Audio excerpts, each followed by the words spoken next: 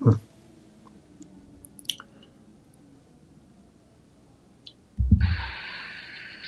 me, sir. Are you a member? No, I'm looking for James Bond. What name should I say? Just give him my card, will you? Would you like to leave your coat in with this?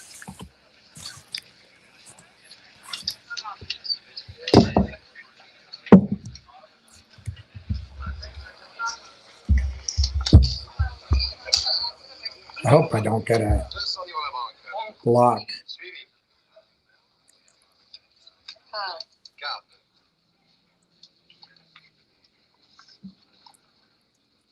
À la banque.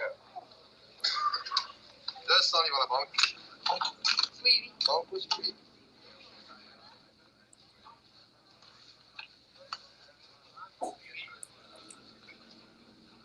Carte. 8 à la banque. Suivi. C'est suivi. The house will cover the difference. Bien, madame. Oui, monsieur. Changeur, s'il vous plaît.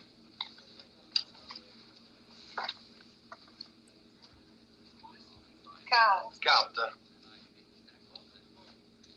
9 à la banque. I need another 1,000. Admire your courage, Miss... Trench. Sylvia Trench. I admire your luck, Mr. Bond. James Bond. Mr. Bond, I suppose you wouldn't care to raise the limit? I have no objection. Pas possible, madame. No. C'est suivi, monsieur.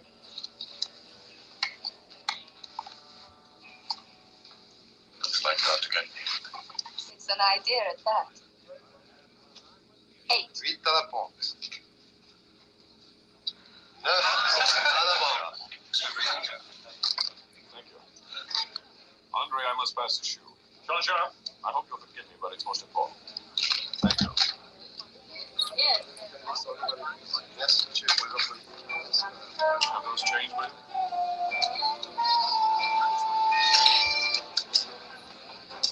Too bad you have to go. Just as things were getting interesting. Yes. Tell me, Miss Trench, do you play any other games? I mean, besides chemin de fer. Golf. Amongst other things. What afternoon, then? Tomorrow? And, you have dinner afterwards, perhaps? Sounds tempting. May I let you know in the morning? Splendid. My number's on the card.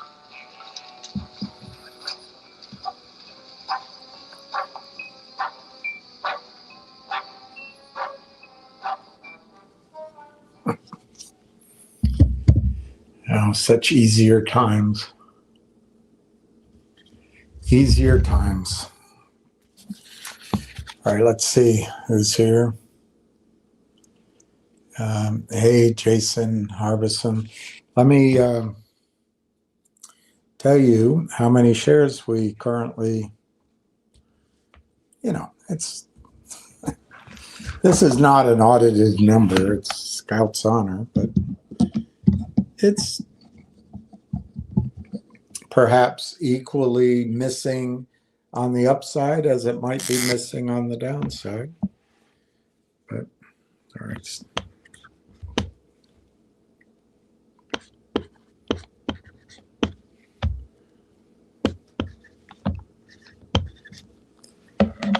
That's how many shares we have. I stopped showing the number of shareholders because Tony, the timid turtle, assumed that when I show the number of shareholders, that's my price target. If you guys choose to listen to him, this is a guy that constantly is getting you to focus on AME and GMC. Anyway, 17,147,000 shares. Call it 16 million. I mean, it's a big number, and call it 18 million. You guys have done a great job.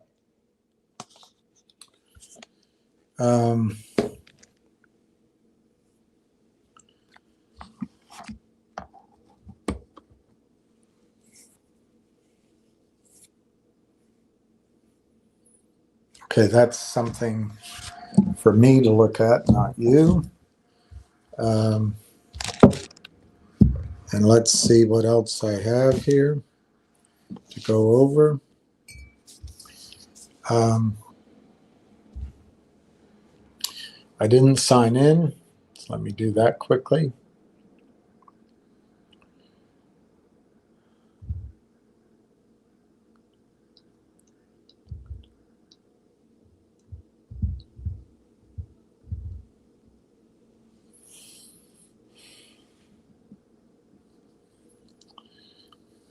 Everything seems to be kind of reddish, except Railtown. It's up 0.0005, which means it'll be red later. ZJYL now is not competitive with Railtown. ZJYL is cheaper than Railtown, so you can't make a one-for-one swap. But ZJYL down 7 cents at 0.1737. Meshuggah MGRX is up 1.50 at 72 cents. Next strip is down a penny at 3.25, and Finger Motion is 117.5, down 2.5 cents.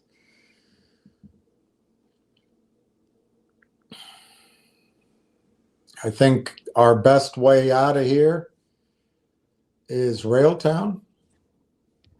They always whoever that professional seller is with 52.5, they've now changed it to 55,000.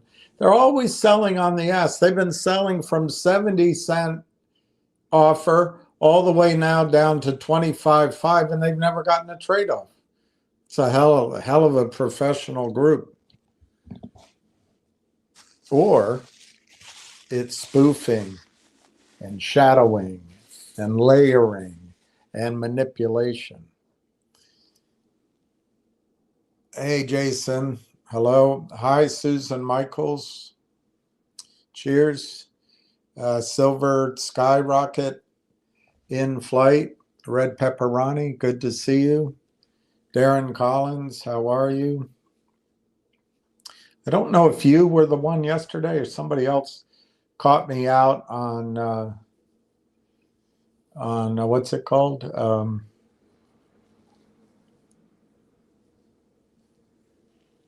Hearsay, on hearsay. And I was wrong.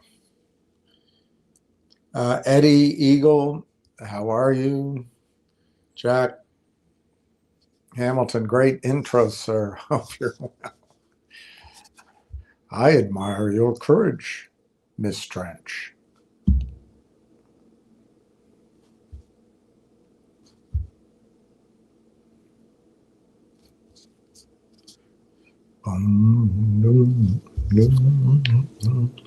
Hi, Julie Kim.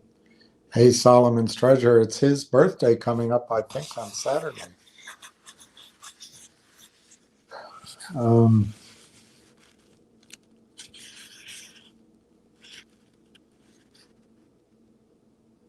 54 by 54, and the spread is about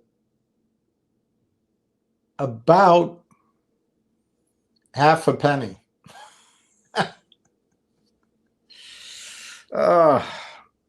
It's a policy decision that needs to be made. We are, just to remind everyone, we're at 17 million shares of Railtown. 17 million shares of Railtown.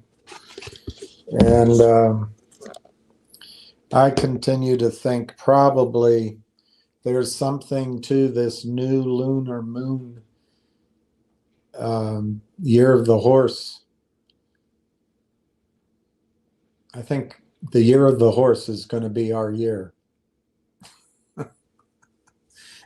Eventually, I'm going to be right. What was this year? I should have looked that up. Year of the rat? That doesn't sound so good. Year of the horse.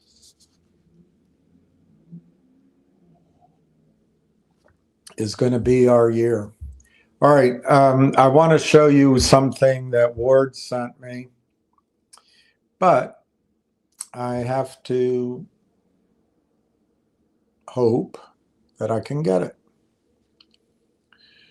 Dun, dun, dun, dun, dun, dun, dun, dun, dun, dun, dun, dun, dun. Dun, dun, dun, dun, dun, dun, dun, dun. I admire your courage, Miss Trench. Hi, I'm Plenty. But of course you are.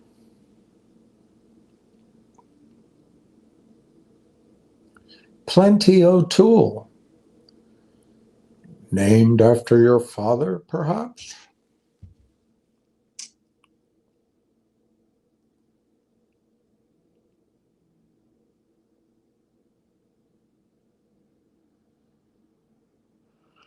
I'm all confused which one I'm supposed to hit first. I'll take a stab at it. Yeah, this is, let me take that comment down. This is, Ward sent me this, Ward Richardson sent me this. And he queried this perplexity. What are the premiums companies are paying for US AI startups? Companies are paying significant premiums for United States AI startups, often reflected in high revenue multiples, averaging 25.8 enterprise value over revenue in 2025 merger and acquisition deals, far exceeding traditional software averages around 12x. These premiums vary by niche, with transformative areas like large language model vendors reaching 54.8x, and health tech, and then we might have a transaction there, I'm told, at 28.5x. Specific examples include IBM's acquisition of Confluent at a premium to the market price, 34%. All M&A deals in last year averaged 25.8x revenue multiples across over 90 transactions, signaling strong buyer confidence in growth potential. This compares to 24x for AI acquisitions broadly versus 12x for non-AI software. Digital healthcare saw premiums at the Series C funding. I continue to suggest to you that Railtown is essentially letting you in at either seed valuations or Series A valuations for comparable companies. Premiums by niche. Premiums concentrate in high impact areas with defensibility.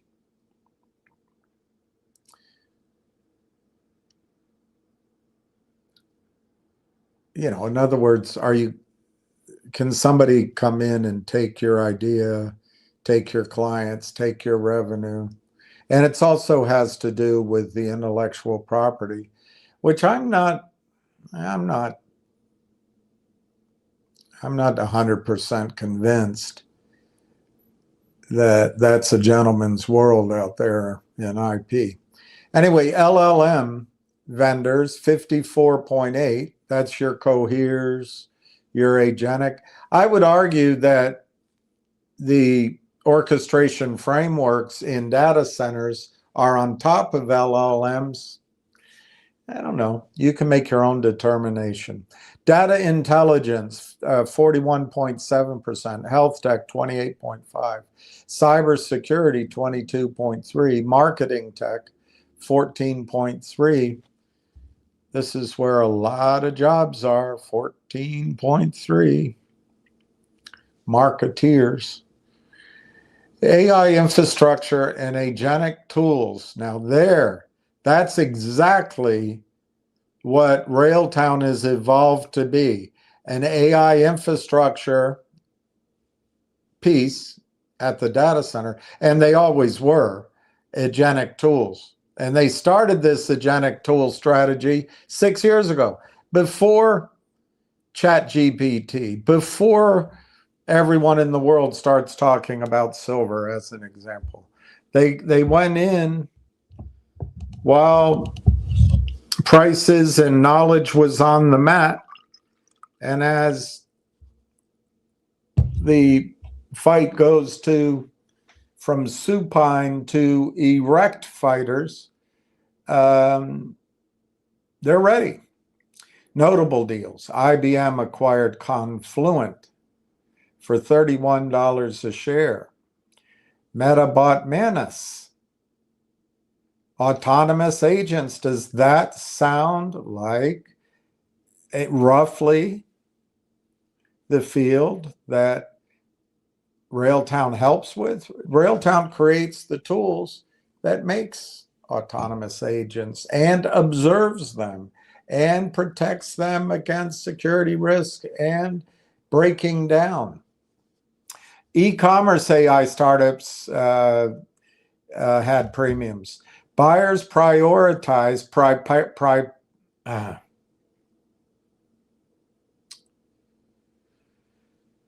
proprietary models, which Railtown is proprietary. Data rights, I don't know how to. I think you could argue they have a pretty clear first position in terms of data rights at that data center. We have to find out more about it, but I think it's a safe assumption for now. And then workflow lock-in, definitely a workflow lock-in, sitting as the interface between the user and the first and only right now sovereign AI data center factory in Canada. This boosts multiples above 25x for larger deals. Niche saturation lowers premiums. So there, in other words, limited growth, and I don't think we're there. Then Ward asked this question: what factors drive 30 multiples? Several key factors drive AI startups to command 30x revenue models in acquisitions or late-stage funding, primarily centered on defensibility. That's IP. That's the idea of a moat.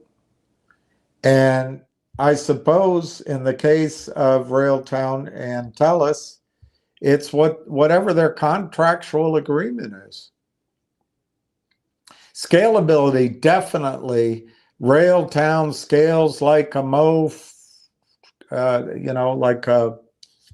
scales like a lizard, and so does NVIDIA. So do NVIDIA chips. So it has rapid scalability and market positioning. Now, I don't know your feelings, but I think that because TELUS is a big company, if it were in the United States, it'd probably be a Fortune 500 company, because TELUS is either the largest or one of the three largest internet providers, telecoms in Canada, and because there's the sovereign AI campaign in Canada, and because TELUS has already built this data center, it's ready to go. It opened for testing in the summer, and it's open for business, although I would still think it's a little bit of, a little bit of a dress rehearsal for what's coming, but we'll find out. I think market positioning is excellent right now in the TELUS AI sovereign factory. There isn't there for I'd say for 6 months, there's no competition. There will be. No question, there will be. These premiums reflect investor bets on outsized future growth in high barrier niches like large language models and infrastructure. Core drivers, proprietary data moats, and I would argue that's where we are. Superior algorithms. I don't have a clue if we use algorithms, but I think the large language models that we're on top of and NVIDIA chips, they do. Exclusive compute access. Darn tootin'. We, as far as I can tell, and that's going to be information we learn about, but as far as I can tell, we are it at TELUS. Why? Because we're Canadian. TELUS is Canadian. And the whole campaign is Canadian. But before you get too excited, remember that Pierre Trudeau is Canadian. Anyway, e.g., GPU partnerships, for example, GPU partnerships with NVIDIA. Well, that's boom. We hit that one right out of the gate.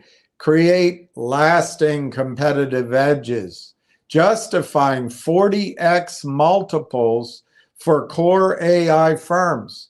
And I submit to you that I think Railtown is going to be a core component, but these are things we're going to learn.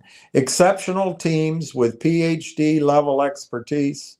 Well, I'm not as thrilled with all PhDs. I had a roommate and I read her PhD in some obscure international education roles for women in, I don't know, in Uzbekistan or something.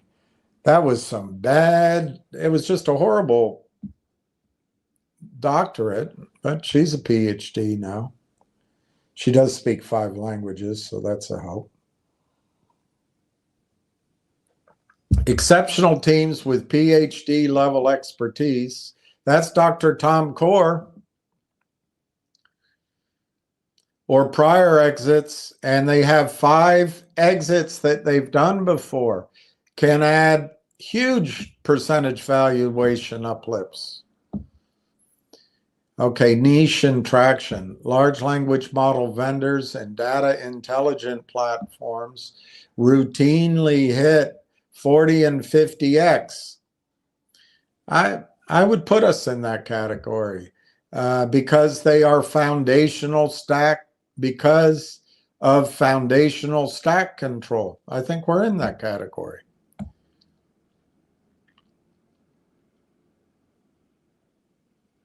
Strategic partnerships with incumbents like Microsoft signal scalability and reduce the risk of failures in execution.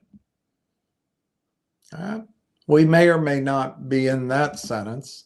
Financial signals, efficient capital use. I don't know that we can make that calculation right now, because that's it's debatable whether we have any funding going on recently, but you see that the multiples are high.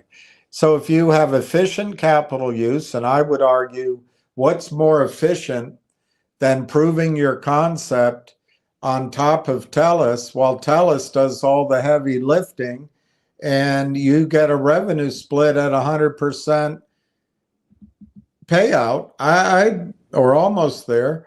I think it's pretty efficient capital use.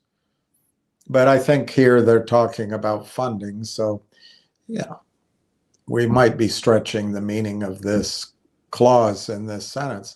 Alongside 20 million plus in annual recurring revenue, which I think 20 million is going to be known, knowable, predictable as soon as they start telling the story, because they're going to move over 100 million in currently spent money.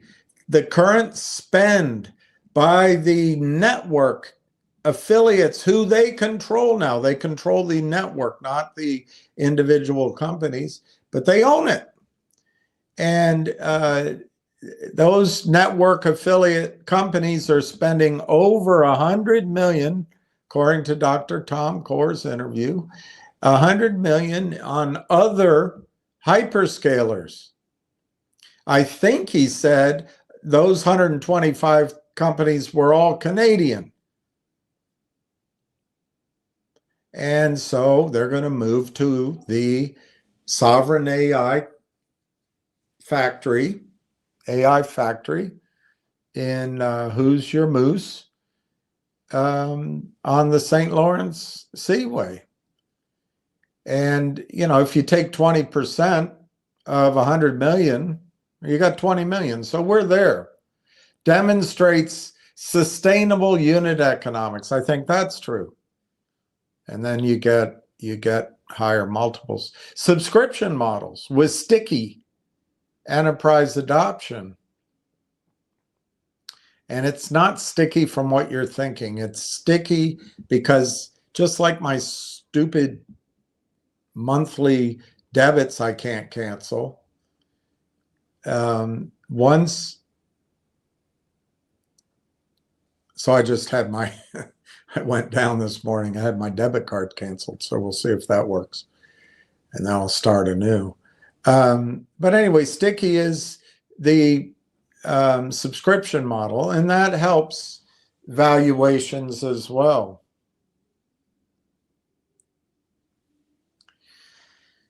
And so Ward asked this question, what about strategic partnerships? Strategic partnerships significantly boost AI startups. Can you think of any partnerships that Railtown is in?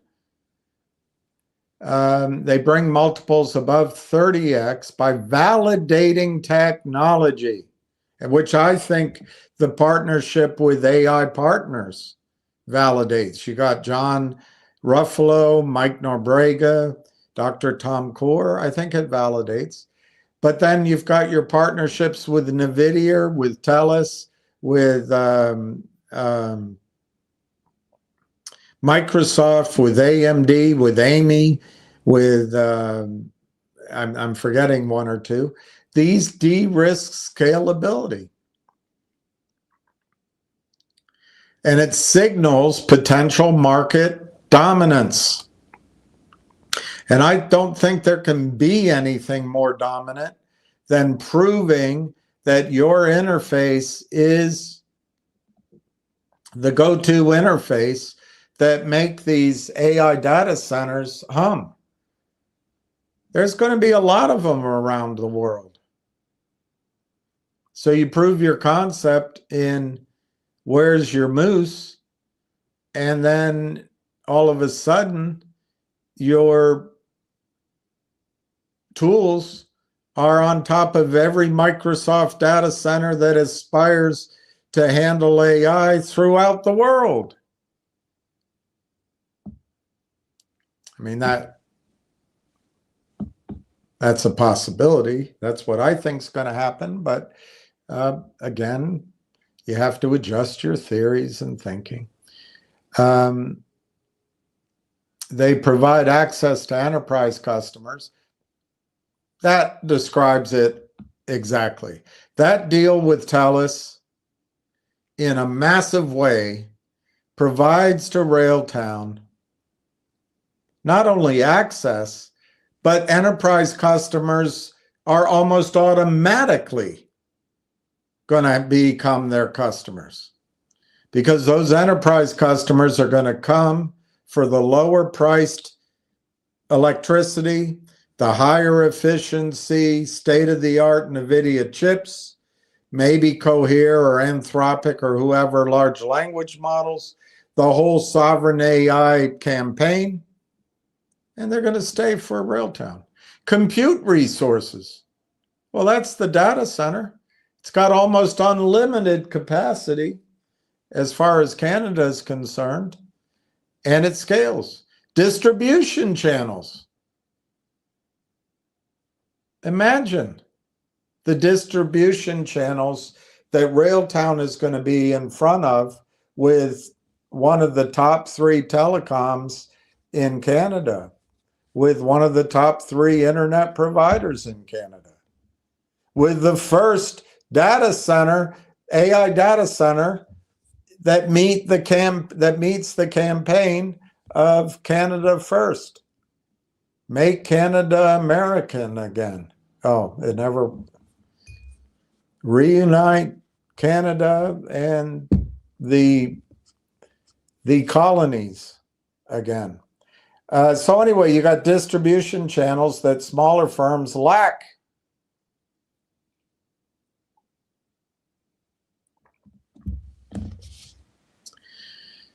Partnership with hyperscalers like Microsoft or NVIDIA, well, bingo. Endorse a startup's tech stack, reducing buyer uncertainty and justifying premiums through proven, that's how they say it up there, integration. Formal alliances demonstrate real-world traction, lifting multiples. Revenue acceleration, co-selling, well, bingo again, or co-development, well, bingo. Co-development deals expand annual recurring revenues rapidly.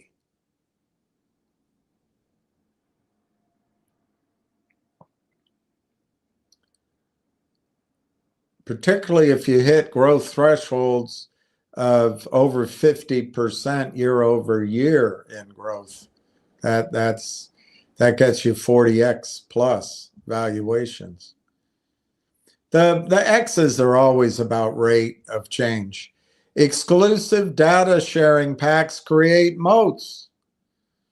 Well, we may or may not find out that the deal with TELUS is exclusive, but certainly being the one placed on top of it to start makes it maybe the biggest data sharing situation. But I think this means something differently than what I'm applying it to. But I think my application also makes sense.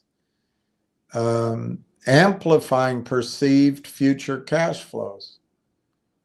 Alliances open Fortune 500 pipelines. Well, first you prove it in Canada on a company that's like a Fortune 500 company. And then if a Microsoft or a NVIDIA or a AWS or a Google says, you know, some gun, we got to have that, and they put it off across all the data centers, well, then you can start talking about Fortune 500s. This showcased defensibility in niches like large language models, where partnerships signal stack control. Well, what's a better stack than NVIDIA? I think it's HPE on the bottom.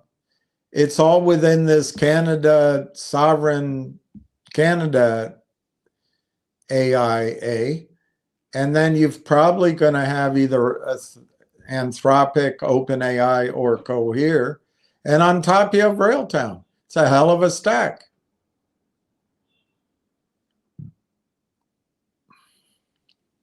buyers view these alliances as immediately, I hate that word, as immediate synergies, often paying premiums for the network effects and the reduced go-to-market costs. And I think that was the last one. Somebody sent this about Tony the Turtle. Is today after hours? Oh, this is old. October 3rd. Is today, I didn't read this before. Is today after hours finally the day for the long awaited Railtown acquisition news? Unusual price activities, crossing fingers, long Railtown on a speculative bet. This guy is day trading. He's turning this into a gamble momentum play. And guess what? He was wrong. Everybody's telling me I'm wrong. He's right. He's hot and bothered at 56 cents.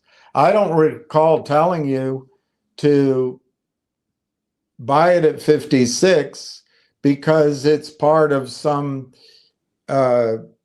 short-term swing trade or day trade. But I did say that, you know, and I was wrong as we look back, that once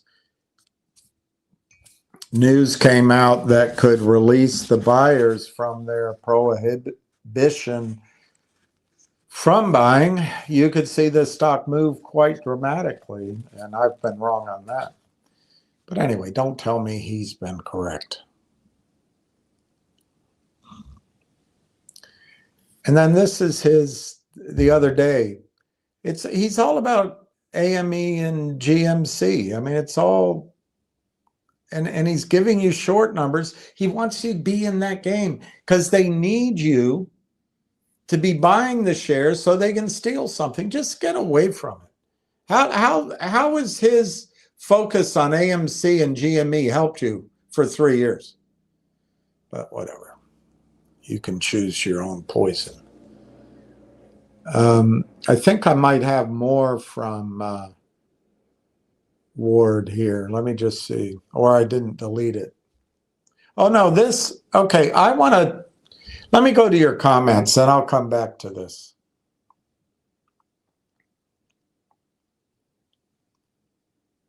See, oh, no, it's okay. It's just not many comments today.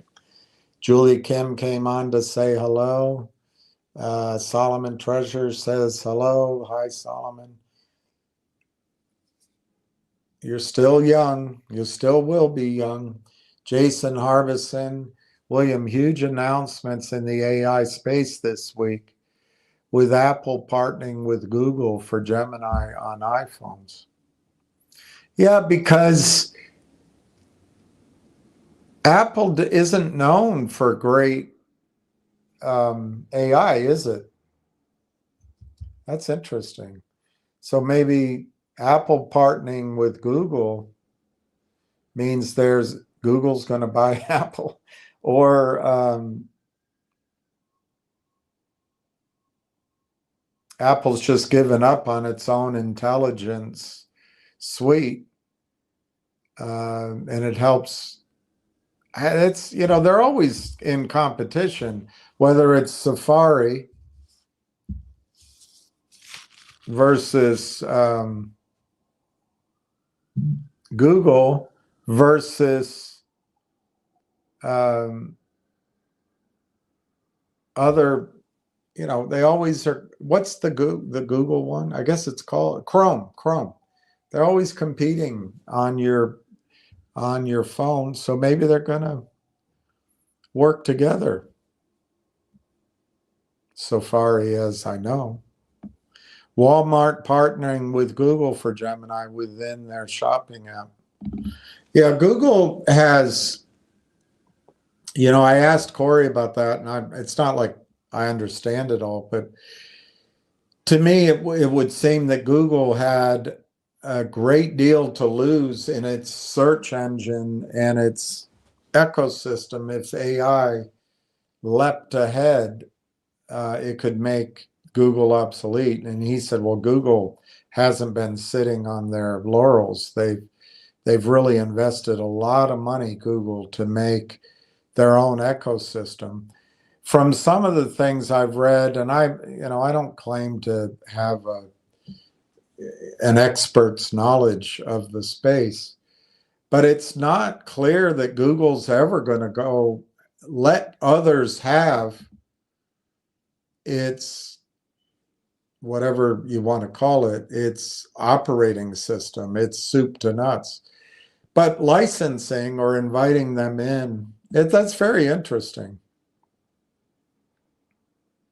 It says a lot for Google, doesn't it? And Gemini.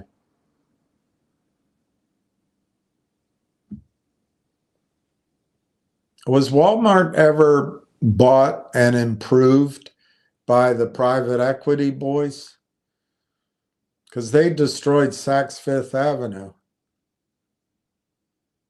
It's all about leeching off of society, but you have to prove that you're adding value by sucking the lifeblood. They started with steel companies, and now they're going to service companies.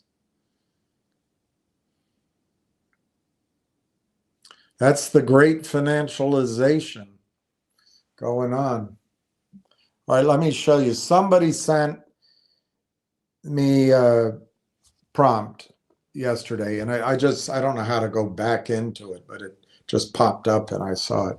Hey, you're always talking about short selling. How do you know it's happening? And how come it's with you're always saying with every company? Look, guys, if you want to have that debate, please just go listen to Space Calls, because if you're still debating it, you're either a pro or part of the whole scheme, or it's just you're too early in the life cycle of being a stooge that I can help you. You got to go just lose a lot of money. But I was asking Perplexity myself this morning, and I asked about this campaign. My suggestion to all of you, including whoever that person was, I think calling it shorting, it's not descriptive enough. It doesn't encompass the whole magnitude of the sting operation. And it happens, it's institutionalized, it's robotic, but it's across any stock, any company, any business plan, any group of people, smart, not smart, any employees, any city in North America, any companies under $5 broadly, under $1 billion broadly, who need to raise capital. They're going to be destroyed. And people still want you to think, oh, William's blaming it on shorting. It's not just shorting. It's the algorithmic computerized sell programs, which go back and forth. And if they can prove it to the regulators or confuse the regulators or bribe them to look the other way, bribe them with a promise of a job. Look at Jessica Hopper. She froze trading in MNTLP. She got the plum job at, I don't think it was A.G. Edwards. I think it was E.J. Jones, something. She got a plum job right at the top. There's no integrity anymore. None. None. All right, so I asked some questions because if explicity, what's it called? Perplexity. Look at the answer Perplexity came up with. Look, SEC knows this. but they're in on it. Congress knows it, but they're in on it.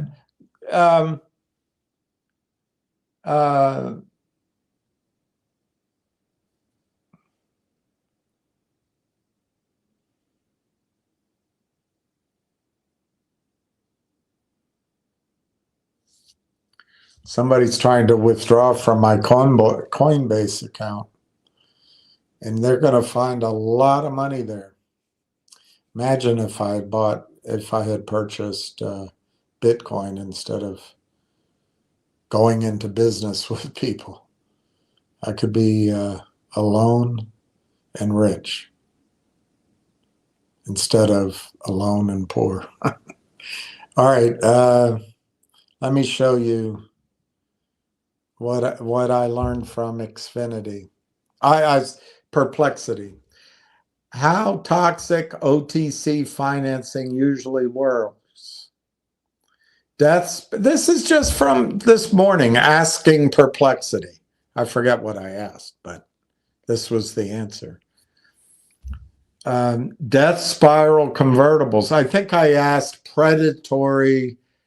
how do predatory financings in the junior markets and something like that. Anyway, death spiral convertibles, notes with very high interest and big floating rate discount to market. This is what I talk about all the time, these toxic formulas. A bloody computer can figure this out.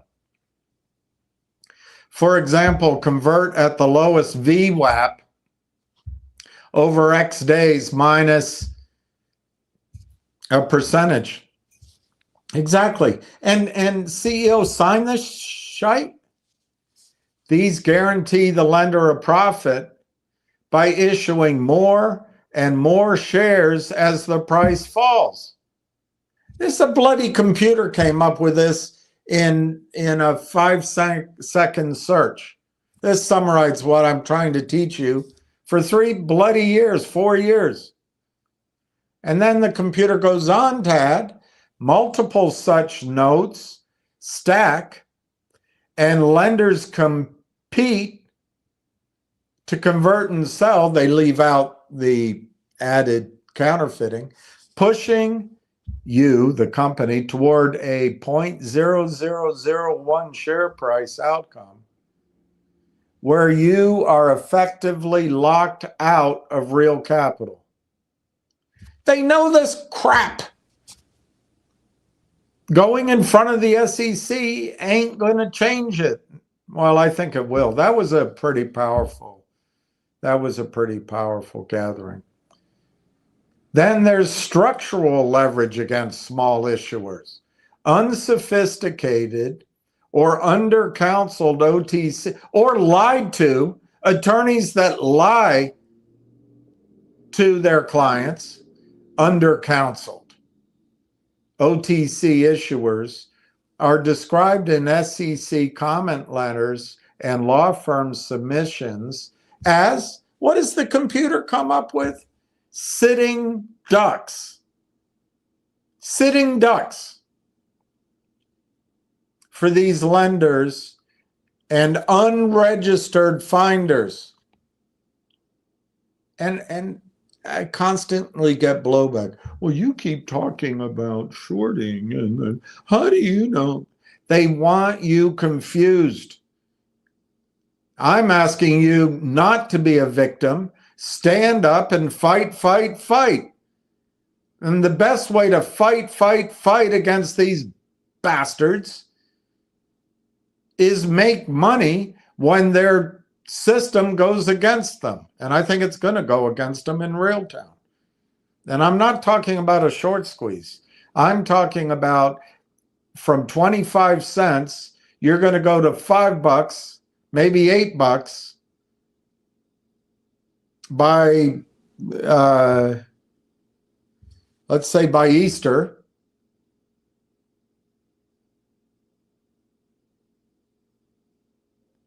And you're going to make 25x on your money. But you know what? This stock isn't going to be crushed back down. Once you're there, you might have another 10x. or 5x or 8x. And then you make your money you've lost to these thieves. You have it back. That's your only strength on Wall Street, is to have your stake. Otherwise, you're just a complainer. And on Wall Street, everybody that matters ignores the complainers. They go to the producers. They go to those who have money. And you'll have money. And then you can fund the and by the way, I'm not speaking ill of the people that showed up. I was proud to be there. I'm just saying how Wall Street Congress looks at it. And I don't know. I went and stood in front of the SEC all by my own some before I ever met, I think it was before I met him, or maybe it was just afterward, but before I ever met most of these people. Boilerplate documents written by attorneys, provided by Stevie Cohen type people, arm's length, steep discounts, large warrant coverage, and aggressive conversion rights all let the fund profit. Whether your business bloody succeeds or bloody not succeeds, at the expense of long-term shareholders. You're telling me the SEC doesn't know about this? An intern on her break, on her phone, could sit with a croissant and a Tinder date and get bored and Google this and figure it out.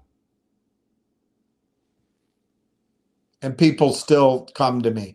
Well, why are you discussing practical? Now this all seems pretty obvious to me, but guys like I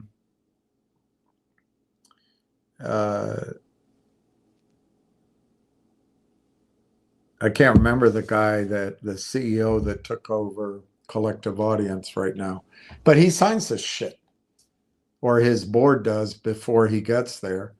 There's always, well, I'm not responsible. Well, whatever. You get paid to be responsible. Practical rules to avoid predatory capital. Think of this as a checklist which you follow religiously, even if you go to mass twice a year, even when you need money. Hard red lines. No floorless convertibles. It's so obvious. No floorless convertibles. When you do this crap, nobody can calculate your denominator. They're going to cease real money is going to cease giving you capital if they can't calculate your denominator. Avoid any note where conversion is defined as a percentage discount to future trading prices without a true floor and normal anti-dilution limits. What? Or a backwards formula. Why isn't this obvious to CEOs? I think maybe the SEC, since they only go after CEOs anyway, should make it jailable offense, a felony to sign these kind of notes. That would stop the crapola right away. No quote unquote free trading stock up front. Absolutely. Make your so-called financier go to bed with you, even if he stinks and smells and hasn't shaved. Make him go to bed with you. The only way he makes money is if you make money. But instead they do that. Instead of cash fees to, quote, investor relations. To me, that's Frank Benedetto all day long. Or advisors. To me, that's people like Dan Bon Jovi or whatever his name was, or financing consultants. It's the same crap. Now, I will tell you, when I was in London and we had our own investment bank, we would ask for a small amount of hard money, to get to the Middle East, pay for the hotel, but we would take warrants or stock in lieu of cash fees. And we specifically designed our transactions so that the investor had to get their money back before we participated in the upside. But you got to believe that we were being straight up, and we were, because we weren't clever enough. We're not in the group of men that trust each other enough to use scheming attorneys, scheming hedge funds, scheming international bankers, and scheming fronters. We're not in that group, so we got abused ourselves, looking back on it. These schemes are repeatedly cited in microcap fraud discussions. Why haven't the rules been changed? Why don't you get rid of high frequency trading? Why don't you have to disclose who's giving the money? Why don't you say, look, if you're using money that hasn't settled yet, in terms of shares being delivered, you can't use those funds to fund a capital raise by a company, and so on. There's quite a few more things that need to be changed. Bring back the uptick rule. But I'm telling you guys, there's so much money made this way by the Stevie Cohen type people, all the way down to the lugheads who consider themselves great. I mean, they'd work just as well as henchmen in a drug cartel or enforcers in a gambling ring. These are not brilliant people, except maybe some of these guys that all go to pray together. Some of those guys seem to be pretty educated. No stacked short-term notes with overlapping conversion windows and cross default language. When you put in default language, then you've got to take their advice to reverse split. But it keeps working. I think you should put CEOs in jail who sign these deals, because the SEC would go after CEOs. This SEC is never going to go after the shorts. And lawyers like Mark Bazile will come up and make sure that the shareholders get nothing and he gets paid, and he'll be proud of himself. Well, I can't keep the CEO from making a decision.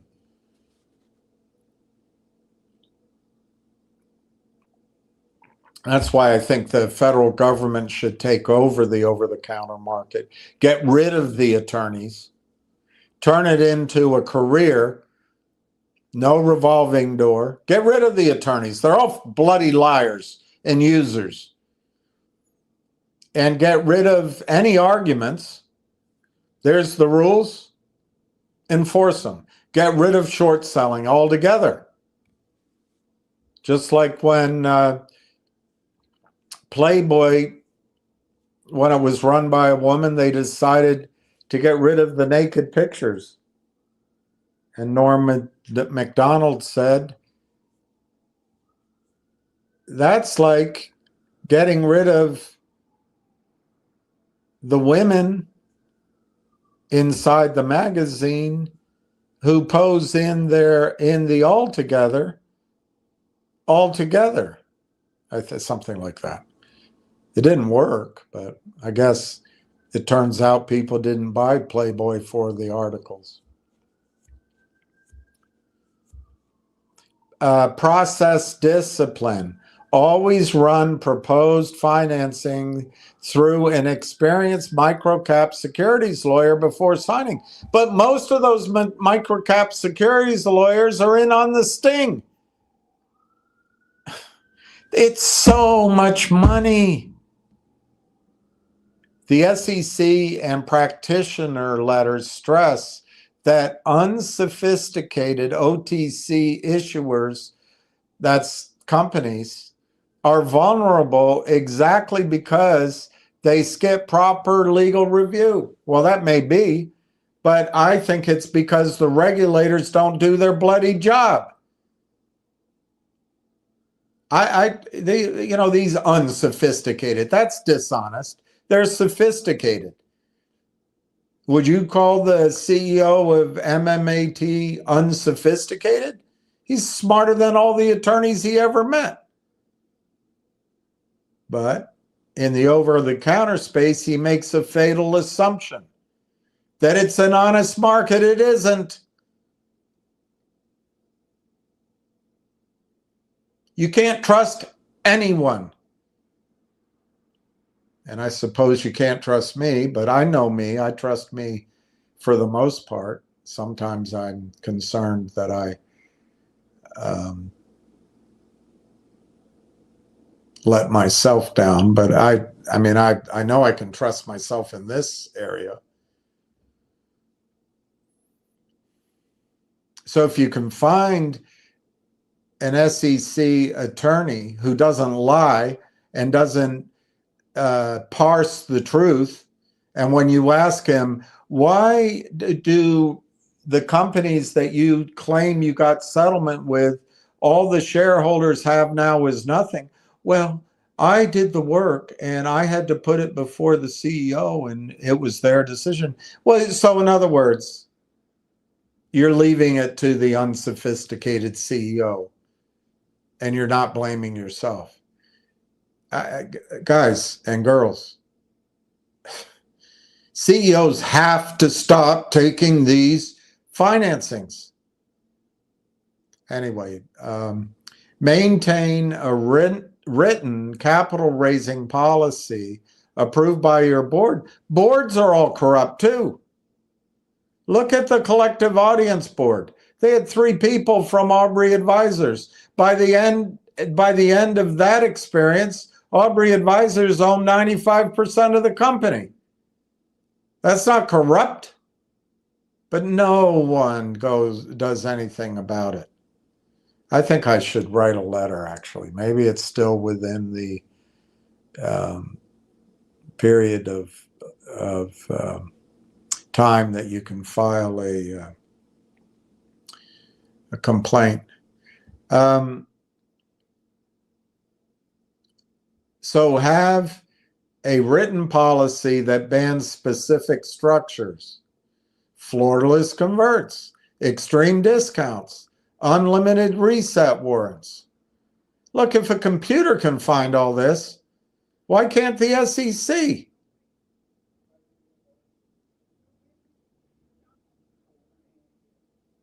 So you can truthfully tell would-be lenders, we cannot do this by policy. That's a good idea. Build at least 1 or 2 relationships with non-toxic sources early. Exactly. Family offices, but you got to trust them. High net worths, you got to trust them. Strategic partners, you got to trust them. And they all are in on it. So your first resort in a crunch is not a toxic fund. I like this advice. Maybe Perplexity is a good place to go. And then I wanted to go to here. This is an article which I just want to, it's a long article. It's called Market Manipulation Through Short Selling Attacks and Misleading Misleading Financial Analysis. My sister had a joke about that, but it's not very polite. So let me go back to the comments section. And there are no comments. But let me just read a little bit of that to you. It's from the International Lawyer. You can Google it. And the title is, or the sub description is, Market Manipulation Through Short Selling Attacks and Misleading Financial Analysis. This article is brought to you for free and open access by the law journals at SMU Scholar. It has been accepted for inclusion in the International Lawyer.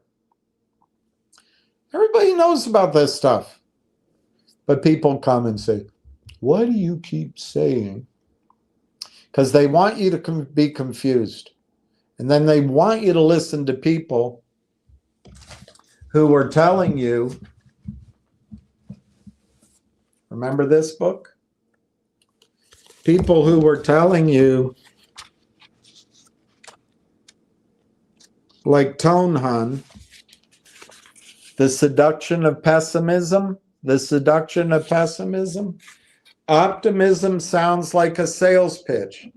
Pessimism sounds like someone trying to help you.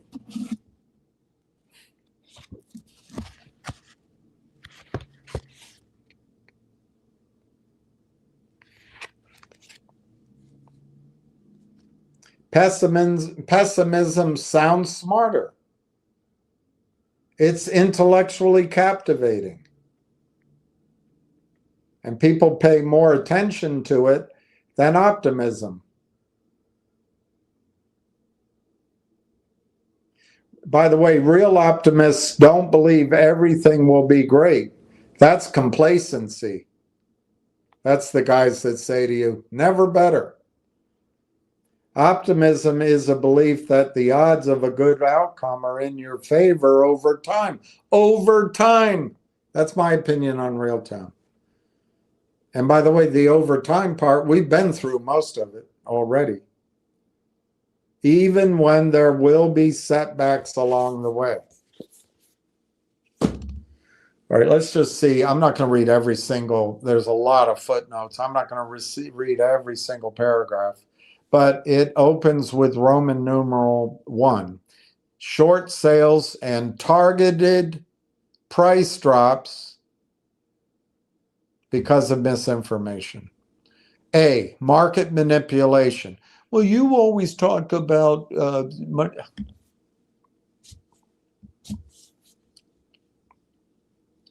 stock exchanges are the lifeblood of a market economy. And then they quote somebody. They aim to determine the quote-unquote right price in the shortest possible time. They are extremely important for the respective national economy, for companies, in order to provide risk capital, for investors, in order to be able to use an attractive form of investment. The prohibition of market manipulation serves the reliability of truth of price information on stock exchanges. Investors' confidence in the integrity of the market must be protected. And I think people have misplaced confidence in the markets and in the regulators. The regulators are not doing their job. And they haven't been.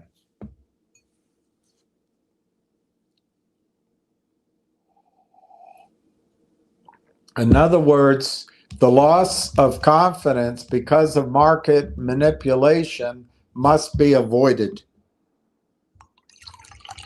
Well, our governments now act like regulation, enforcement of regulation must be avoided.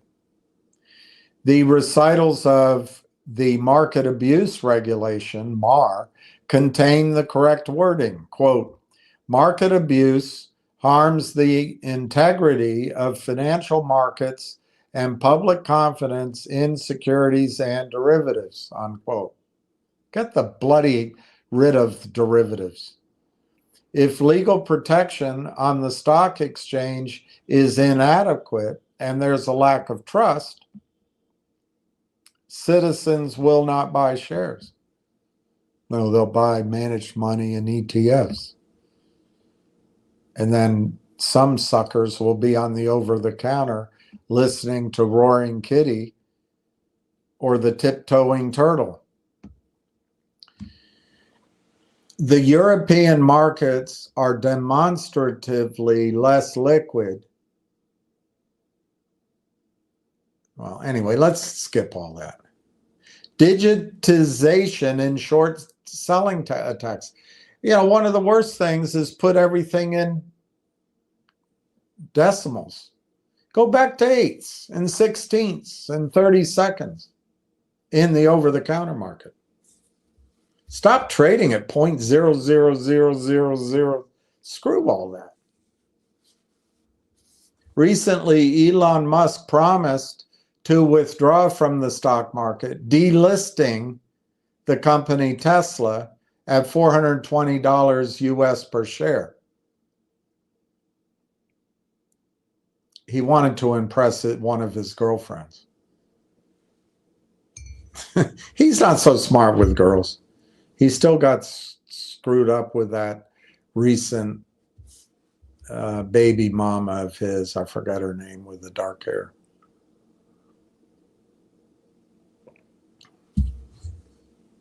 I heard Pearl ask the question, if even Elon Musk cannot get custody of his own child when he wants to protect that infant from transitioning to a different sex because the mother is for it. If he can't even get through the courts, think of what all the other men out there have to go through. So they decided that that conduct was market manipulation, and they wanted him to pay $20 million. They always go after the priest. No one suspects the deacon. They always go after, that's a Norm Macdonald. They always go after the longs. They never go after the shorts. When are you going to realize it's not that they overlooked the rules. It's intentional. Stop being a sucker. Stop listening to the people that parrot the message that keeps you involved in this crap. Get into Railtown and get out of the sewer. And then you can come back when you have real money. You can donate to Busy Brands, donate to Junk Savvy, donate to Ann Vander Steel.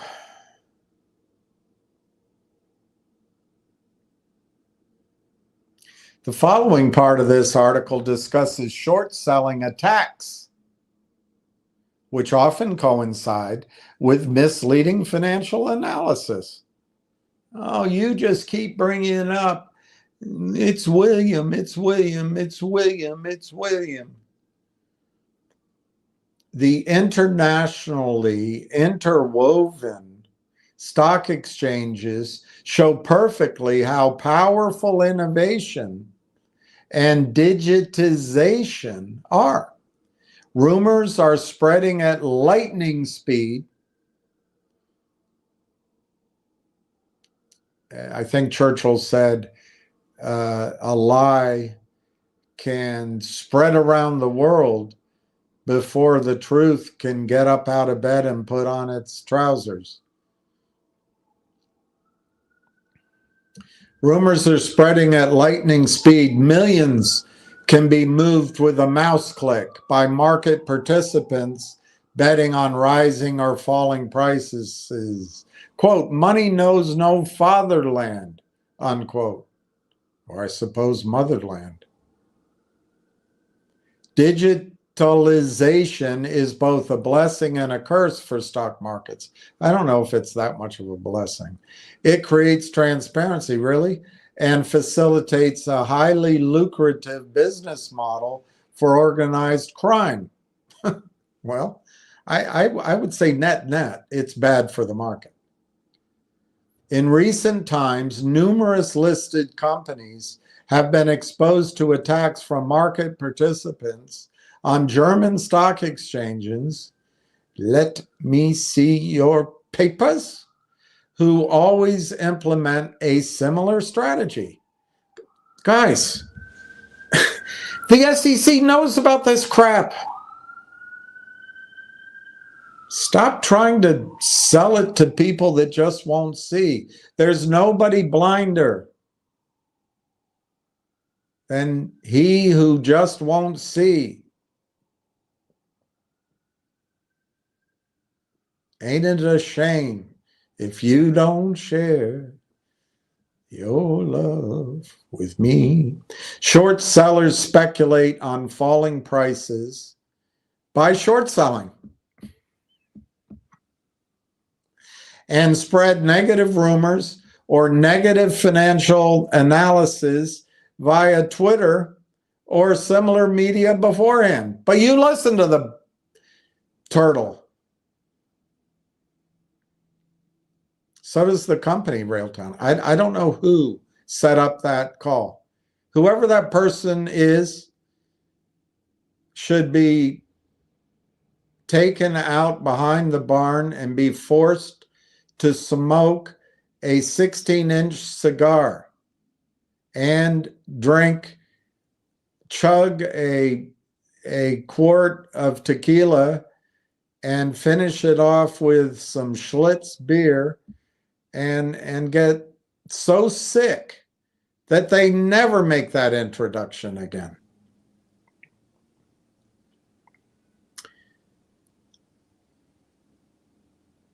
Share prices plummeted in a short period of time on media stocks.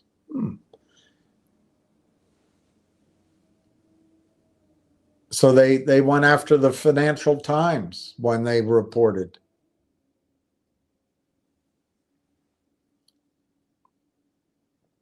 And they give some examples, but let's just keep moving.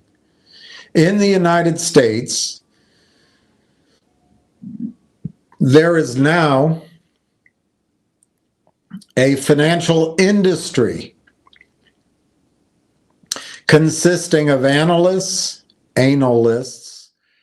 hedge funds, they don't hedge anymore, and law firms, law. They're not even close to the law. Firms that use short selling attacks to bring down the price of listed companies. They're criminals.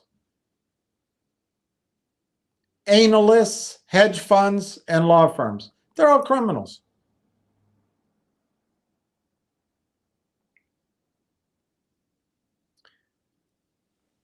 Activist investors, read crooks, include Aurelius Value. They know this.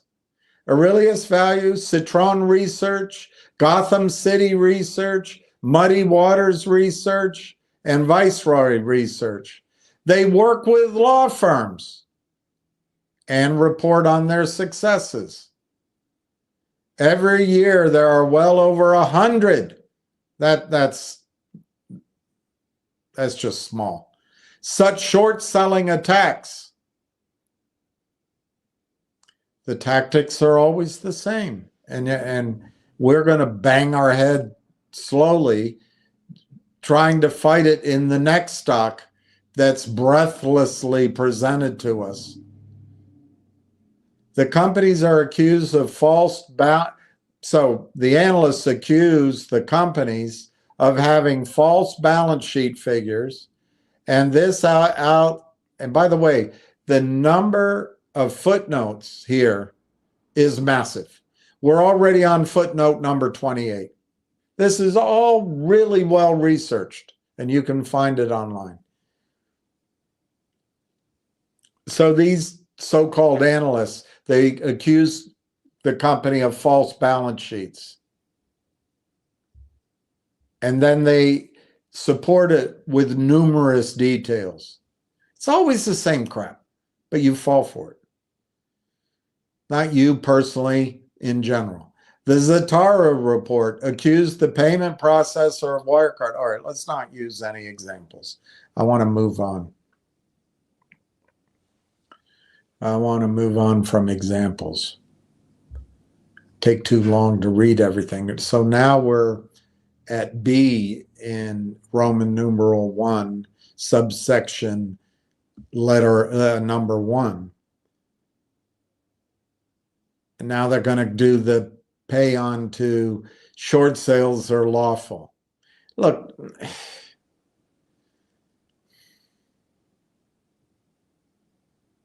there are times Jim Chanos accused the U.S. energy company Enron of over-yielding, which turned out to be true in retrospect. But you know what? I read about that. I read the book. I saw the movie.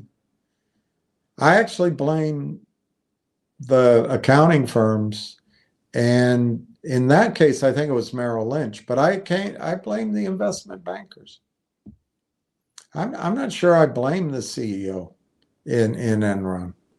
But whatever, that's another discussion.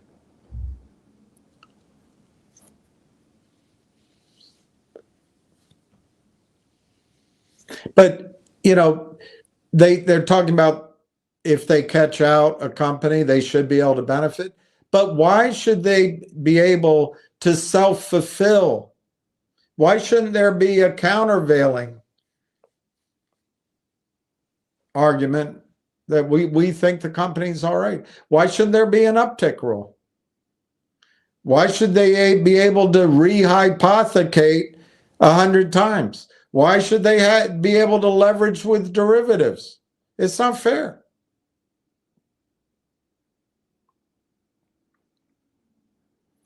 Negative information about a company is published more quickly.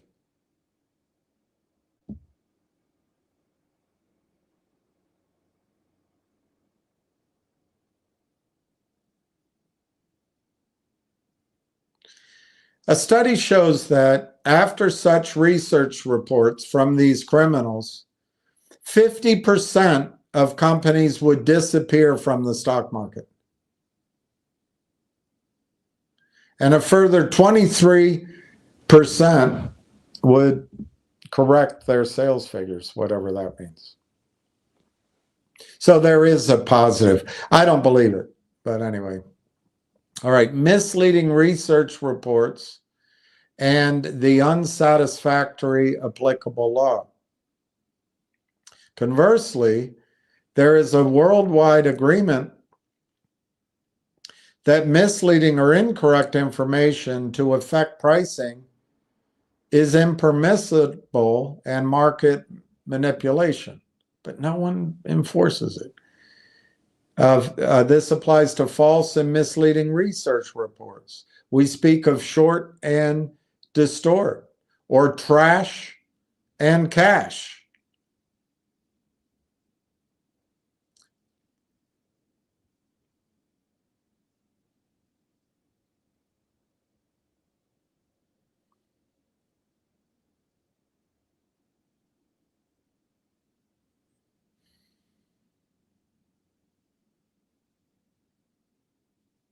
And they basically say it's in a sorry state. The offense of information-based market manipulation prohibits the dissemination of false or misleading signals, but nobody enforces it. It's too profitable. Scalping. That is the acquisition of one's own shares and the subsequent investment recommendation without reference to the conflicts of interest involved is prohibited. The embezzlement of essential information can also be incorrect information. But when a false or misleading signal is presented in concerto is not specified. That's in a regulation, MAR. Trash and cash situations are examples of market manipulation when negative information is understood as a false or misleading signal. But basically, it's a confusing regulation. They don't do anything about it. Article 20 bracket 1 of the MAR states that the investment recommendation must be, quote unquote, objectively presented.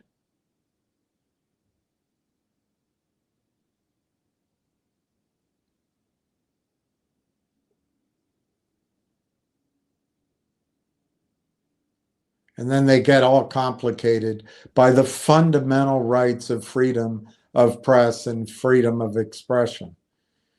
All these attorneys are dishonest. No one cares. All right, let's move on from that thought.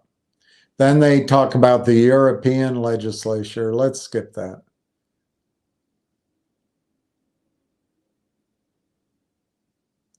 Combination of short selling and misleading research as illegal action. I think I might skip that. We've talked about it. The incorrect or misleading signal of information-driven market manipulation. And I would contend that these criminals also, in a way, have material information that's withheld from you. They're both breaking the law, but they should have to be required to widely disseminate that they're about to break the law.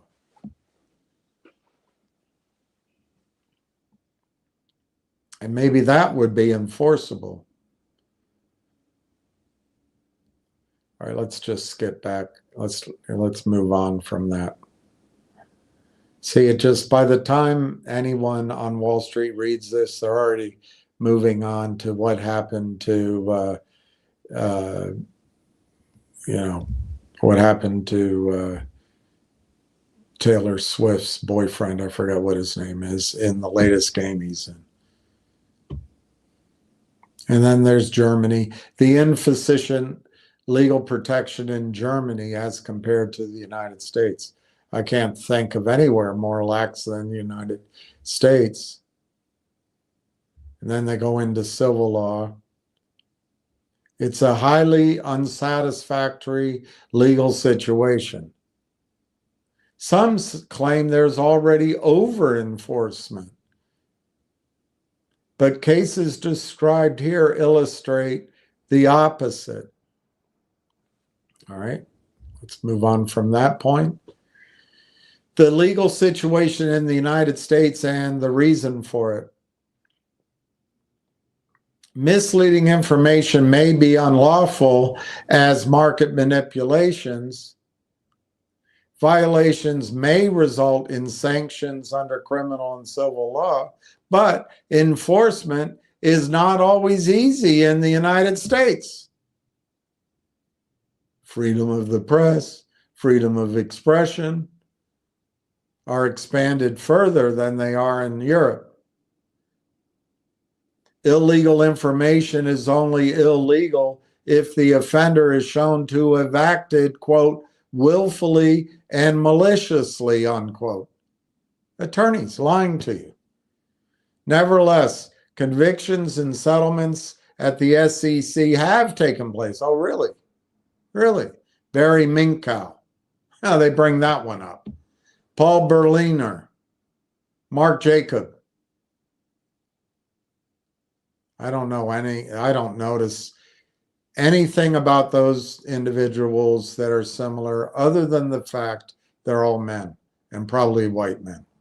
In the past, the quote-unquote uptick rule also limited the profit of the short seller to 1/8.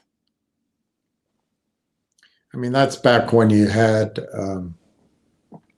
shares priced in fractions. In terms of legal policy, the reintroduction of these or comparable regulations are called for. No kidding. Guys and girls, the SEC knows all this crap. Why don't they change it? I submit 2 reasons. It bring down the whole bloody canard, and they're paid off. They get a benefit out of it.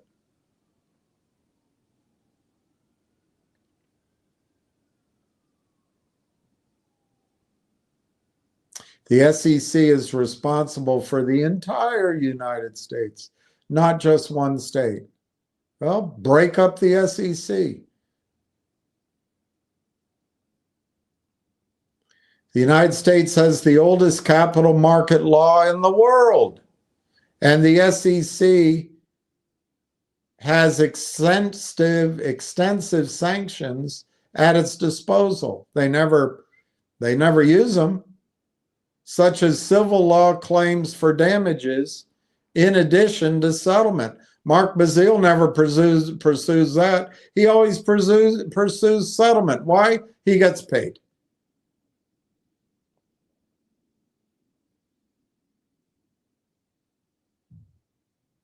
Anglo-American law does not have a strict principle of proportionality as in Europe. Class action lawsuits and punitive damages are much more likely to lead to settlements.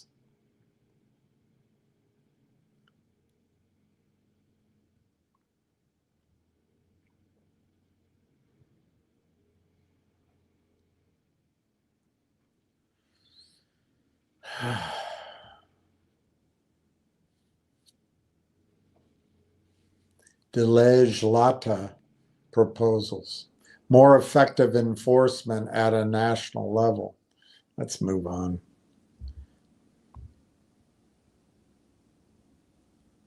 Differentiation between factual statements and opinions.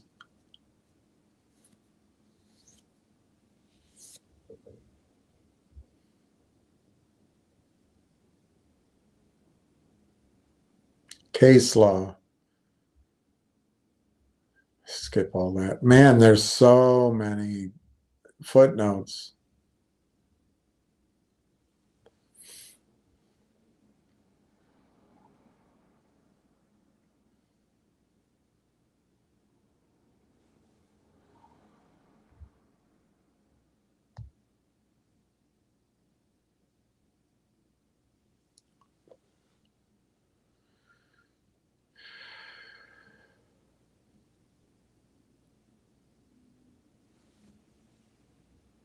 I'm skipping a bunch of legal crap.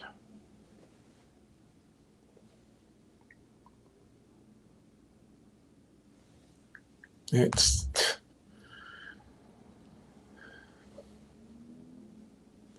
in purely practical terms, financial analysts also have a need to report on suspicions or include them in their analysis.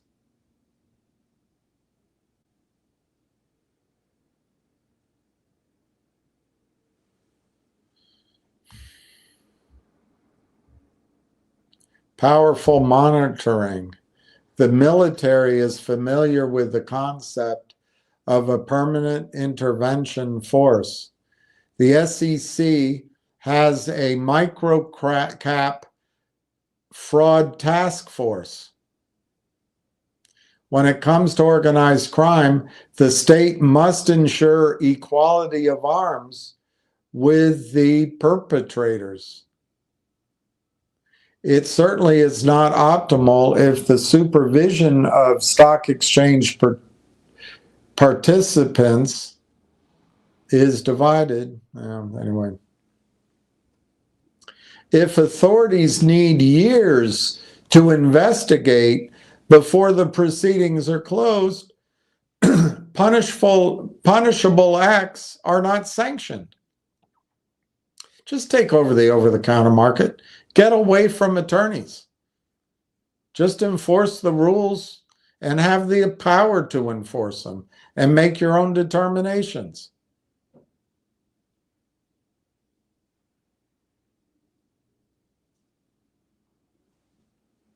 That's my opinion, I added.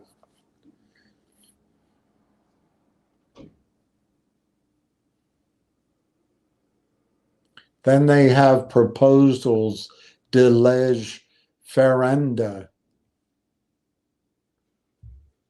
I'm not going to read all that.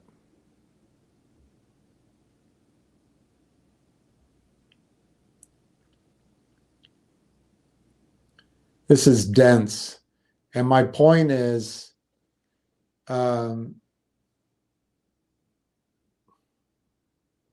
okay, outlook. Against hostile takeovers, many textbooks contain clear instructions on how the target company can attempt to ward off the hostile takeover. There is no such thing, of course not, for the short selling attack so far. In the future, it should be ensured that the short seller business model no longer pays off. What's taking so long?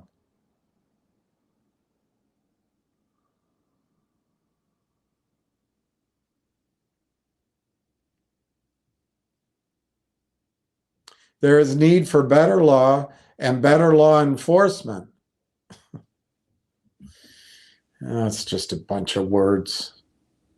Short selling attacks, when matched with incorrect information, is insufficiently regulated and therefore is classified as part of the gray market. They are an example of organized crime. Cyber attacks nowadays influence elections. Organized crime not only sells weapons or drugs, but is nowadays often active in financial transactions. The anti-money laundering laws enacted worldwide have had their effect. With the same energy, policymakers, that's what I think, it's a policy decision. Policymakers around the world should take action against market manipulation because it currently is much easier to earn money at the detriment of third parties with a simple mouse click than with the rather tedious sale of weapons and drugs. We've made that point before. All right, luckily for you, that article ended. Okay, the spread is rather wide, and that 52,500 shares has shown up again at 25.68, 25. Well, there's a lot of stock being shown to you on the offer. There's 54.5, 30 something, 14.5, 34.5. And there was 52.5, but now I don't see it.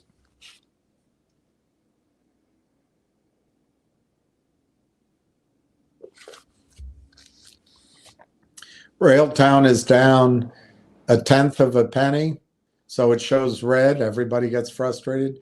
24.88. ZJYL is now down 7.5 cents at 16 cents, 16.5 cents. Mashugana is 71.75. Next strip is up 14 cents at 339.99. Are you out of your mind? Finger is pulling up the rear for the time being, down 3.5 cents at 116.5.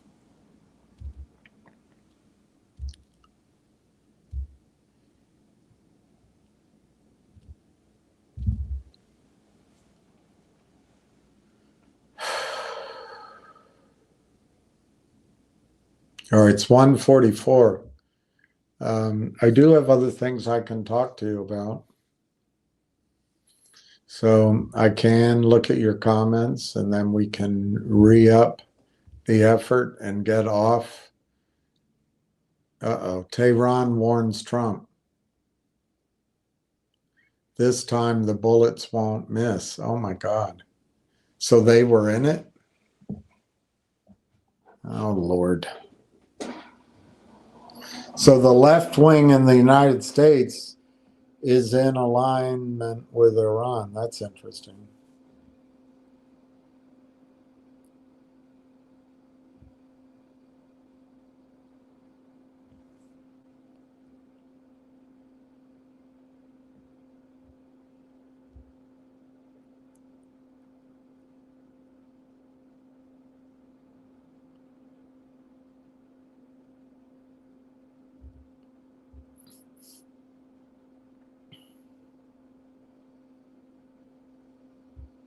Yeah, all right. Not much in the news department.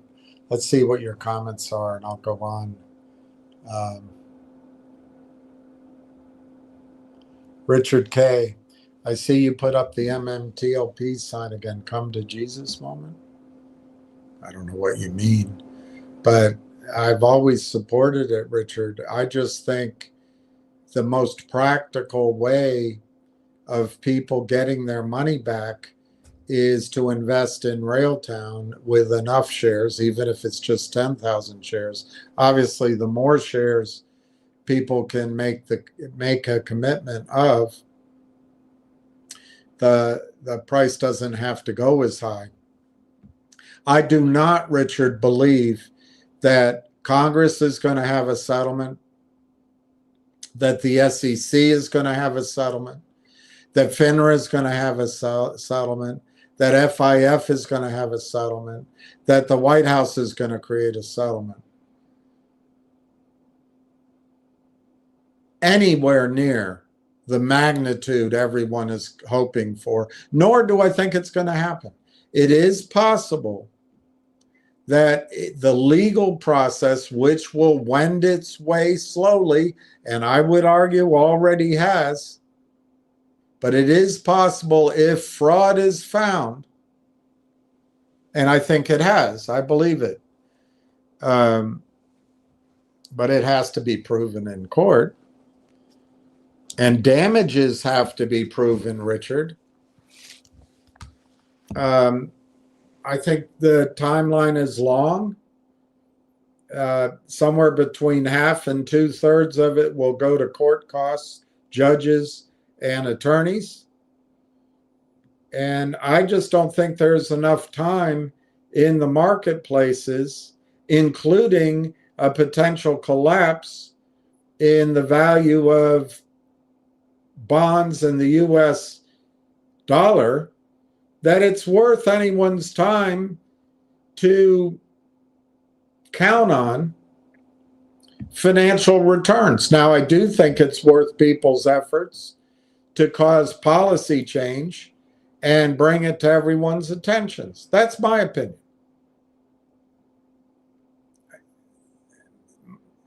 Fraud is big, though. I think fraud could really result in a large settlement. But here's the thing, Richard.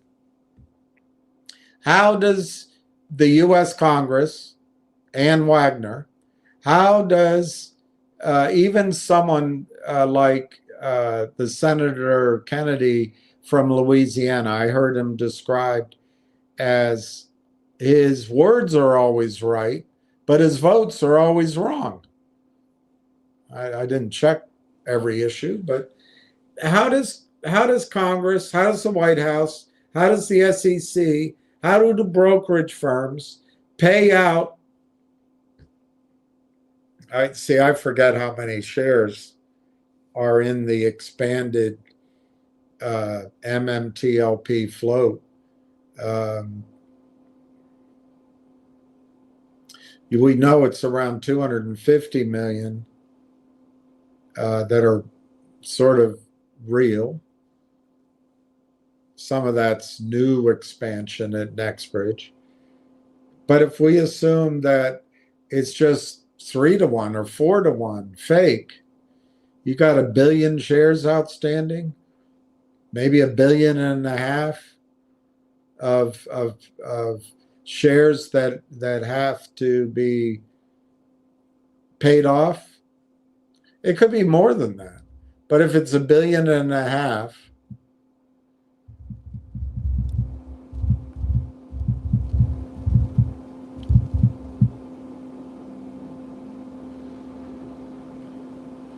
times $500, I saw someone give that number. That's $750 billion.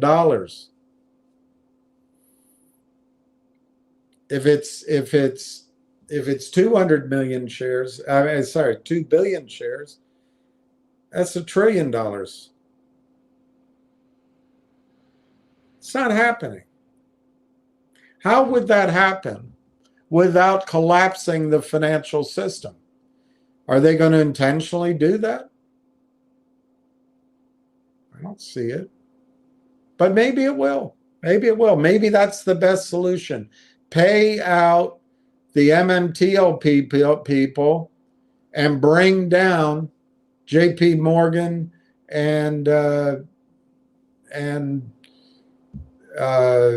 Fidelity. I'm making them up. But bring them down.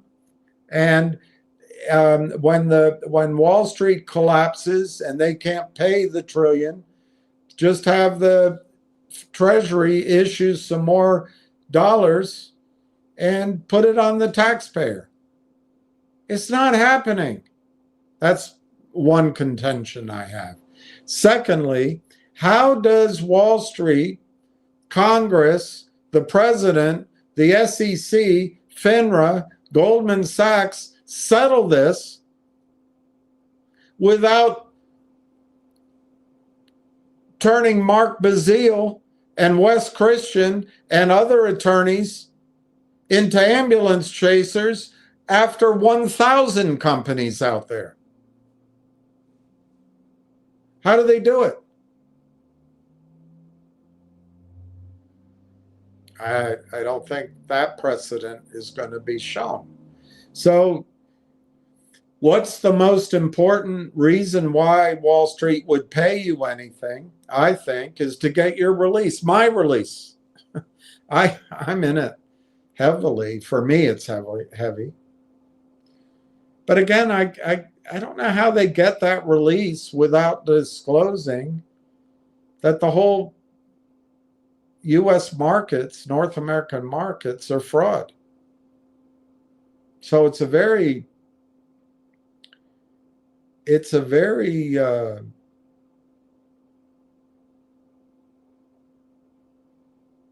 large dilemma.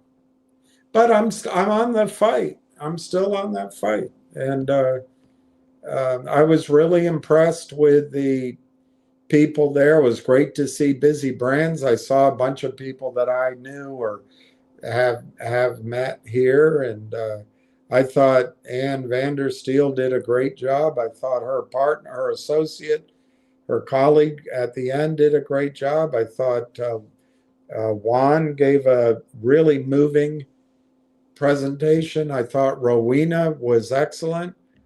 I think his name is Chris, the well guy was fantastic. Busy spoke well.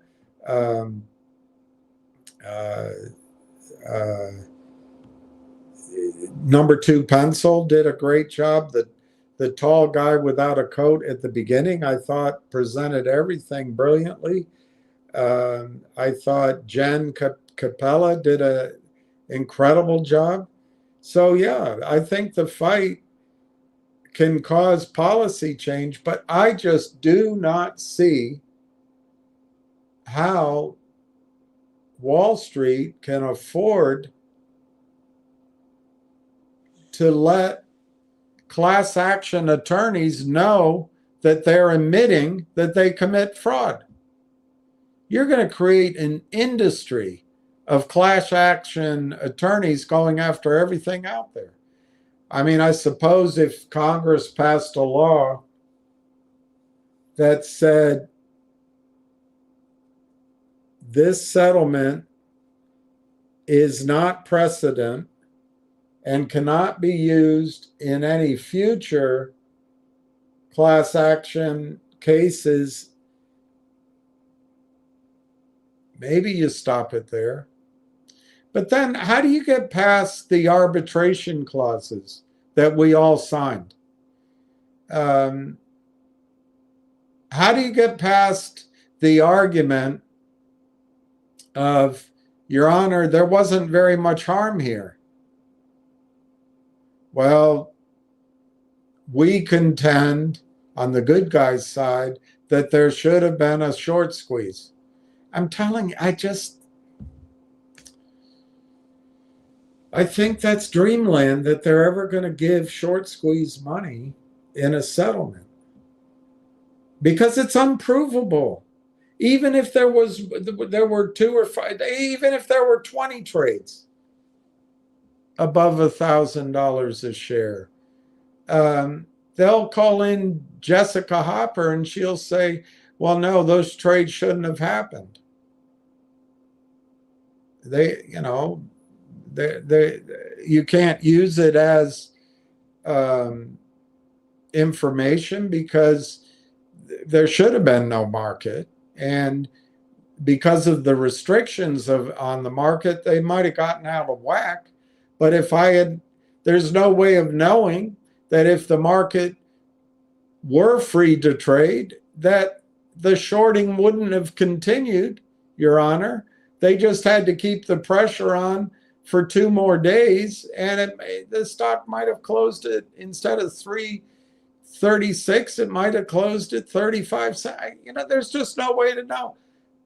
In court, there's a big word. It's called it's speculative. They don't want that. I don't know. I just don't see it. But what I do see is if people buy, I don't know, I'll use my case. I lost something like 44,000. It might have been 46, might have been under 44, but let's just go with 44,000. If in MMTLP, I paid, $8 for mine. Well, I should be able to tell you. I think I remember how many shares I have. I think 4,269 times 8. Oh, it's a lot less. So I was saying 44. It's 34,000. I lost 34,000. Okay, 34,000.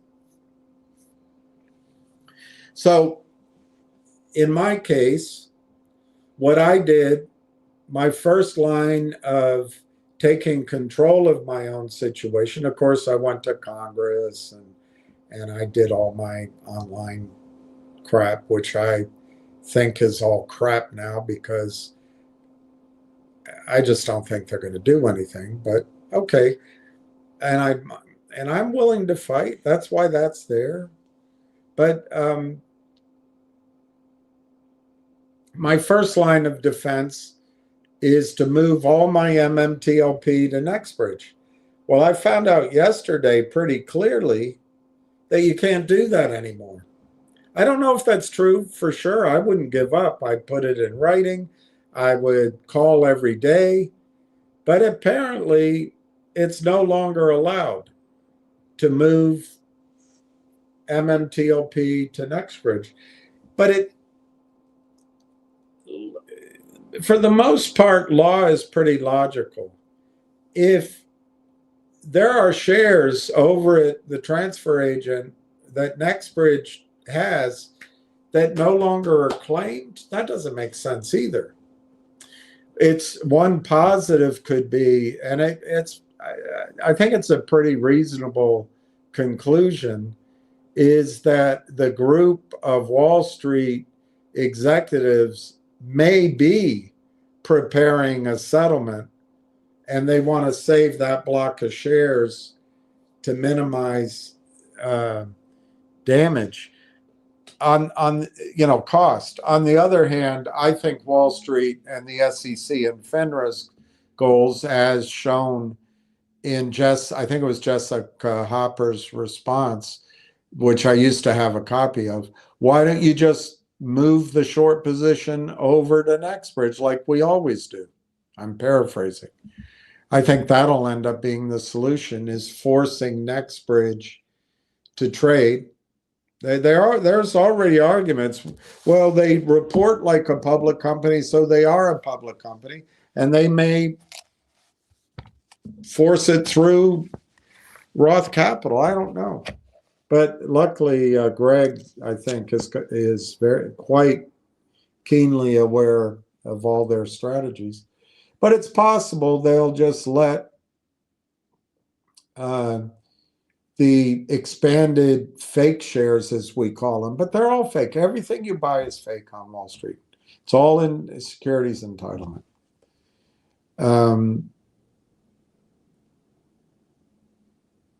They may just dilute the price by letting 2 billion shares of fake Torchlight, MMAT, MMTLP detritus flow into NextBridge. It might happen, but anyway, for me to get my $34,152 back, if I assume Railtown is simply going to go to the Lang chain value, first I enter the Lang chain value from the summer, which I think is a low target, but maybe that makes it conservative. I don't know. Divided by 215 million shares, that gives it a target of 581. All right, so $5.81. I take 35,152, divide it by $5.81. That means I have to have 5,878 shares of Railtown. Let's call it 6,000 shares of Railtown. So if I were to buy 6,000 shares of Railtown, I have that many now in my IRA, 6,000 shares of Railtown at 26 cents. It would cost me $1,560 today, which is cheaper than paying for lawyers. It's cheaper than flying coast to coast. It's cheaper than many things involved in this fight. But if I put up, let's say, $1,600, I buy 6,000 shares of Railtown, in my case. As soon as the news is known, the story is known, and the city, Bay Street, and Wall Street can actually start buying, my contention is, number one, Lang Chain is probably going to be priced in their next financing, probably going to be priced at $2.5 billion or higher. Of course, there's a self-fulfillment to their, circle jerk valuations. But if we just use the $1.25 billion that Lang Chain, an inferior product, I think. I'm not trashing it. I just don't think they're as good as Railtown. It doesn't matter. There's room for both. But if we go with that valuation, if I buy 6,000 shares of Railtown, I pay $1,600. Well, 6,000 shares of Railtown at $6, it's my 36 grand back. And if it goes to $10, I go into the green. And if, like I think, Railtown there's a bidding war to buy it, and if it were to go, and you're starting to get, if it happens early, I think the really high numbers become more problematic. If it happens later in the summer, but let's just say the buyout goes off at $25 a share. All of a sudden I have 150,000 in my account. Not only does that acquisition pay for my losses at MMTLP, but suddenly it's paying for my losses. Well, it's a little bit shy, but it's paying for my losses of that trade I did in finger motion that I absorbed when, I'm not blaming anybody, that I absorbed when I went to be interviewed for that movie that nothing ever happened. Well, what's a couple of points about that strategy? One, I'm doing something. Two, once it goes to, if it were to go to 150,000, I could peel off $5,000, send it to Busy Brands, or send it to Ann Vandersteel, or send it to Junk Savvy, or we could all start our own association, and we could really attack these bastards because we'd have money. That's one thing. Another thing is that 150,000, all of a sudden, I can get out of these stocks and I can go on to the next thing. Maybe a miner. Maybe I buy silver, although it's already tripled or more. Maybe I buy gold.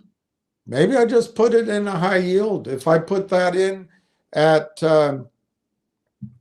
8%, I'd make 12 grand a year. And in 3 years, I'm making what I originally lost in MMTLP anyway. And that's on 6,000 shares. What if I were able to buy 10,000 or 20,000 shares? So my belief is to fight this, is to get everybody whole in their accounts again, and maybe have green. I don't think it's happening this way. I don't even think there's going to be policy change. This is an enormous, everybody thinks that what happened to MMTLP is personal. It's not personal. Everyone thinks it's, we caught them out, we're going to get them. I think people have learned it's not a one-off. It happens everywhere. Every single stock for 20 years, particularly since Reg Show, that's under $1 billion, under $5, every one of them's been destroyed. How are they going to settle all of that? It's a conundrum. It's difficult. But while they figure those solutions, I think we could die. I think it could be 15 years from now. The markets could crash, and making it all moot. Or they just say, we'll change the policies, but it's a settlement, and we'll give, $1,000 in free trading to everybody that got hurt, or, give everybody that got hurt 50 cents a share in free trading and free fees. I just don't, I think continuing to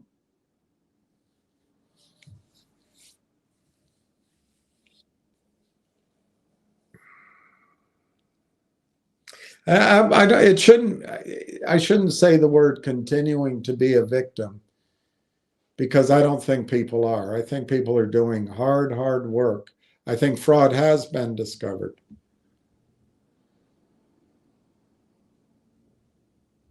But it's been 3.5 years, or 3 years, or something like that.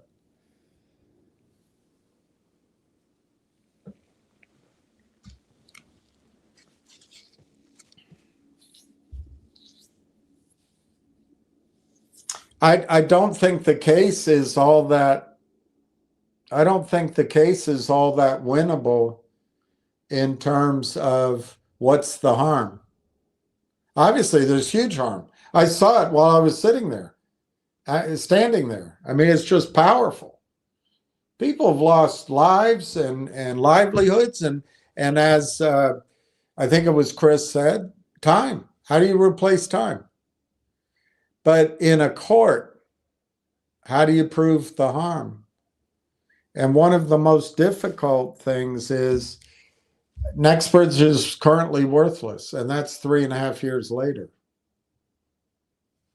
So attorneys are going to be vicious, and they're going to say, Your Honor, all Wall Street ever owed was 1-for-1 shares.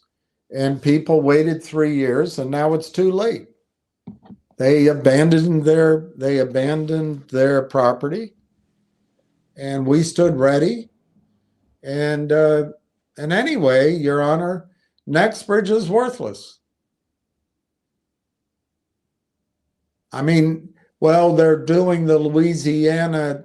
Yeah, but that wasn't part of the value of Nexbridge at that time. So even if Louisiana deals work, any increase in the share price now is irrelevant to what happened for 3 years from the transfer, Your Honor.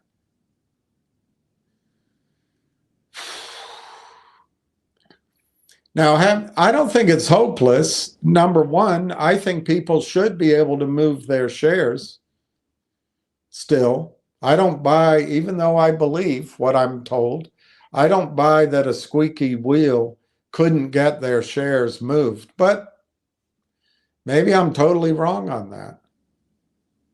But I would get that in writing. I would have a record of that. I would send emails, I'd send letters certified, because if Nexbridge goes up over the next 5 years and you put in writing that you've been trying to get your shares, and your attorney, and she will be able to do this, can prove there were extra shares available, well, then you might have a case in the future that you deserve all the value that Nexbridge added on from $0 to $35 a share. But waiting for a knight in shining armor, I think, I mean, I love happy endings like the next person, but I just think it's not coming.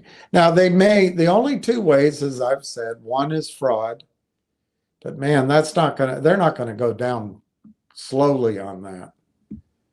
They will fight and fight and fight. They'll drag it out, and then they'll ridicule all of us, and then there'll be an appeals process.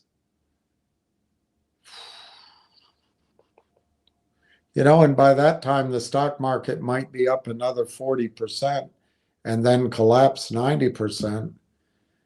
And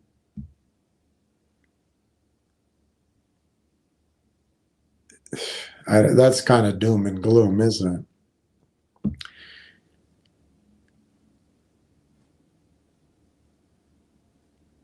So I think the best way to make money back is to own Nexbridge. If you can't move your shares to Nexbridge, you've got to document it, and it's got to be irrefutable, so that a future lawyer doesn't say, a future attorney doesn't say that you abandoned your ability to do so. And then we just wait for Nexbridge to perform, which I think it will. I think it's got a lot of upside. The other reason they're going to want to give you some money is to get your release and shut your mouth. But I don't know how they do that with 65,000 people. I mean, this is a real Jimmy Stewart goes to Washington, a Mr. Smith goes to Washington moment. Everybody gets the corruption, but everybody assumes somebody cares about it. And I don't think anybody cares about it, you know, on Wall Street or in the government. And I don't know. No, I don't think I've had a come to Jesus moment. I think the most effective way of people getting their money back is to do what I just did. Figure out how many shares they need to own a rail town at a $6 price or a $10 price. And I think the stock's could go much higher. But I think there you're in a stock that has the wind against its back. There may have been some corruption in terms of shorting the shares from the MOU announcement, but there's no locking in that corruption by doing toxic financing. And then the wave of AI revenues and the arms race, I think gives people a chance to make their money back. And I think that's far more effective than waiting on Gary Gensler. That didn't work. I don't even know who's in charge right now. If I think a minute, I'll remember. It's not Christopher Way. It's anyway. And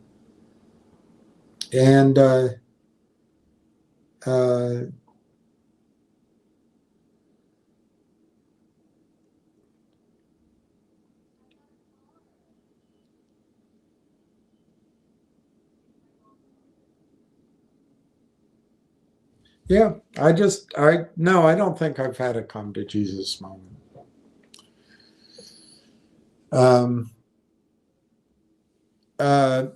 Good afternoon, William and RT crew. That 8-week quiet period, according to the TCX of all Canadian companies, that's what they go through when they finish a merger.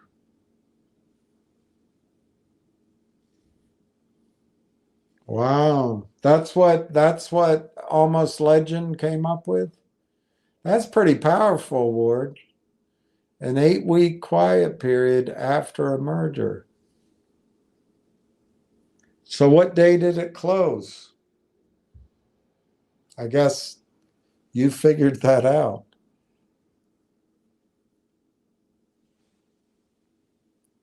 By the way, rail engine coming soon. I agree. William, I've heard, yeah, you sent me one. I've heard of at least 5 or 6 data breaches in the past week. People need Railtown now. I agree. I just went through at the start what you sent me about valuations. It was great. Richard K, do you see this as a RICO case? Sure, it could be a RICO case, but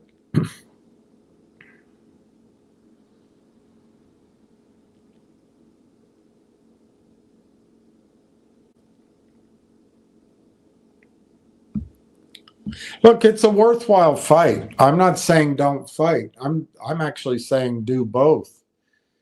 But RICO, it's definitely racketeering. But where's the money? Number one, it's all offshore, I'm sure. Number two, who are the big pockets? And I guess you're going to say Fidelity, FINRA, and maybe trade stations so far. That's so far. But maybe there's more now. But, to my memory, I don't think FINRA has more than $2 billion or $3 billion.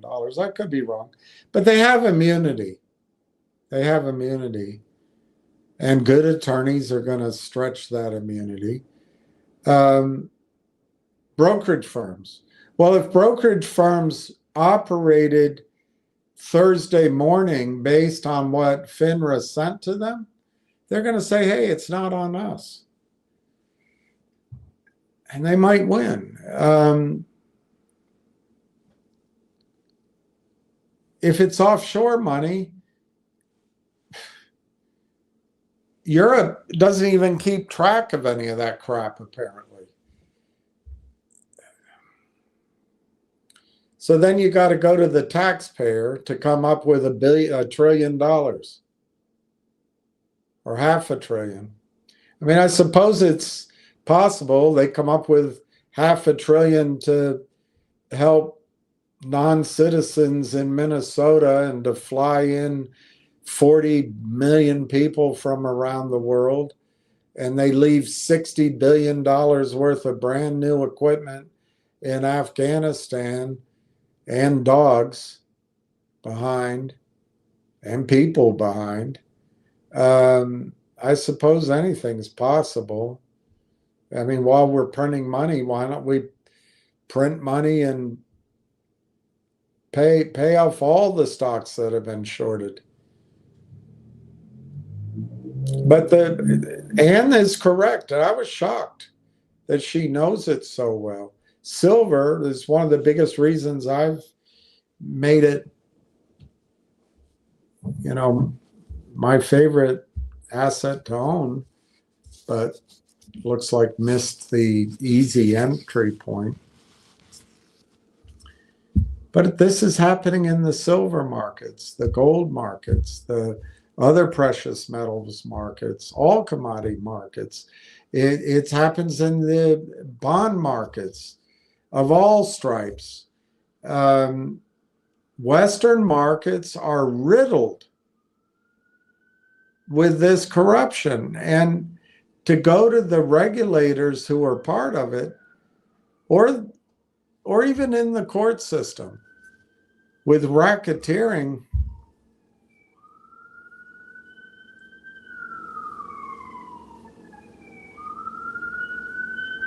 I mean, Richard, it was one of my arguments early on that the obvious way of fixing this was to get a Dagny Tabbert type person and call all of the 90, I used to draw it, I'd call all of the 95 or 100 brokerage firms on, get them all together, get the criminals together, get the company together, get the regulators together, and just reach a settlement early on. That way, and it was a big number I would come up with, but that way this education process would be nipped in the bud. But they didn't do it. Typical of all attorneys, they have to prove to each other how smart they are. They think they can win, and they drag it out for their own narrow interests, or their narrow client interests. And now on a macro level, to settle this MMTLP situation with full disclosure to the public, you bring down the entire financial system. Is it worth it? Maybe. I'm fine with it. Bring it all down. But I'm not sure anybody would agree with me on that. I'm really not. Is there enough in the marketplace to pay it off? I guess so. To pay off MMTLP. There's easily $1 trillion that the banks could come up with to do a settlement. But how do you keep Mark Bazile or Wes Christian from not signing up every company in sight going after hundreds of trillions of dollars? I don't know how you stop that. It's a pickle they're in. It really is a pickle. But what I'd like to see, Richard, is policy change. I think the policy I would do is take over the over-the-counter markets, establish a new cabinet position overseeing U.S. markets, not SEC, not FINRA, a U.S. government Department of free and fair and transparent, level playing field financial markets in the United States. By the way, I think that's going to be necessary for national security. I think it's going to be necessary to protect the Western financial system. But I would create that, and I'd start with the over-the-counter market. Just nationalize the over-the-counter market. And I would include NASDAQ in that, because NASDAQ should not be part of the New York Stock Exchange or whatever German company now owns the New York Stock Exchange. NASDAQ should go back to its roots as an over-the-counter firm. So I'd take over NASDAQ and the over-the-counter markets. I would get rid of the for-profit motivation of those markets.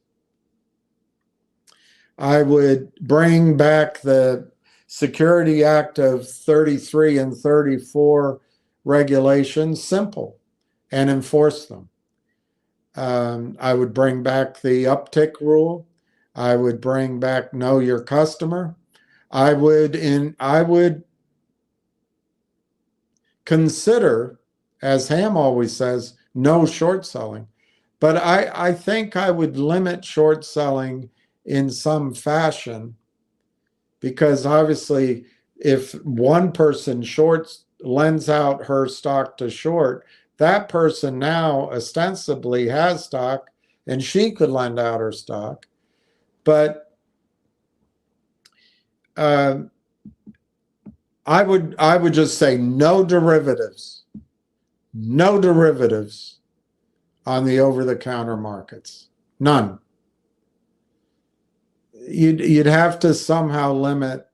I would limit the hypothecation to once for shorting. But you can, I think now with AI and digitalization, you can track shares and then the hypothecation. So another thing would be that you can't lend it out more than 10 times in total. Well, that would put a limit on how many shares could be shorted. But then countervailing it, you'd have marginability so people can buy 2 to 1. But maybe you increase that, maybe 10 to 1. You work those things out. But it's all transparent. It's all digital, so it can be traced. Options. Should you have options on those markets? Sure. But not through for-profit markets inside of the government controlled or overseen over-the-counter market. Sure, set up some puts and calls inside the over-the-counter market. And then I said bring back the uptick rule, know your customer. And then I think that you have those markets fairly run, I think you'd bring in investment banks. I think you'd bring in capital formation firms. I think you'd bring in trading. I think brokerage firms would have trading desks assigned to it.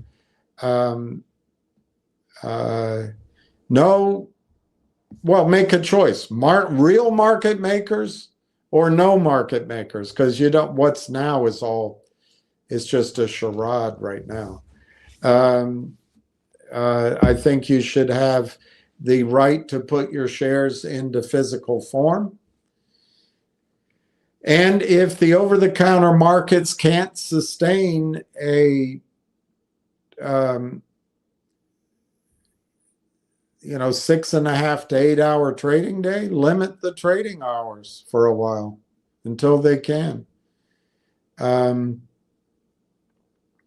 Go back to 16ths, 30 seconds, an eighth, a quarter. Get rid of decimalization. Maybe bring back commission. But get rid of high frequency trading. Get rid of front running for Ken Griffin.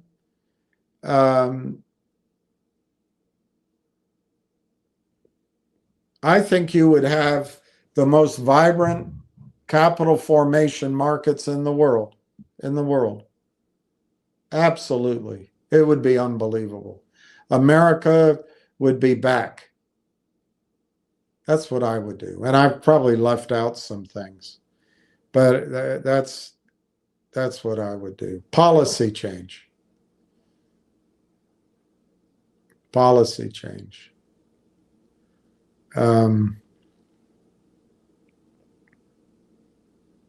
I wouldn't have a DTCC. And if there has to be a depository, a central depository bank, make it the government and transparent. But I wouldn't give it to the banksters to run. Again, I would start with the over-the-counter market and include NASDAQ. The rest can go on doing what they're doing. And as the over-the-counter market strengthened, everybody would come to it. But make it a career, not a revolving door. Make it a cabinet post. Take it seriously. And if you play Monopoly on the board, the rules are enforced. All the free market crap happens in the market, but the rules are enforced. And don't listen to the lobbyists. Don't listen to Goldman Sachs. Well, that takes away this or that. Screw it. Goldman Sachs doesn't care about the United States of America. They're a supranational bank. But if you nationalize the over-the-counter markets, including NASDAQ, it would be about America.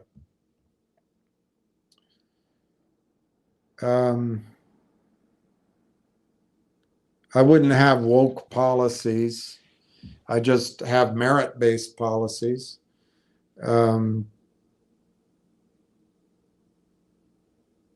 But the trading itself would be free market. The trading would be free market.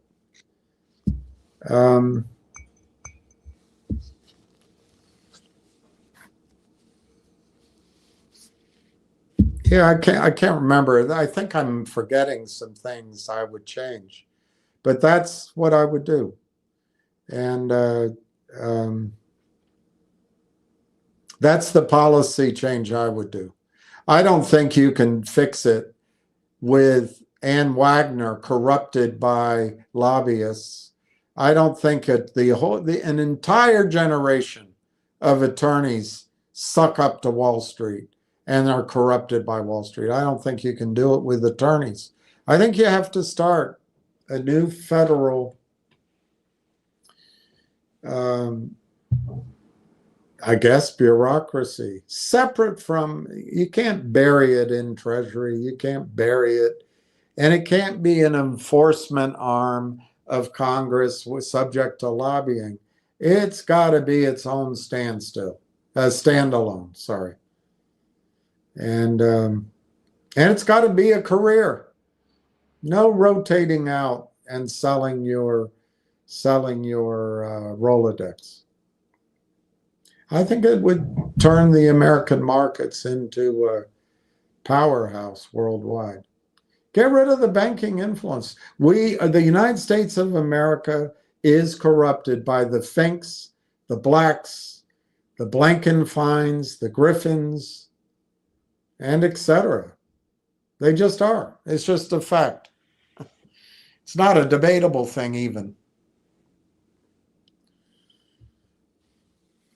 So you're not going to fit all of it. So start with the over-the-counter markets. Those guys don't care about the over-the-counter markets. At least that's what they say. They don't care about stocks under $5. At least that's what they say. But from an arm's length, they're creating all this stuff. Do you think Jeff Easton knew how to do this? Do you think Kurt Kramer, Kurt Kramer could get a job as a thug in John Gotti's mafia, as far as I can tell. That's my opinion.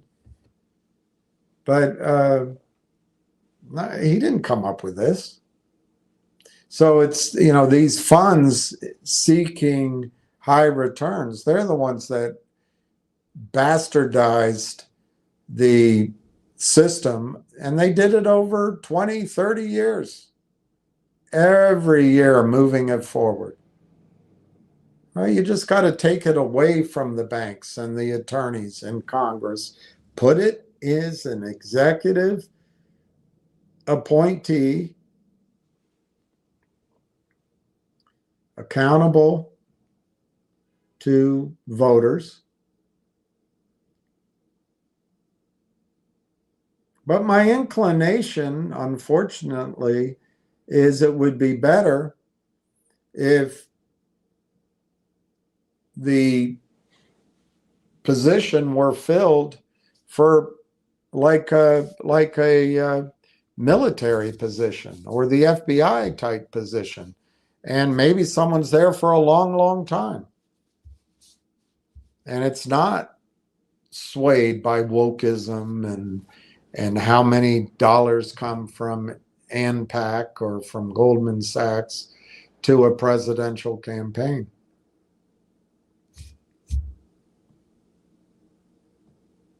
Maybe it should become a part of our military because it is important. But anyway, it needs policy change.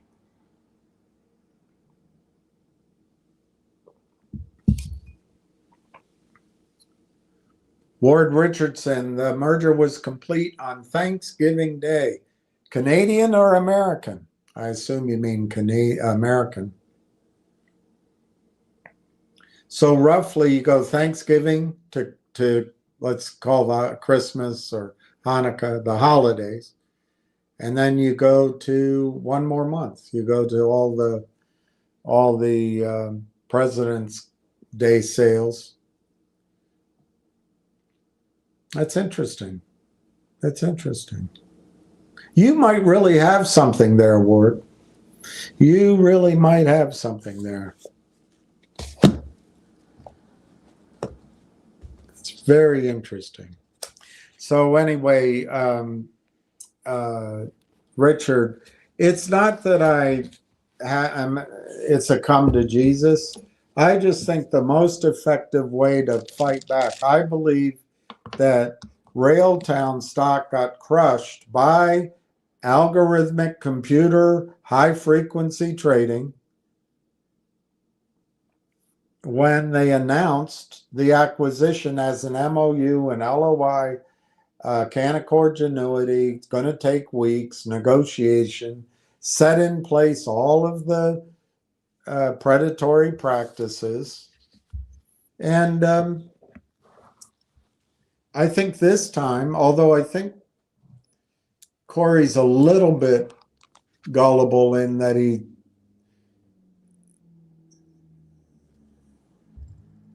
but I don't know if it's gullible. I just don't think CEOs have any choice but to go into the slaughterhouse. But it doesn't matter. We've made it past the risk of these toxic financiers, this colluding cabal of criminals. We've made it past them. And the real market, you're going to see a real market in Railtown. You're going to see hyperscalers and technology firms and utilities, I guess, like TELUS, in a bidding war to buy Railtown, in my judgment. And in that, you're going to find a price. And the criminals aren't going to have any say about it. So That's why I think we're going to be slingshot out of this hell, because for once they're caught in it, and ignoring a squeeze or taking them to jail or putting them into prison or proving it to the world. We just get our money back and make double, triple on it.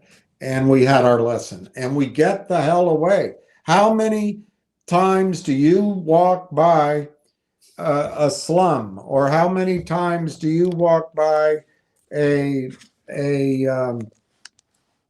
cage fighting match, or how many times do you walk by gamblers' dens with enforcers? How many times do you walk by drug dealers and say, I'm going to have a fight here and I'm going to prove that you guys are wrong and I'm going to stay here for 5 years until I win? Or you just walk around them. I think it's time to get around it.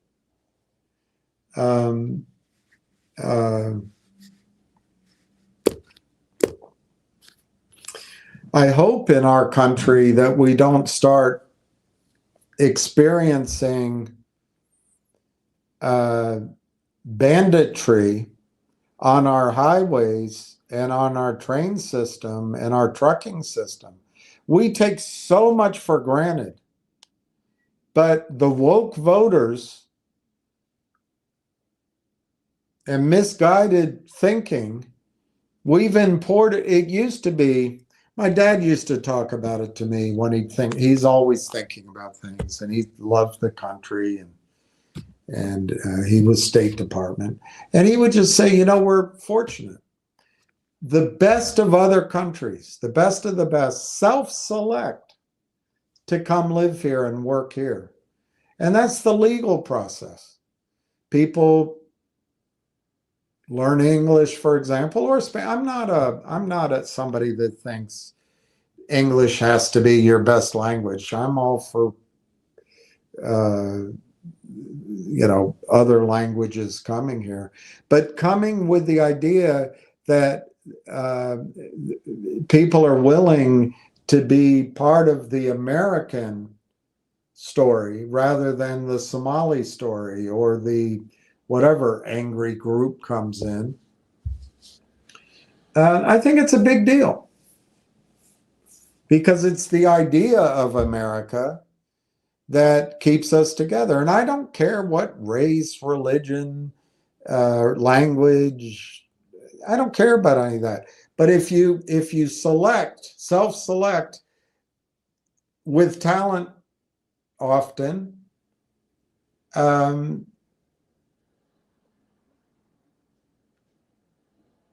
it adds to the country. But if you just bring in everybody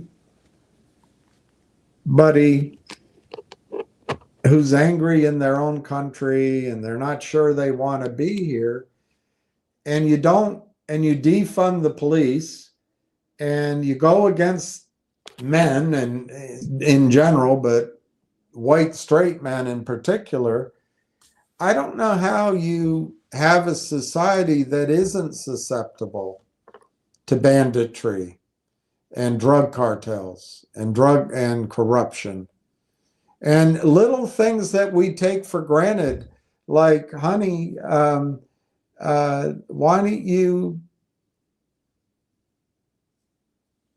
you come visit, bring the kids? So a woman gets in a car with her 2 children and drives 12 hours to see her grandmother and doesn't think anything of it. It's safe.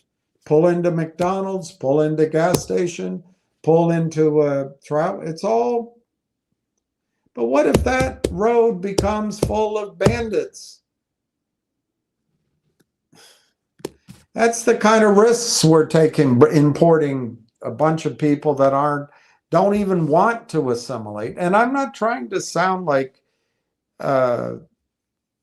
I'm against immigration. I'm also not trying to sound like I think you should just pell-mell send everyone back. I don't know that that's fair. Once children are here and they don't even speak their native language and they've gone through school, I'm not sure that, you got to adopt to facts on the ground. But we certainly got to stop doing it. Anyway, I don't know how I got off on that tract, but we take so much for granted in North America that it works, that people follow rules, and I just don't know. Our markets are not the same as they used to be. So anyway, I lost my track of thought. Let me move on. But let me also write that down. Somebody bought shares. Quit that, bought shares. That's Clay. How are you, Clay? But wow, 10,700. You're becoming one of the biggest owners.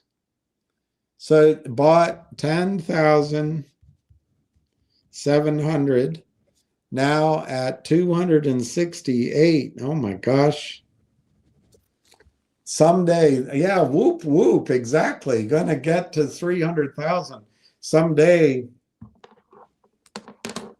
when we meet way up yonder, and we'll walk hand in hand again. Someday, I'm going to be shining all you guys' cars. That's great. I love it. I love that. Good for you. That's exactly what to do. Quit that. That's Clay. Ward says thumbs up. Hey, Steve, Uncle Bill. Yeah, I got those pictures. I didn't download them yet because I was actually, yesterday I was at the doctor's, and then today I was taking care of some things.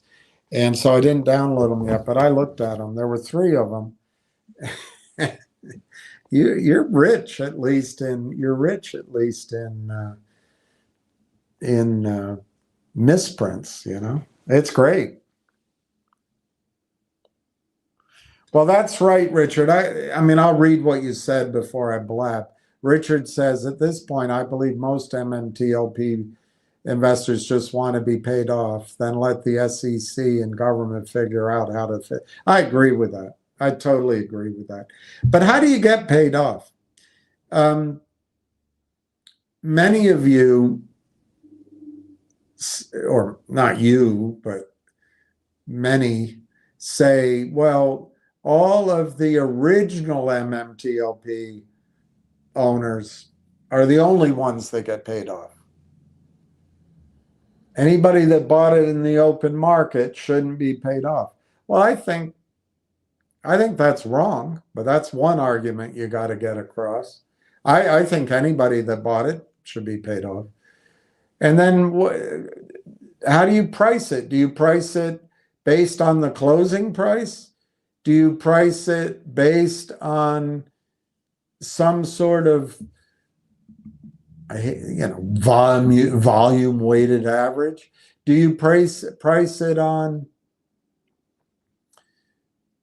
just a straight median price of all trading days?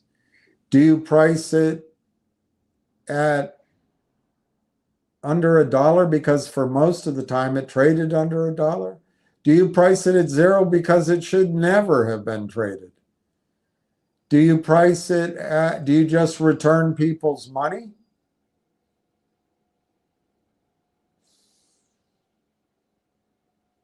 Whatever they paid? And just say, I mean, that actually, Richard, that might be the way out,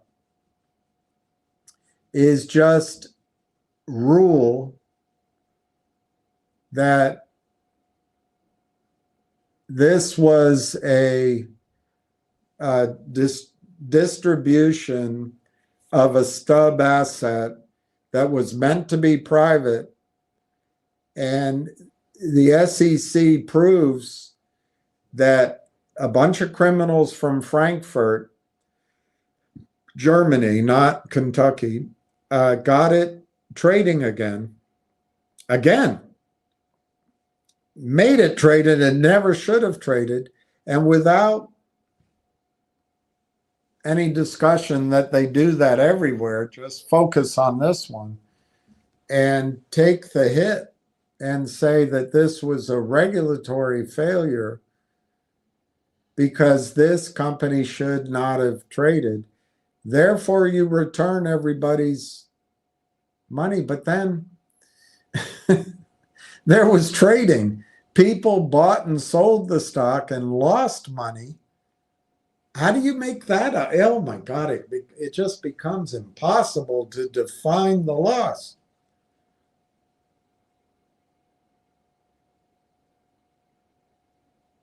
But decisions, so there's no perfect solution. So you just take out anybody that bought and sold the shares. They did that. That was their choice. So you just eliminate that.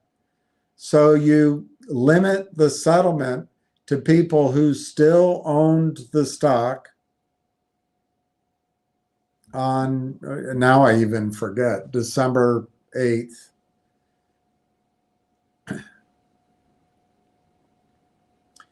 And you just unwind those trades. The rest you can't, because it's impossible to get the rest done.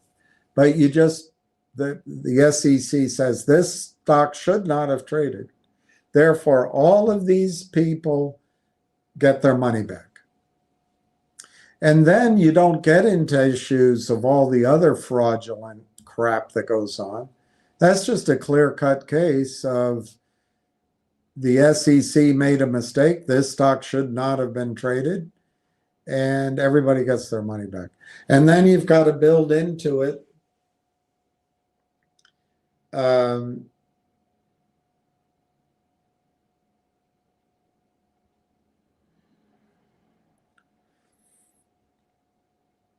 obviously everybody's going to take that deal, including people in Nextbridge already, if Nextbridge isn't trading at what they paid, in my case, $8 a share. So it would be appealing just to take that $8 and then maybe, Greg would have to coordinate a simultaneous open offering that people could come back and buy shares in his company at $1 or something, or another, less than $8. Yeah, that might be, Richard. That could be, you might have a solution. Everybody just wants their money back. So give them their money back and blame it on the fact that the stock shouldn't have been trading in the first place. And then you just got to make an executive ruling that anybody who bought and sold the shares, they're plumb out of luck. And then that might be an answer, because then you don't open up class action suits in any other area, because I don't think that happened that many times. You might have an answer. Now, just to again tell you what I think is one strategy of people getting their money back. Yes, they have to risk more money, but I think Railtown gives a chance of getting their money back and making a profit, and then just getting away from all of this. ZJYL is under 16 cents. It's 15.82. Railtown is under 25 cents, 24.85. MGRX is 71 cents. Next strip is 3.30, and Finger Motion is $1.16. And Ranger Suarez has just agreed a contract with the Red Sox.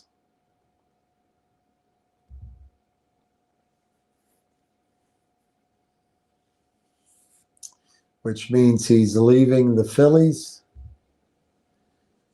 They're going to sign him for a 5-year deal and 130 million.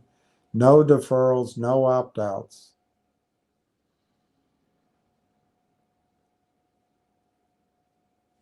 That's pretty significant for the Sox.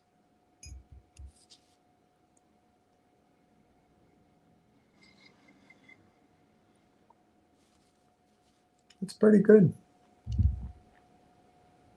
All right, let's keep going. Oh, let me finish with you, Richard. Then the SEC and government can figure. Yeah, that's smart. There should be a bunch of folks banned from. Yes, I agree with that, and including Stevie Cohen if they can prove it. But they should. And I like your analysis of RICO. I've mentioned before that there's no Elliot Ness. I think they should set up a separate honest cop, financial cop group headed by, there was a time I thought Elizabeth Warren was good, but she's not good. But headed by somebody who cannot be corrupted, man or woman. I have a feeling you need a bruiser, though. And men tend to be bruisers more than women, but maybe a Maggie Thatcher, But you need somebody who's going to see it through and root it all out. And I think you're right. People have to be banned, maybe put in prison, pay penalties, wherever it goes.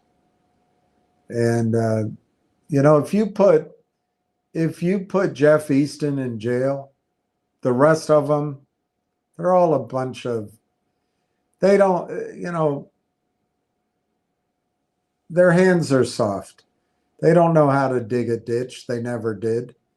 They never sanded drywall. They never climbed a roof to paint. They never hoed a row of corn. They're just a bunch of milk toast. But they're vicious when they're empowered. Richard K. Shorting. Oh, did I read the rest of? Yeah, I did. Shorting should be banned like in Russia or South Korea or in Saudi Arabia. Thwack. I don't think South Korea is fully banned. They ban it from time to time. But it's interesting you bring up Russia. If Vladimir Putin builds an honest alternative to the U.S. markets and China, maybe, right now no one trusts them. But if it can be enforceable credibly, and the one problem Russia has and China has, we still have it, we think. Most of us think. There's two things we take for granted. We all say, hey, it's a free country. So let's keep that. We can all agree on that one. And the other one is we have individual rights. We have individual property rights that are we can defend. Let's keep that. People aren't so sure in Russia, but if he can get those two ideas across, money will move. Money goes where it's treated the best. No doubt about it. So the Red Sox sign Ranger Suarez. That's a big deal. What are the Phillies going to do? Trade for Gore, I guess.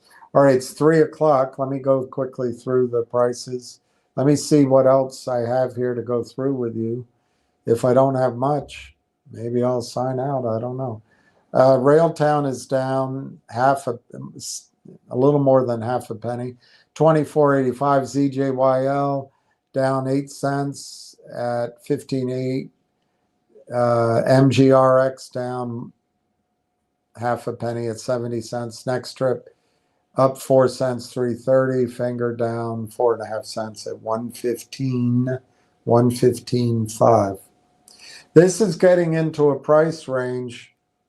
Last year, I think it went down to 104 range, and it started trading like, and I said it, I think you can make some money now. I don't know. I haven't looked at a chart. The problem with Finger at 115.5 right now, they haven't raised their money yet. I believe they have to raise money. And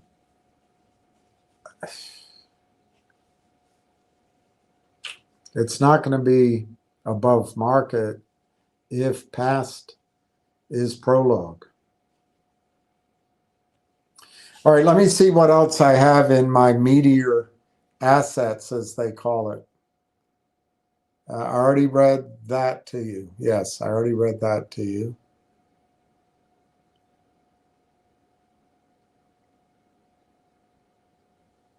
And I won't ever put you through it again.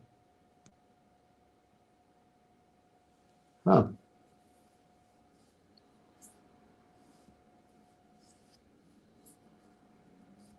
So all of the stuff that I downloaded is not there today. I wonder why. And is this what I was going to show Ward? I don't know. I don't know.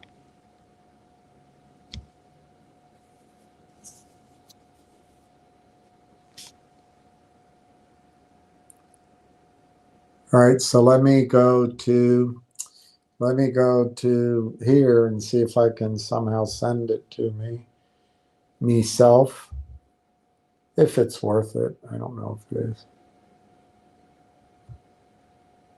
I suppose it is. I suppose it is. One. No, Ward, I went through what you asked, and that was great. That was great.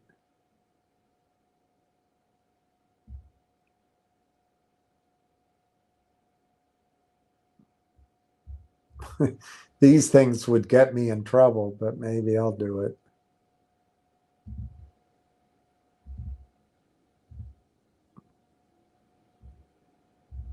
I tried to be fair, but I'll still get in trouble, I'm sure.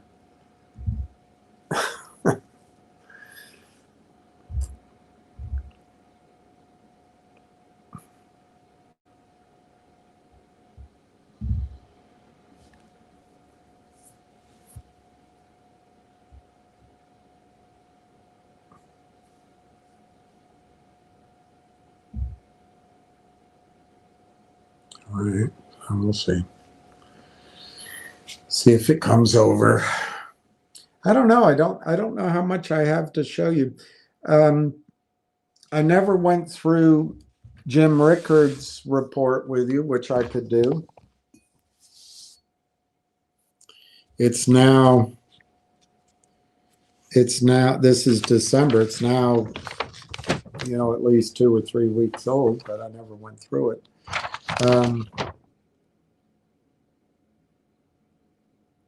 That's interesting. He says certain industries will thrive under MAGA. So let's see what he's talking about. You can subscribe to his report. At this point in the second Trump administration, everyone knows the meaning of MAGA, Make America Great Again.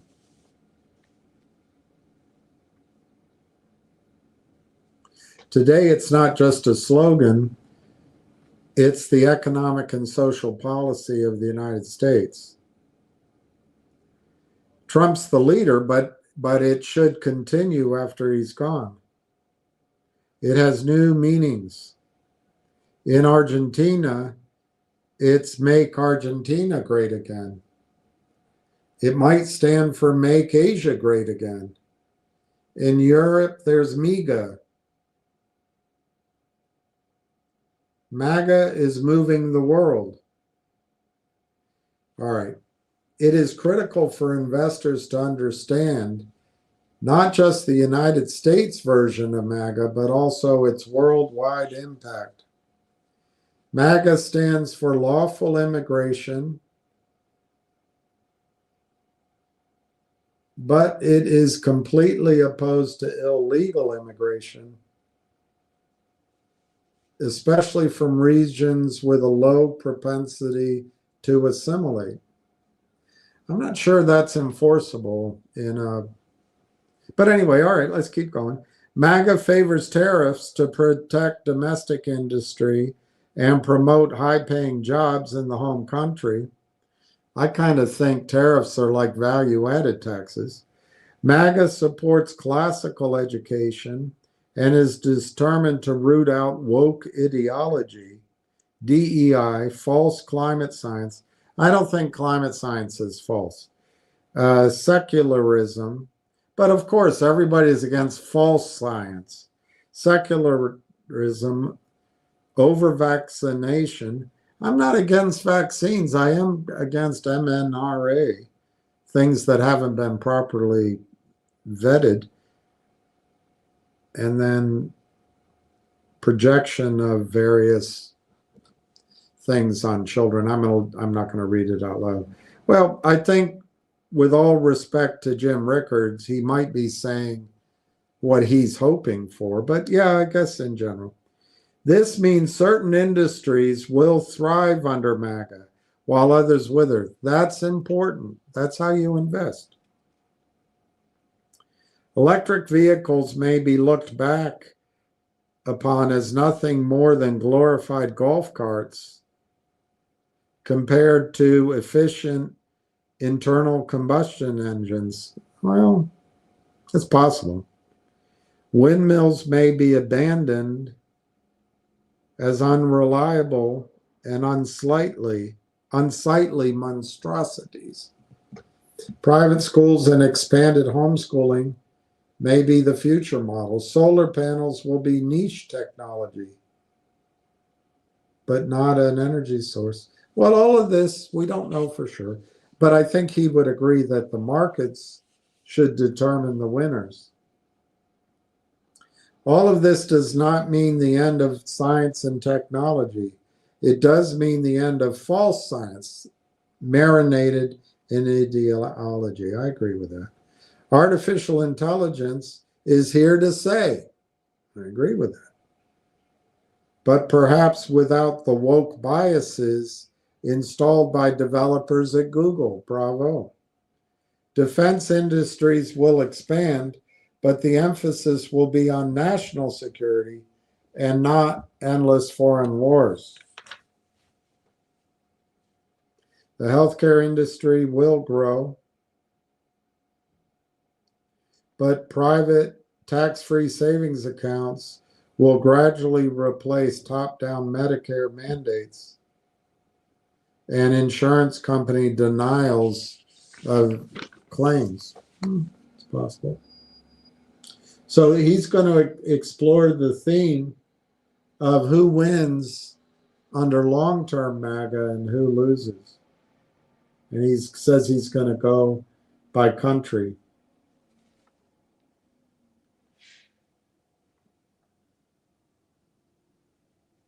He goes through the UK, France,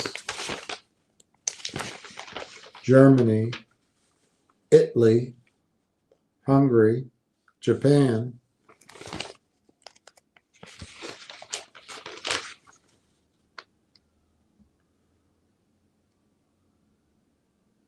and his summary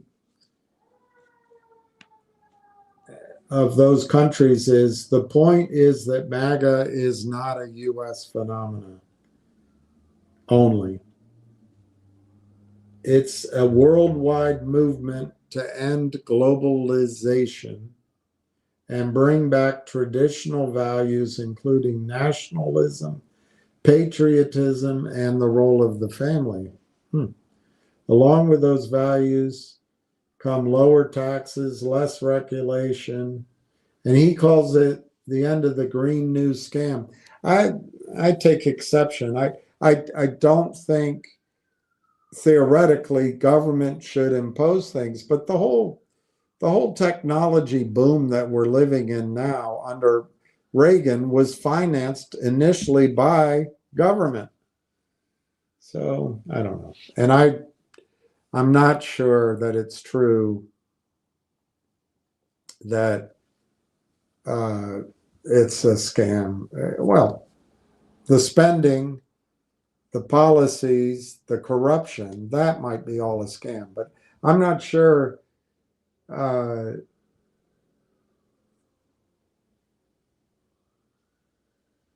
we can't even define things like climate and weather, and we have a hard time with that. But I think the world's climate is changing. I believe it is because from all the way, it's probably a 400-year phenomena, but it really kicked in. It was coal throughout Europe, Germany, Czechoslovakia, France, the UK for sure. And then it started when we burned wood and all that.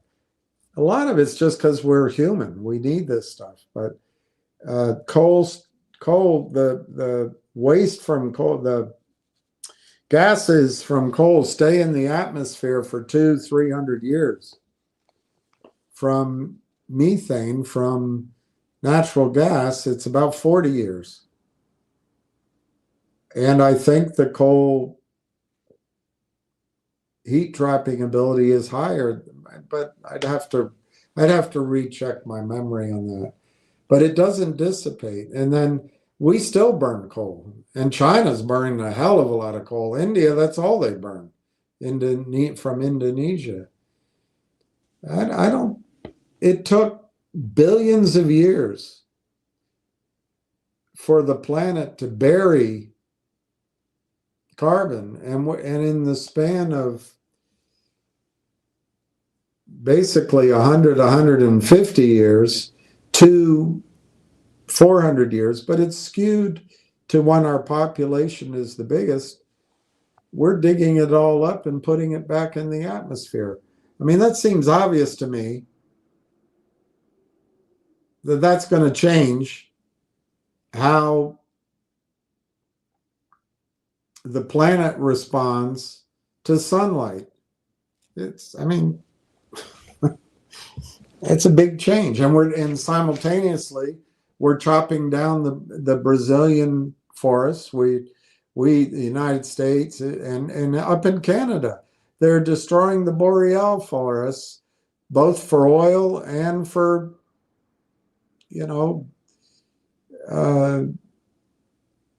Land's End catalogs. So I don't really see how the climate isn't going to change. I think it is going to change. And the oceans are saturated with carbon dioxide. We just don't know when they will stop absorbing it, but it's probably close. So the lull in the effect of the heating of the atmosphere might come to an end very quickly. Or maybe the oceans can keep doing it. But certainly the ocean current, I forget what it's called, but the Gulf Stream, there used to be dozens of whirlpools that brought heavy cold water back down to the basement of the currents as those currents transferred heat from the Caribbean, basically, and the equator up to the cold water, and then the cold water came back down here, and it takes 1,000 years for those cycles to go around the globe. But the last time they looked, they could only find, I'm trying to remember, I think it was 5 of these funnels that bring that water back down.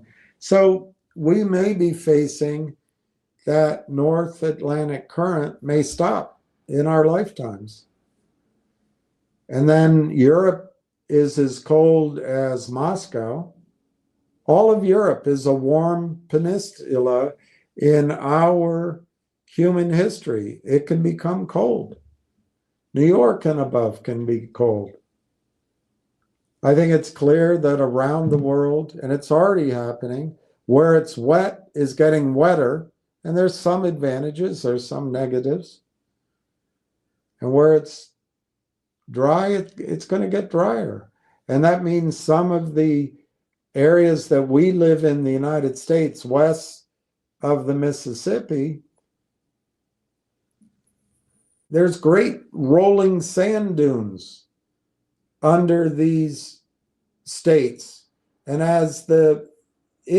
but I think it's going to happen, as the atmosphere heats, the living organisms die that form soil, and the roots pass away, and it's sand. I just don't think you can call that a scam. On the other hand, I think the planet is a gigantic system, and it's going to do what it wants. And it is possible that it will fight back. For example, if those currents stop, eventually it could lead to ice up north again. But I don't know how long it takes, What's more likely is you're going to see parts of the Antarctic fall off. The Arctic Circle could melt, and the bad thing about that is when the sunlight comes here, it reflects back out to space. But when sunlight comes to dark water, it's absorbed. So that's not so great. But that ice is already floating. The ice in the Antarctic, most of it isn't floating. Most of it's on this continent. And as that starts to slide, it doesn't have to melt. It can just slide into sea. That's the same with Greenland. And I forget the numbers now. If all of Greenland went in, it's something like 6 meters, 7 meters. I don't remember. I'd have to look them up. But the Antarctic, I think all in, it's all 24 meters. It's a hell of a lot of sea rise. And it'll change the planet. And to call it a scam, I think is silly. But anyway. And then, there's a great book by, I can't remember right now. It's a good book. He's a scientist. But he talks about different things going on. And he lets the facts go where they may. But one thing he points out, not only our whole solar system is going in, it seems like into a denser part of the Milky Way. Our Earth, it's happening to Earth as well. So I'm trying to remember it all, but it's going to press us. It's going to have effects on our atmosphere, and it could cool the planet. It could cool the planet, but who knows how long it all takes. I just don't think it should be called a scam.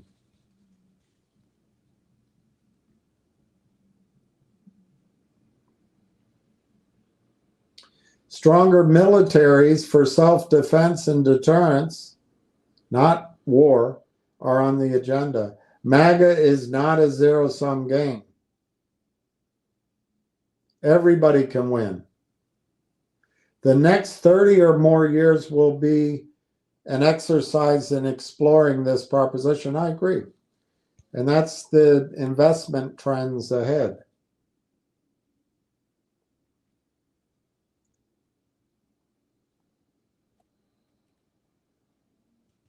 Populism is bigger than MAGA.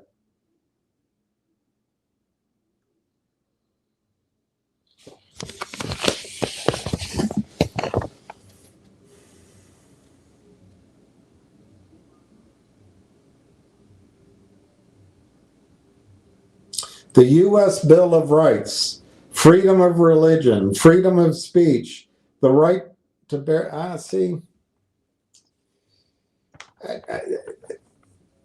Yes, there's a right to bear arms, but as that's written, it was a compromise. I'm not sure everyone in the world should be allowed to own an Uzi. But anyway, let's move on. Prohibitions on self-incrimination and cruel punishment and more, it's populist. These are not uniquely American aspirations.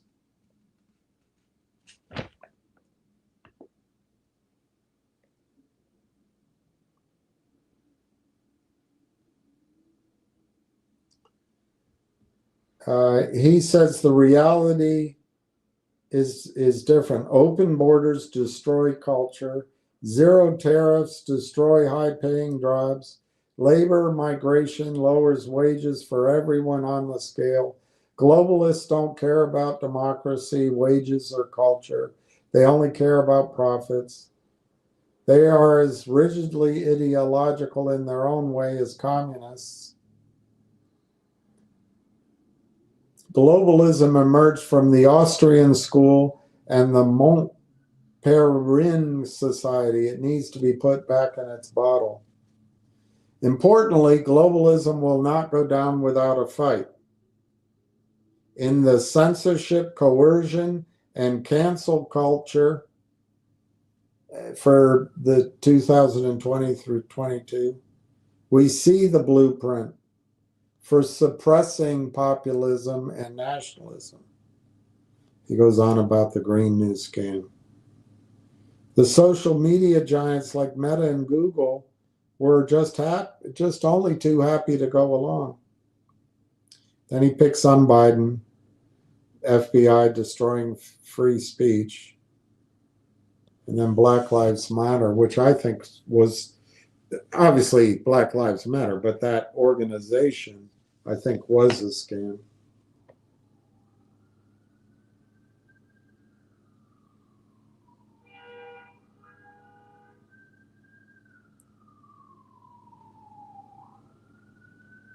Some efforts will succeed. Some AI, defense, efficient healthcare, energy, mining, and providers of classic education. I guess those of you who speak Latin. And others will fail. Alternative energy, public education, electric vehicles, foreign wars, digital currencies. The struggle will not be over soon. For some of you today, the struggle has ended. But for others, the struggle shall continue. And our struggle shall never end.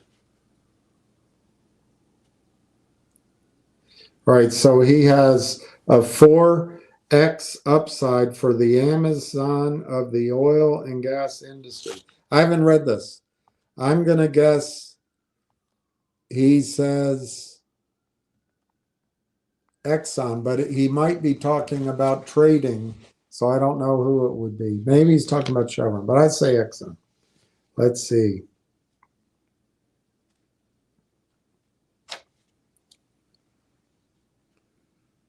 He takes a long time to get to the point.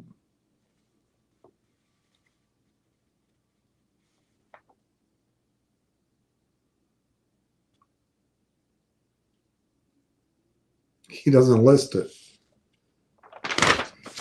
Huh.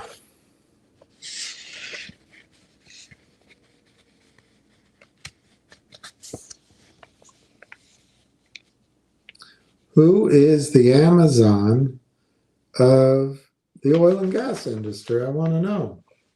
He goes on and on talking about a bunch of stuff you don't care about. Or if you do, you'll have to buy his service. The hardware for rebuilding America. To rebuild industry, computer code, and semiconductor chips are not binding constraints, nor are they scarce. We need hardware. We need the heavy, unglamorous physical components that keeps lights on, the furnaces hot, and the oil flowing. So that must mean, who is he talking about? A rig? A rig manufacturer? We recommend a company that is effectively the Amazon.com of physical rebuilding.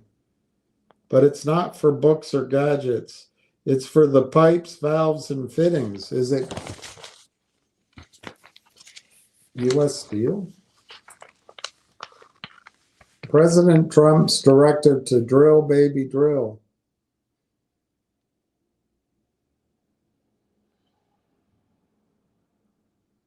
The firm is Goring and Rosenzweig.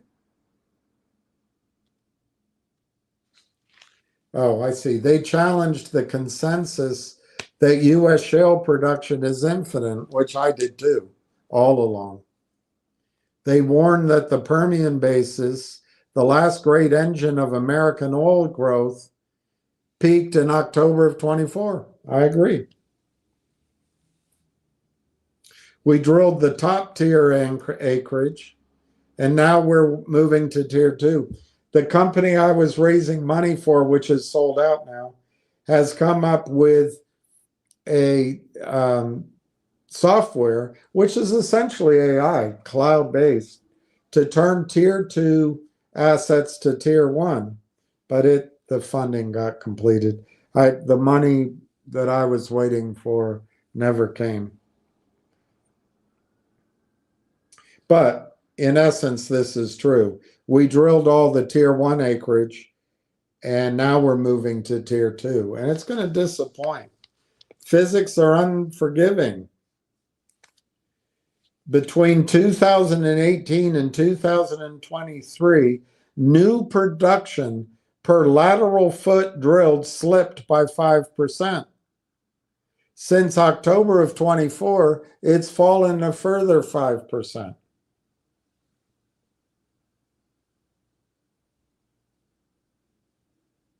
Oil companies have to spend more to hit production targets, and that means higher break-even costs.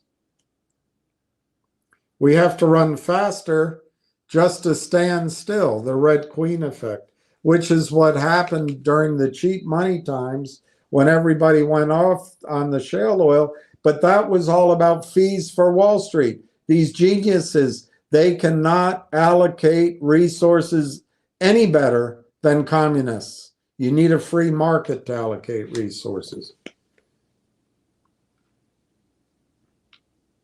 American oil and gas producers must drill more holes, lay more pipes, stop thinking about tinder, and install more valves than ever before.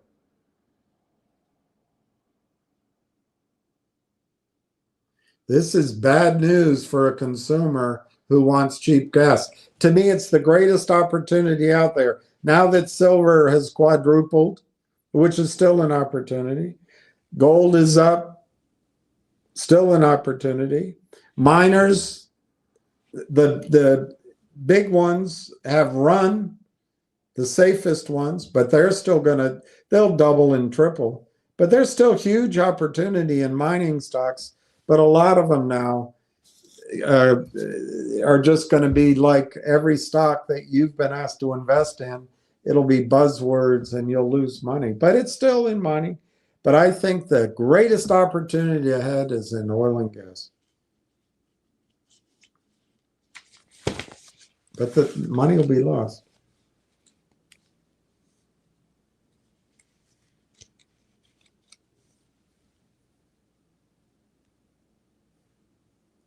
So the company that he's recommending for as the Amazon.com for the oil and gas business, frankly,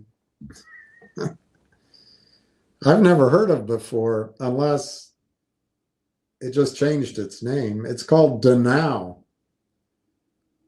D-N-O-W Inc. It's one of the largest distributors to energy and industrial markets worldwide, with 160 years of operating history. Learn something new. It has over 5,000 employees across 350 service and distribution locations, mostly in North America. They merged with MRC Global. The investment case got much more compelling.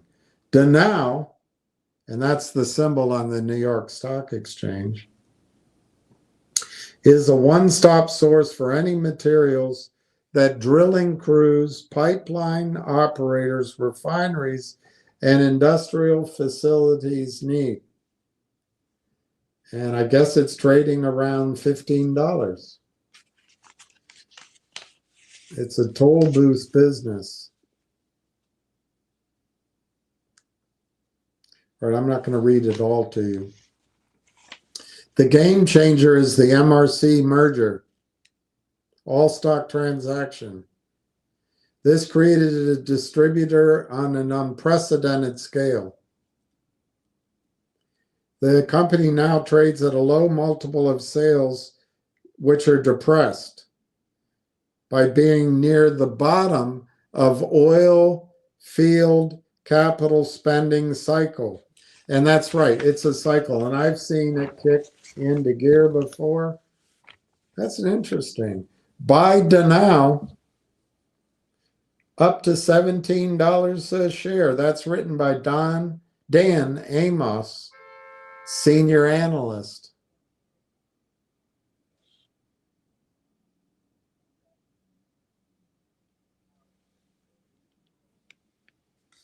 Then they talk about Coca-Cola for some reason. It's all about dividends, uninterrupted. I don't know. Who wants to pour a high fructose corn syrup into their body every day? All right, Byron King, who I used to subscribe to his service. He's a senior geologist. He's somebody I respect. He writes an article here. Gold ownership has come full circle. Take advantage of the best days ahead. He attended the annual New Orleans Investment Conference, formerly just the Gold Conference. I'm going to start going to that. The banker, J.P. Morgan, the man, not the bank, the man, said gold is money. Everything else is credit.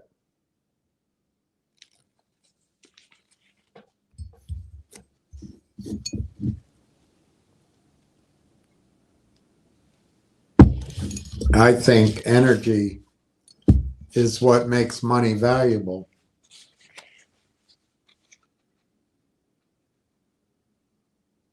Gold ownership has come full circle for investors.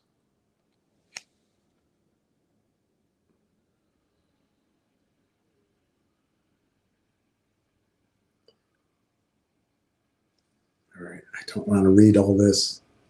The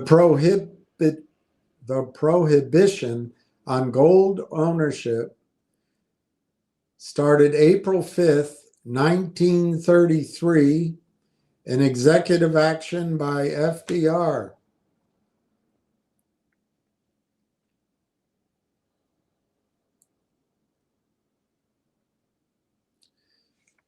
It was called Executive Order 6102. In essence, FDR prohibited private ownership of gold.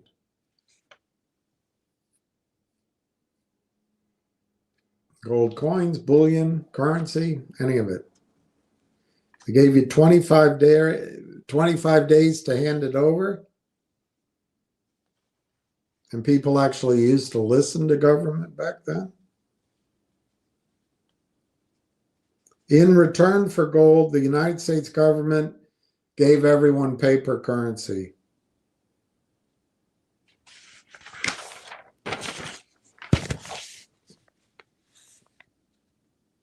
Then he revalued the so-called official price of gold upward. And then in January 1934, which devalued the currency, passed the Gold Reserve Act, which devalued the US dollar to $35 per ounce of gold, 40% loss, because gold had been priced at $20.67.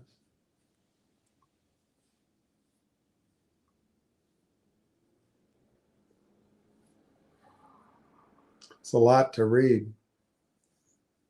They melted gold bars, 400 ounces each, and put it in storage at Fort Knox, Kentucky.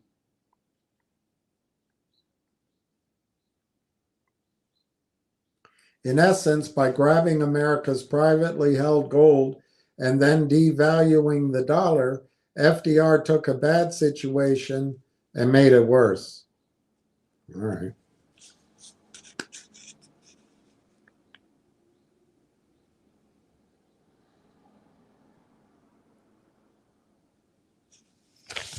And he gets into LBJ, the Great Society spending.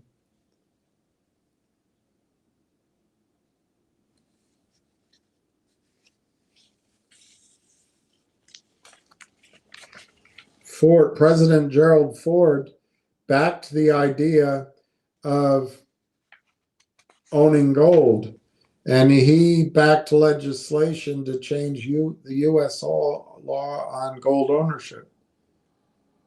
So after 40 years, the FDR ban on owning gold expired December 31, 1974.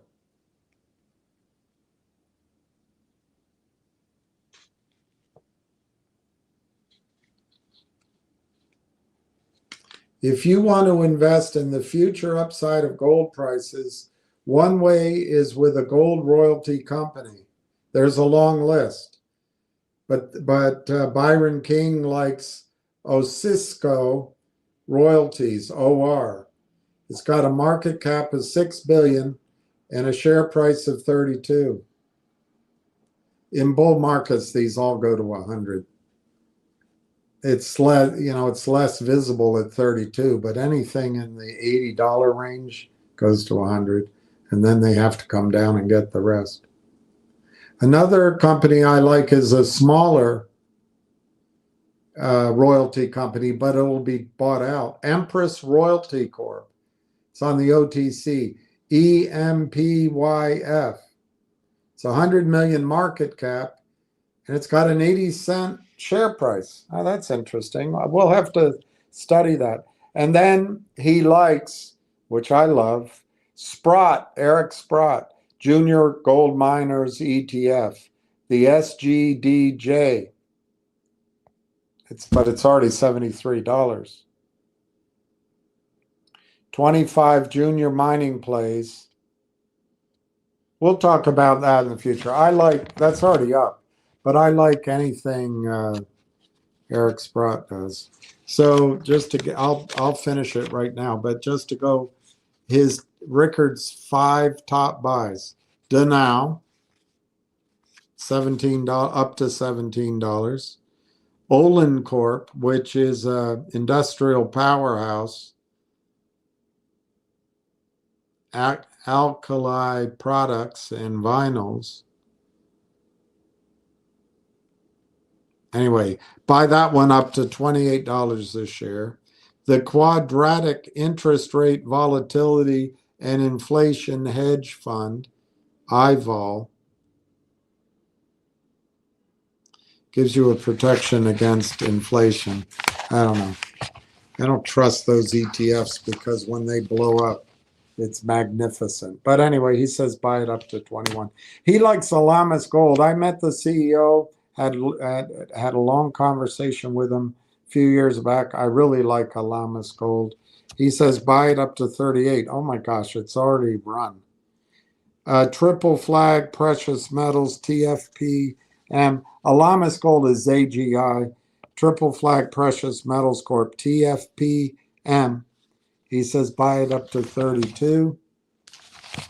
And then there's an article about the Trump slump.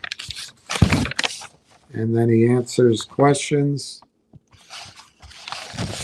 All right, I'll finish on this. Here's the question to Jim. How sustainable is high CapEx, capital expenditure, on AI infrastructure for companies when on the return on investment is so uncertain? That's a compound question. These are three different factors. In aggregate, the current level of high CapEx spending on AI infrastructure is not sustainable. This does not mean AI is not here to stay. It is. Or that it's not powerful. Again, it is. But merely that much of the current CapEx is being wasted. And I would suggest in that context, products like Rail Towns help give return on investment. They become more valuable. The current frenzy in AI infrastructure spending will be sharply curtailed as some projects hit dead ends. And Teles's is already underway. Others made obsolete by competition, and that's what all technology plays face. I think Railtown's beyond that risk, and others are in bankruptcy or reorg. The waste in AI infrastructure spending takes many forms. Most large AI industry participants are acquiring vast inventories of super fast semiconductors from NVIDIA and AMD. Now, I agree with this, and that's why I asked that question. And TELUS automatically upgrades. But he says chip technology proceeds so rapidly that many of the current high-speed chips will be displaced by even faster high-speed chips, and maybe even before existing semiconductors can be deployed. But the TELUS deal with NVIDIA is they rotate out to the best, the newest chips. I don't know the details of that deal. This delay in deployment of chips is caused in part by lack of electricity needed to power the massive data centers being constructed by OpenAI, Microsoft, Google, Oracle, and others. Those data centers are intended to house the most advanced semiconductors, but without energy, the data centers cannot function at scale. Without that functioning, the advanced chips will gather dust and become obsolete. This is a recipe for massive write-downs of fixed assets, operating losses, and a scaling back of new infrastructure. I agree with that. But I think TELUS, because of their agreement with NVIDIA and the fact that they're already going in production and going to be producing revenues, I think that's risk is ameliorated I agree with him on this next one. Another form of wasted investment is the use of large language models. There's a physicist who I follow. She talks about all sorts of things, a physics PhD, and she points out that large language models are a dead end. And training sets that are far too large for the applications attended. Why does your app have to know Shakespeare if the intended usage is repetitive and robotic?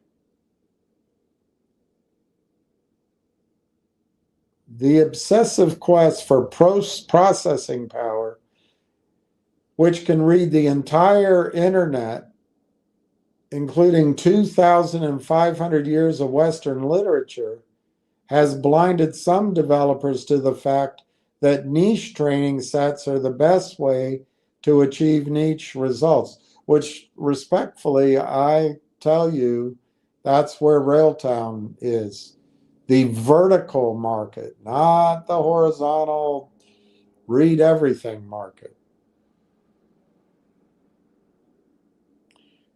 So he thinks that'll lead to write-downs in some of that just massive data processing power. Finally, some firms driving the AI infrastructure spend will go out of business. That always happens.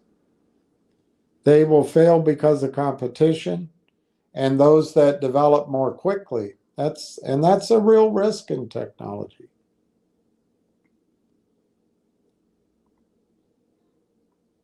So some AI infrastructure spending will slow, but it will not end. And I think companies that increase productivity and decrease costs like Railtown become more valuable.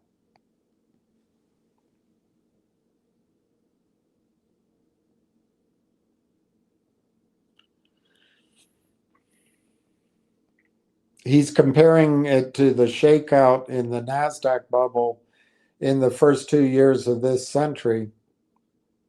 The NASDAQ 100 index fell by 80%. But firms like Amazon, Google, and Apple not only survived, they emerged as giants. The facts that Pets.com failed and JDS Uniphase stock fell from $153 to $2, and I can name others, did not alter the rise of giants and even greater .com infrastructure spending. Well, the one difference that a smart person pointed out that I listened to, and I don't remember, I'll try to find the video for you. A lot of the infrastructure that AI depends on has already been built. Unlike at the .com side, they had to build the cell towers, build the cables, build the broadband, etc. He points out that stock valuations are in a bubble, and we have to be aware of that. But it's temporary. The winners will be firms who do not aim for artificial general intelligence or superintelligence. Right? That makes sense to me.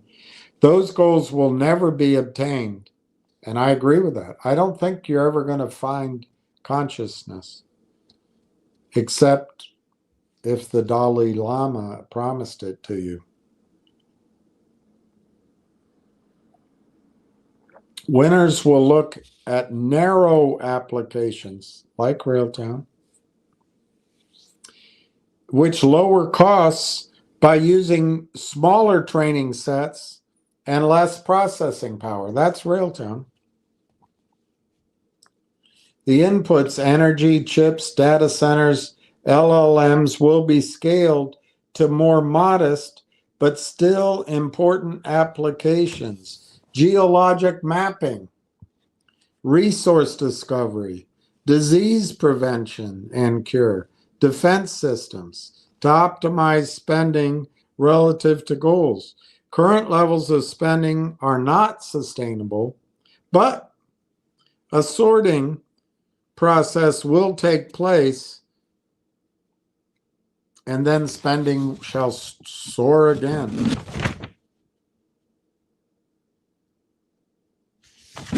Focusing on AI applications. That's where Railtown is. And then his list of picks: Newmont Mining, Fortuna Silver Mines, First Majestic Silver, Equinox Gold, Ovintiv, I don't know that one, L3 Harris Technologies, Crescent Energy, CF Energy, Industries, I don't really know that. Essential Utilities, I don't really know that. Baxter International, wow, that's something I used to buy a long time ago. PIMCO 25 plus year zero coupon. That's saying interest rates are going to come down.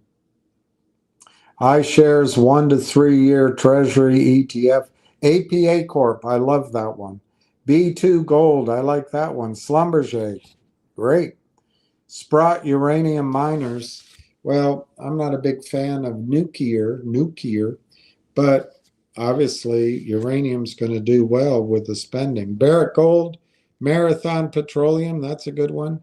International Seaways, yes. Anglo Gold Ashanti, Triple Flags Precious Metals, Hecla Mining, they're up there with in the Golden Triangle, they're up there with Dolly Varden. Diamondback Energy, Royal Gold, Alamis Gold, and then, of course, that quadratic rate volatility and inflation hedge ETF, and Olin Corp. That's part of them. To get the full list, you got to pay up. And even to get that, you got to pay up. You can subscribe. There it is. It's called Strategic Intelligence. All right, let's go to the stock. We got 9 minutes left.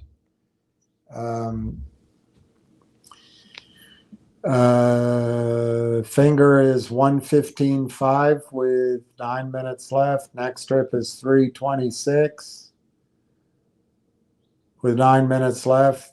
MGRX is 68.1 with 9 minutes left.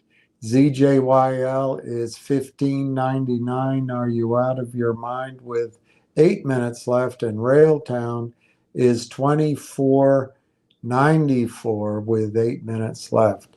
Railtown's volume today is 161,000 shares, 2437 by 2573. I don't know if I can show too many. Oh, their last trade was 1,000 shares at 24.94. Prior to that was 4,000 shares at 24.85. Basically had to get out, just had to get out. Unbelievable. Then 100 shares went off at 24.88. 4,000 went off at 25. Look at that trade. If you compare 4,000 shares sold at 25 and then maybe bought back at 24.85, you make 0.015 on 4,000 shares. Well, when it's done by computers and there's no incremental cost to getting that trade done, you're making $6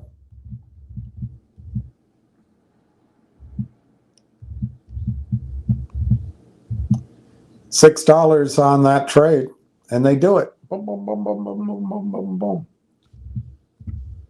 All right, let me see what you're saying. I've run out of things to say. I'm going to go to 4 o'clock, and then I'll probably just let you out of your misery of listening to me. Justin, if Railtown can resist a buyout and instead land 50 plus revenue sharing contracts with data centers, Microsoft included, NVIDIA, Microsoft can take stakes. We could be a $100 billion market cap company by ourselves. Justin, I like how you're thinking it through. I think Railtown could be a unicorn. But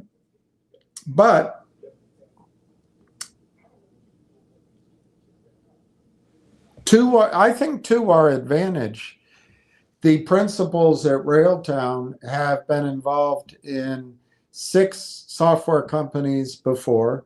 5 were bought out or merged, takeouts, and 1 was too soon.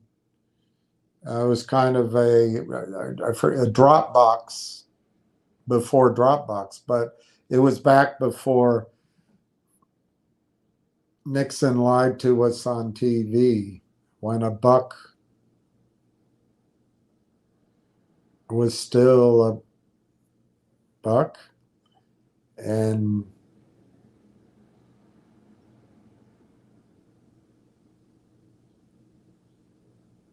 I can't remember his lyrics. A Ford was still a Chevy. He didn't say that. Anyway, one reason to sell early is so the resources of the new company can carry the technology into the promised land. The resources, the money, the people. Another reason is that the acquiring company can bring your technology to, in the case of Microsoft, probably something like 90%, maybe 95% of all developer tool sets and solutions. That's a big market. A third reason would be, as you suggest, that Railtown could be then placed on top of all of Microsoft's data centers, or, could be sold or recommended as a solution when NVIDIA sells their, you get it, and you do understand it. But collectively, all of those reasons is let the big company buying you do the heavy lifting of expanding your revenues. That's a good reason. A broader second reason, I put all those in one, is, addressing Jim Rickard's concerns, but also just addressing my concerns over the overall market. The capital markets can close at any time. The markets can crash. And trading out into one of the big companies, which should survive anything, but they don't always. I mean, just go look at the list of the Nifty 50. But getting bought out early may be better than waiting too late until it is too late. Being a unicorn comes with its own risks, because I think other people, I'm not a big fan of saying that IP protects you from competition. I don't know. I don't know that it's true. For the same reasons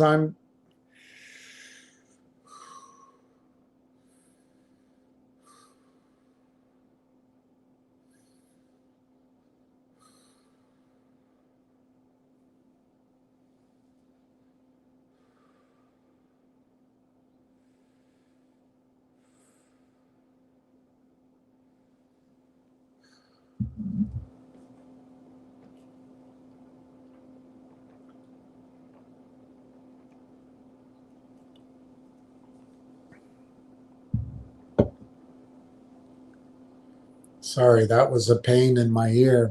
I think it's gone. For the same reasons I'm skeptical about a settlement here, once it gets in the legal framework, you don't know how long it's going to take. So I'm not as big on IP. On the other hand, if everybody believes it's strong and the buyers believe it's strong, that's good. But I think you're right. I think Railtown could become a 50 billion, $100 billion company if it stood on its own. And it could happen. I'm not saying you're wrong. It could happen. What I kind of root for is that the companies that bid on buying Railtown do it in a bidding war. And I'm hoping that everything scales so rapidly that bidding war could get you that kind of number. I don't know about 100, but maybe. I mean, why not? But maybe in the 25, 30, 35 billion range. Why not? And that's, and if you could get stock then in a blue chips, if you can call technology companies blue chip, I think that would be a worthwhile trade. But I like how you think, Justin. I really do. I think Railtown could stand on its own. I think you're right. All right, Matthew Down. This MMTOP fiasco is bull. They changed the rules mid-game on us. I don't know. The immunity was in place. If you listen to FINRA, they say you couldn't have traded anyway on Friday or Monday.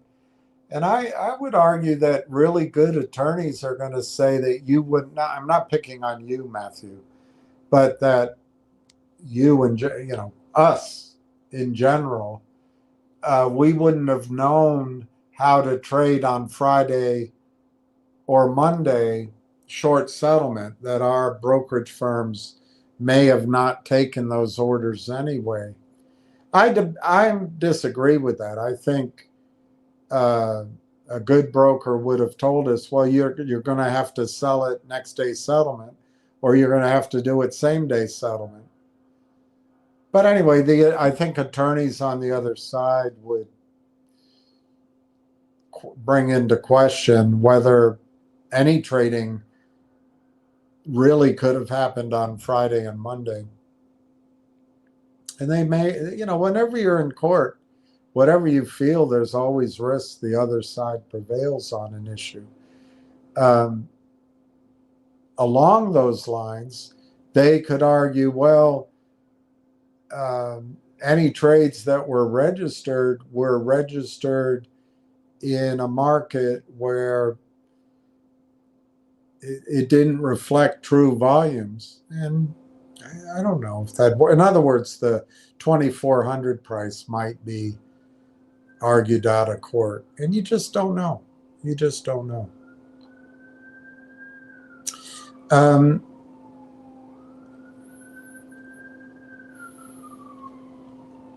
I do think you're right, Matthew, that the FINRA guidance indicated that the stock, the so-called stock, would trade, and it would go ex-dividend on. I'm forgetting the dates. I think that was Wednesday. So the settlement. I can't reconstruct it in my memory. Maybe it was the Tuesday. The settlement, regular way settlement from Thursday was Monday, I think. But whatever it was. And so Jessica Hopper argued, well, we have to stop it because you're not regular. She didn't clarify that. But regular way settlement, that was it. You couldn't trade it correctly. I think back then it was T+3, but I'm not trying to be wrong. It's just so long ago.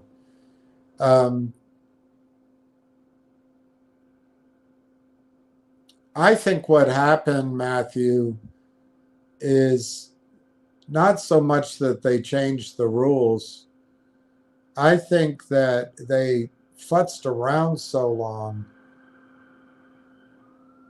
whether intentionally or not, that when they gave guidance to the brokerage firms, 95 of them is what I remember, maybe 105. The brokerage firms, that was, to my memory, that was Wednesday. Maybe it was Tuesday evening that she gave guidance to all those brokerage firms. I bet by the time she was fielding phone calls, they're all saying, we don't have time, because they were caught out with this leverage of hypothecation and the corruption. They were caught out.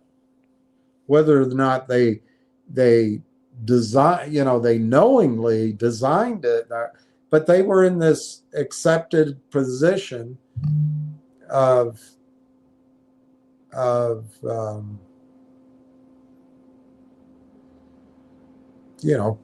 what we've come to call counterfeiting shares. I'm not sure it's an accurate term, but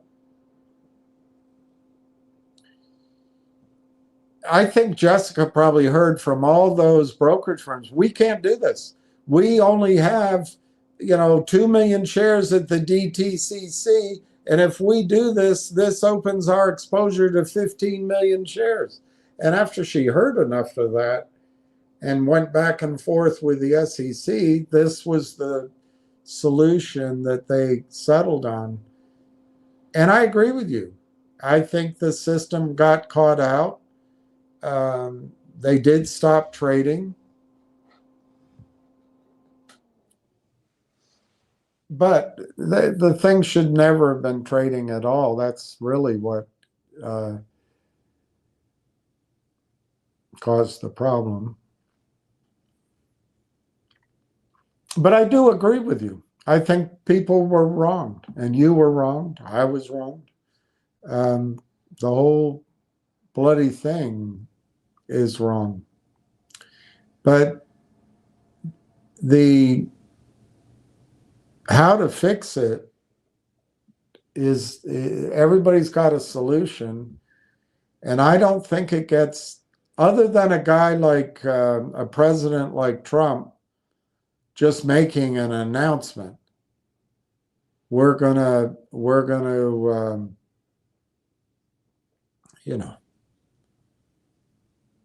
bring our boys home, and then he flies into I don't know where, Afghanistan, and brings everybody that was left behind home and all the dogs. He just does it. So if he just said, we're gonna fix MMTLP, the first thing he's going to do is turn to his advisors, Larry Fink and Steve Black, and whoever runs Goldman Sachs, and say, what do you think we should do? And they're going to come back, well, we'll have an answer, sir, on your desk by tomorrow morning. And they'll call into Goldman Sachs and call into the attorneys, and they'll say, well, we understand that you want to come up with a solution, but you can't give a solution unless, 1, there's immunity, 2, there's no precedence, and 3, we don't admit wrongdoing, and 4, nobody learns. There's no evidence.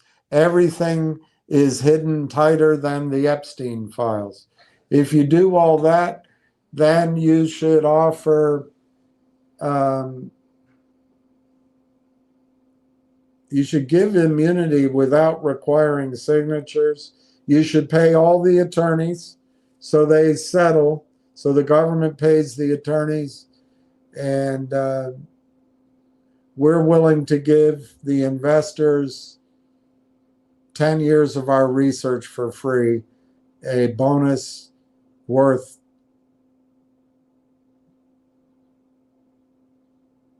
$250,000 per investor.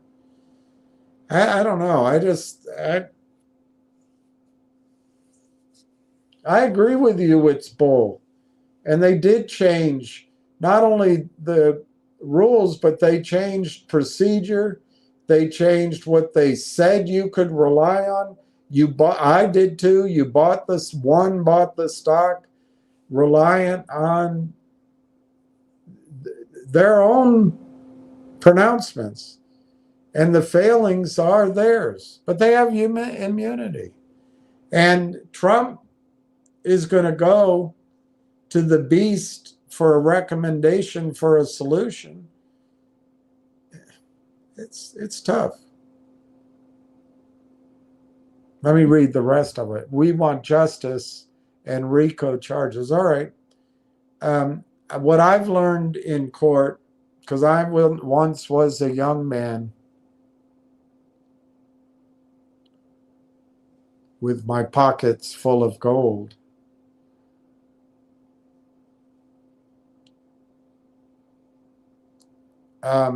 I found in all of my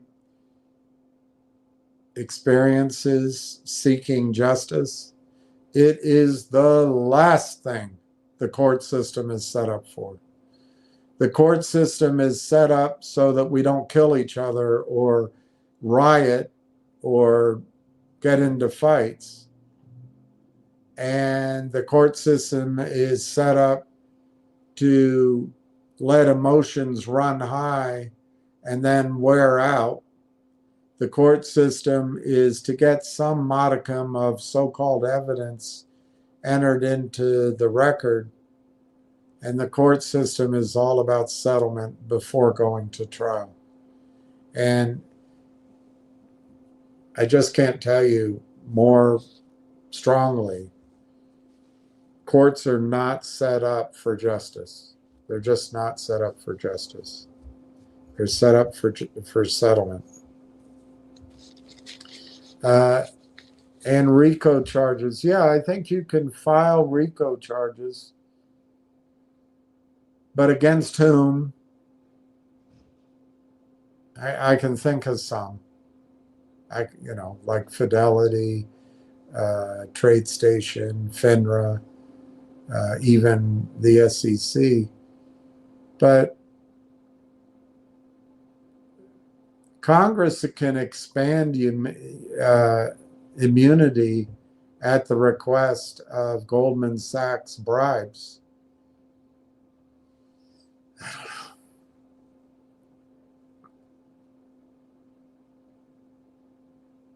I don't mean to be I'm not against everything you said. I agree with. And I want you to win. I want me to win. But I don't think justice will be ever had. I don't think RICO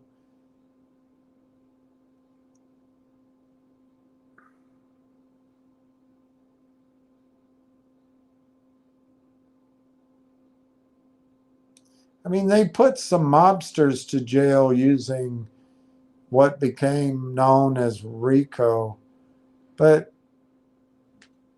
I don't know how many big settlements came out of the racketeering laws. It's going to be expensive. Wes Christian, I know Mark Bazile does not work for free, and Wes Christian's not going to either. So investors are going to have to put up money in the ultimate lawsuit. And as time goes by, they're looking at their rate of return.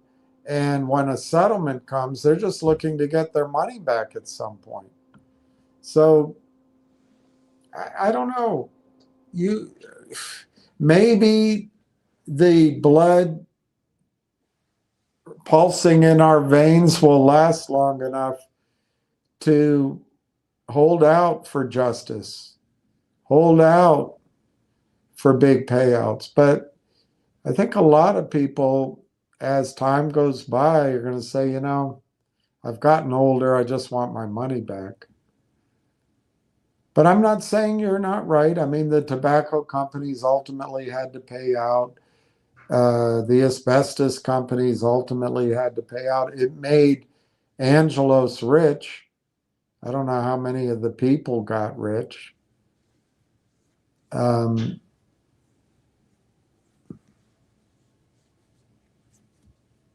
But yeah, I want justice too. I just believe a practical way of getting justice is taking advantage of the depressed prices in Railtown. I know it involves more risk.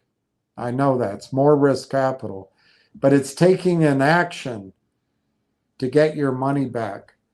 And then you'll have money which you can spend on attorneys and all that. I mean, we have to call it 15 million shares here. Imagine if it went to $10, we'd have $150 million. We could have Busy Brains and Junk Savvy and Chris, if that's his name, the well guy, and Vander Steel and the ghost of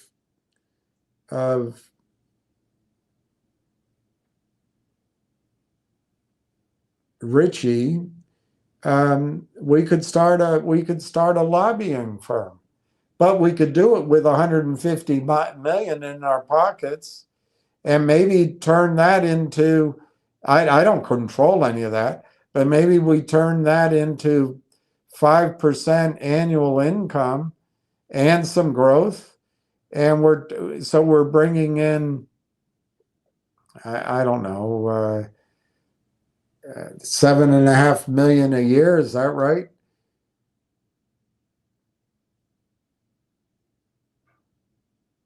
I think that's right. And we decide to dedicate, 1 or 2 million of that a year collectively in fighting this fraud instead of relying on the work of class action lawyers. But that's how I see it. I think we get strong, we get healthy again. I mean, that's at $10. If we assume there's 15 million shares left, and the buyout is at my number, which I know the turtle will make fun of, but if it's bought out at let's say $50 a share, we've got $750 million in our collective accounts as, let's say, as Microsoft stock, maybe part of it's cash. Well, we really could create our own lobbying firm, our own juggernaut, and pay for it out of income. If we went and got 8% income, we'd have 60 million coming in collectively.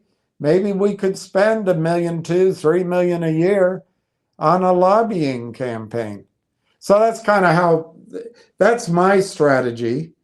But I do understand, by the way, Matthew, that it requires more risk and more commitment of capital. And I don't know if you've been following me a long time recently, but I am not paid by Railtown. I've never been paid by Railtown, and I do not expect to be paid by Railtown. I mean, I suppose in a fantasy land, if I ever got an investment banking deal, that would be something different. But I'm not, This is how I see, because I lost a lot of money in MMTLP, in Finger, in CRTD, in GTII. I lost in ZJYL. I lost on Jeopardy. But I lost, of course, in Collective Audience and Logic. I lost in, and it just shows that even people who, like myself, who think they've learned how to, I didn't recognize that Ham was wrong, and I'm not picking on Ham, by the way, because I was wrong. I really thought the system would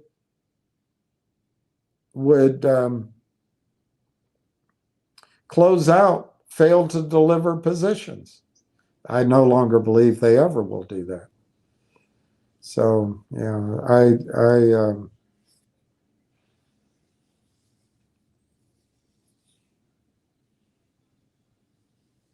yeah, yeah, I, I don't know what to say.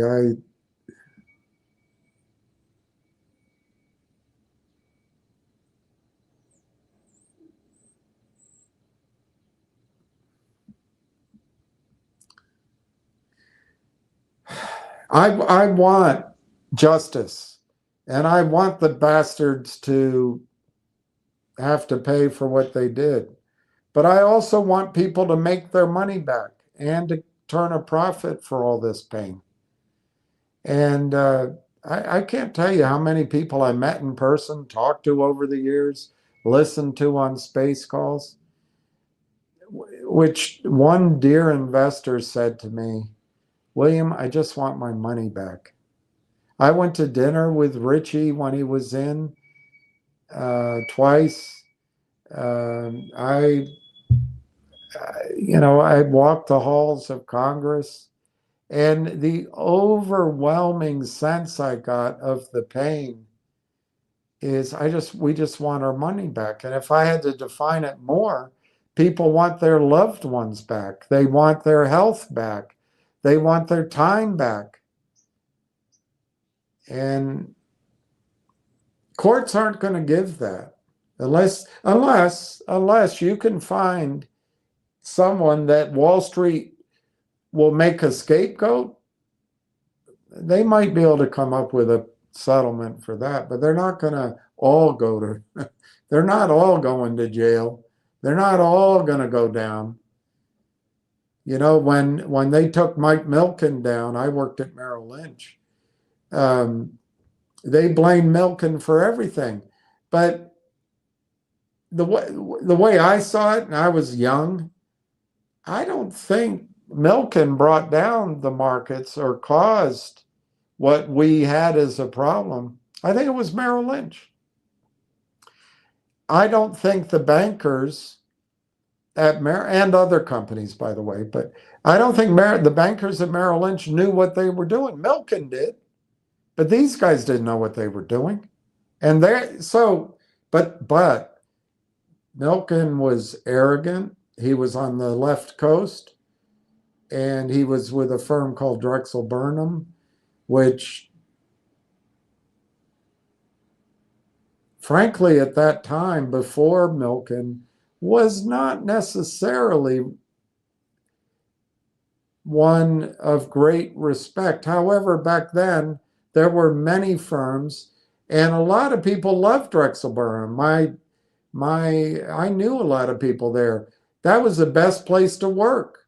There, the budgets were huge. The payouts were high. The deal flow was great. The celebrations were fantastic.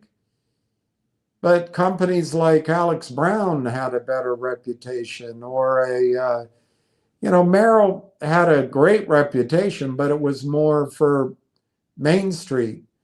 E.F. Hutton and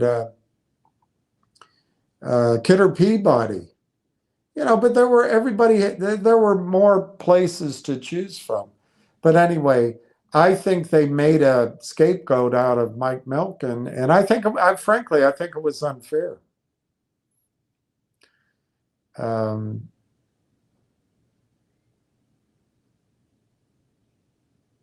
If Wall Street could find a scapegoat to get RICO charges against, get justice, they would. FINRA needs to pay up. FINRA, let me see the assets under FINRA. Assets held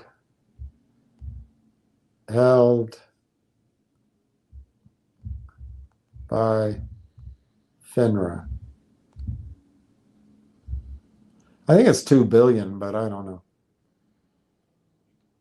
FINRA, Financial Industry Regulatory Authority, holds significant financial assets, primarily cash and investments,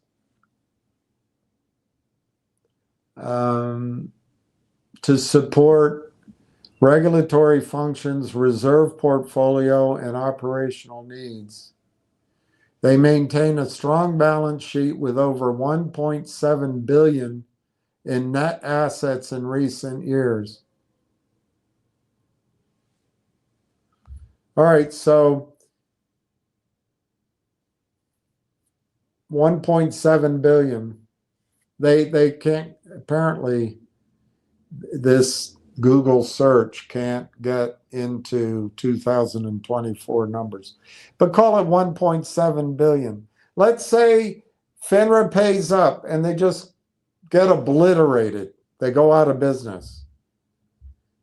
And of course, lawyers are going to take out of that 1.7 billion, and then the class action lawyers are going to take half. Let's say out of the 1.7 billion out of FINRA, let's just say after they pay their own attorneys and pay into the other attorney pool, that out of the 1.7 billion, there's 60% left. Or let's say 65% left. So that's $1.1 billion left over, and there's 65,000 victims. That would be $17,000 a victim. Possibly, costs still need to be netted out. So if you bankrupted FINRA, you could possibly net out at $15,000 to $17,000 a victim. But then you have to have an internal battle. Well, we have to do it by the number of shares. So if you have $1.1 billion and you have 200, well, let's ignore the shares that NextBridge is let's just say 165 million. I don't know if that's accurate, but 165 million real shares. But then how do you distinguish between real and all of that's securities entitlements? There are no real shares really in accounts.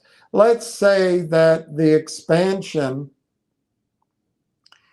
is somewhere between 1.5 billion shares to 2.5 billion shares. It could be more than that.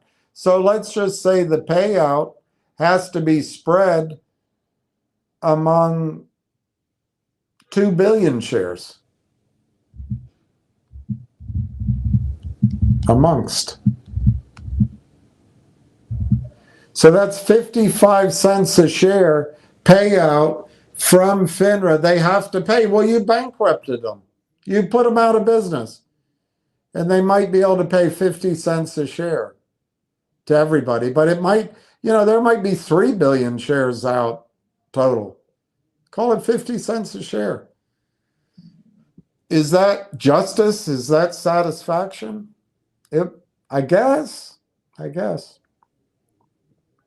They should be paying everyone triple whatever the max price on MMTLP is. Well, I just showed you FINRA can't do it. So the max price paid on MMTLP was something like $12.50 or 80 cents. Call it $12. We'll do it by 3. So that's $36 a share. And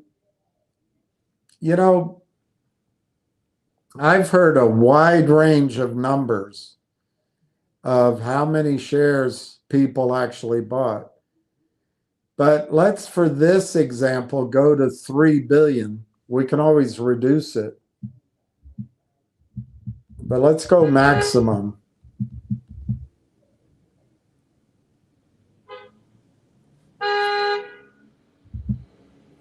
So that's $108 billion that would have, let's call it $100 billion that they would have to pay. Well, FINRA, if you call it $100 billion and you ignore the fact that FINRA has immunity, which is a big ignore, they would have to pay $100 billion. Of course, attorneys will probably take 60% of this. So if you want to just imagine that they pay $150 billion and attorneys take $50 billion, so let's call it $150 billion. So we net out at 100. Well, you take FINRA out for $2 billion.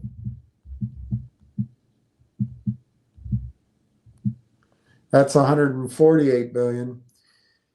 You might be able to get the criminals, but they've moved everything offshore. And in Europe, they don't even keep a record of anything.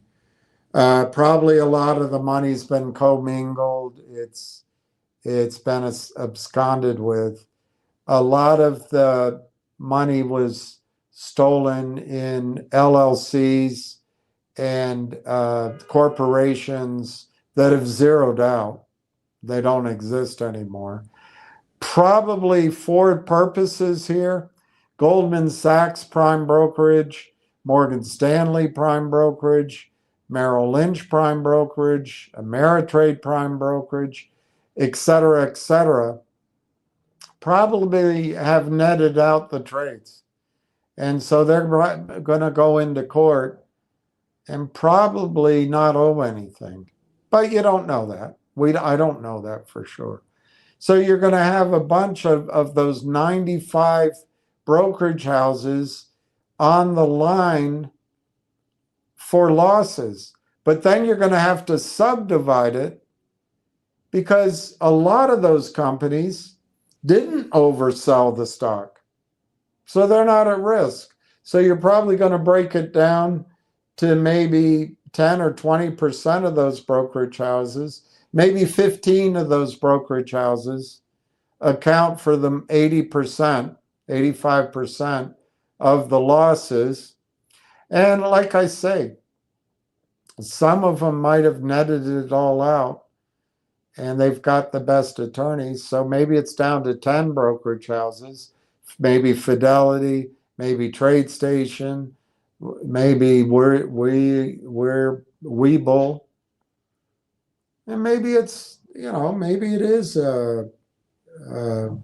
Merrill or somebody. But you're down to maybe 10 companies. And you're saying they're going to have to pay $148 billion. No, sorry. The lawyer, no, that's what they're going to have to pay. The lawyers are going to have to pay out of that. So it's $148 billion. I don't know. They might have it, but odds are their prime brokers' accounts have been drained. You might get something out of those 10 brokerage houses. Maybe $1 billion a piece. So we'll take out 10 billion. So now we're at 138 billion. It still has to be accounted for somewhere. So you go to the next level up. Let's just skip the one or two other associations. Right now I'm having a hard time remembering it. The National Securities, I forgot. But let's go directly to the Depository Trust Company. Well, there you've got a whole lot of money under management. It's a monopoly. And the board of directors are some of your best. The Finks, the Blacks, the Stones, the Blankenfields, the Griffins, and it's the Goldman Sachses so anyway, you're at that level. They have I don't know how they break it out, but they have the next level of responsibility to keep the markets from collapsing. So these firms who were over leveraged, by the way, in my opinion, why are we at war around the world? Remember, if they have, I'm trying to remember the numbers. If they have 100 trillion, I don't know if that's too high, in assets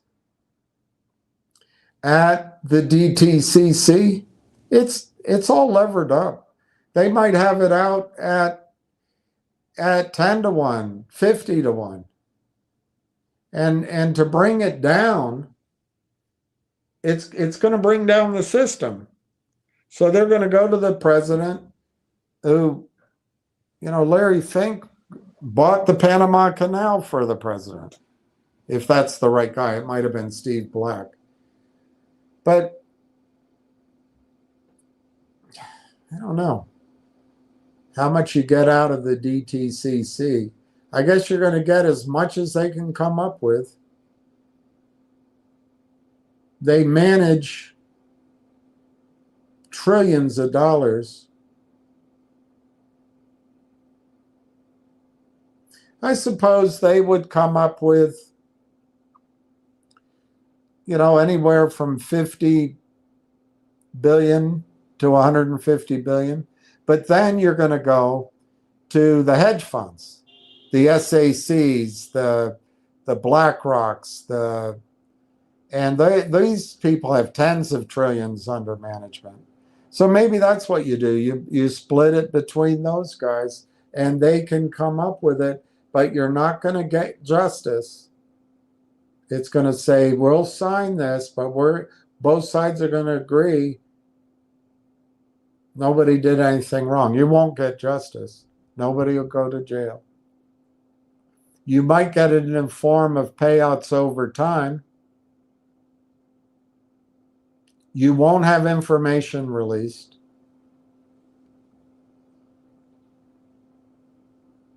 And they will be able to write off that settlement as a cost, so the taxpayer will pay a big part of it. You're not going to get justice.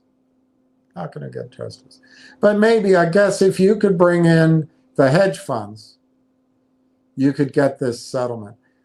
I don't know about the DTCC being able to carry it all. And then after they run out of money, you go to the individual brokerage firms. If you were to bankrupt a highly leveraged Goldman Sachs, and they almost went down last time, you could bring everything down. So in your searching for justice, everybody might get 50 cents a share, or in your case, as you said, they should get $36 a share. But it could swamp the system. I'll tell you where you might get $36 a share, but you're going to have to wait 5 years. You might get it in Nextbridge.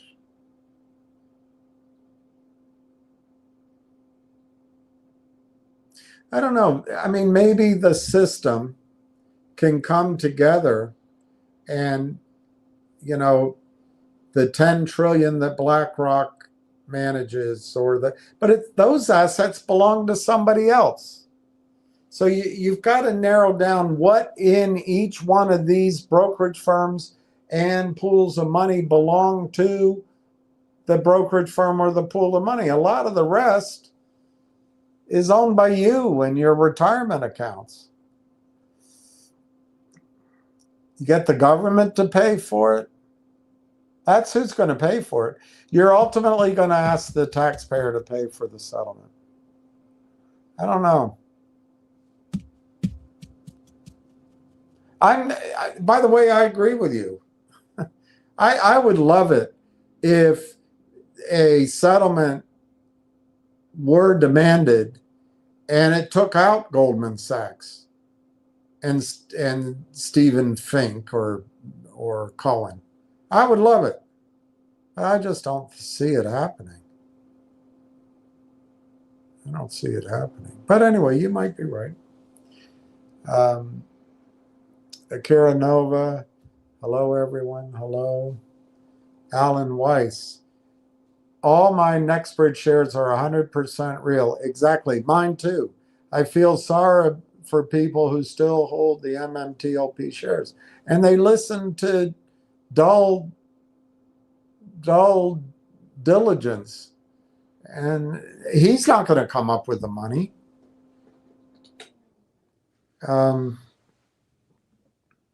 Yeah, I agree with you, Alan Weiss. I agree with you. I'm not convinced that you couldn't force your brokerage firm to transfer, but all the feedback I got the other day is no one's doing it. No one's allowing it. And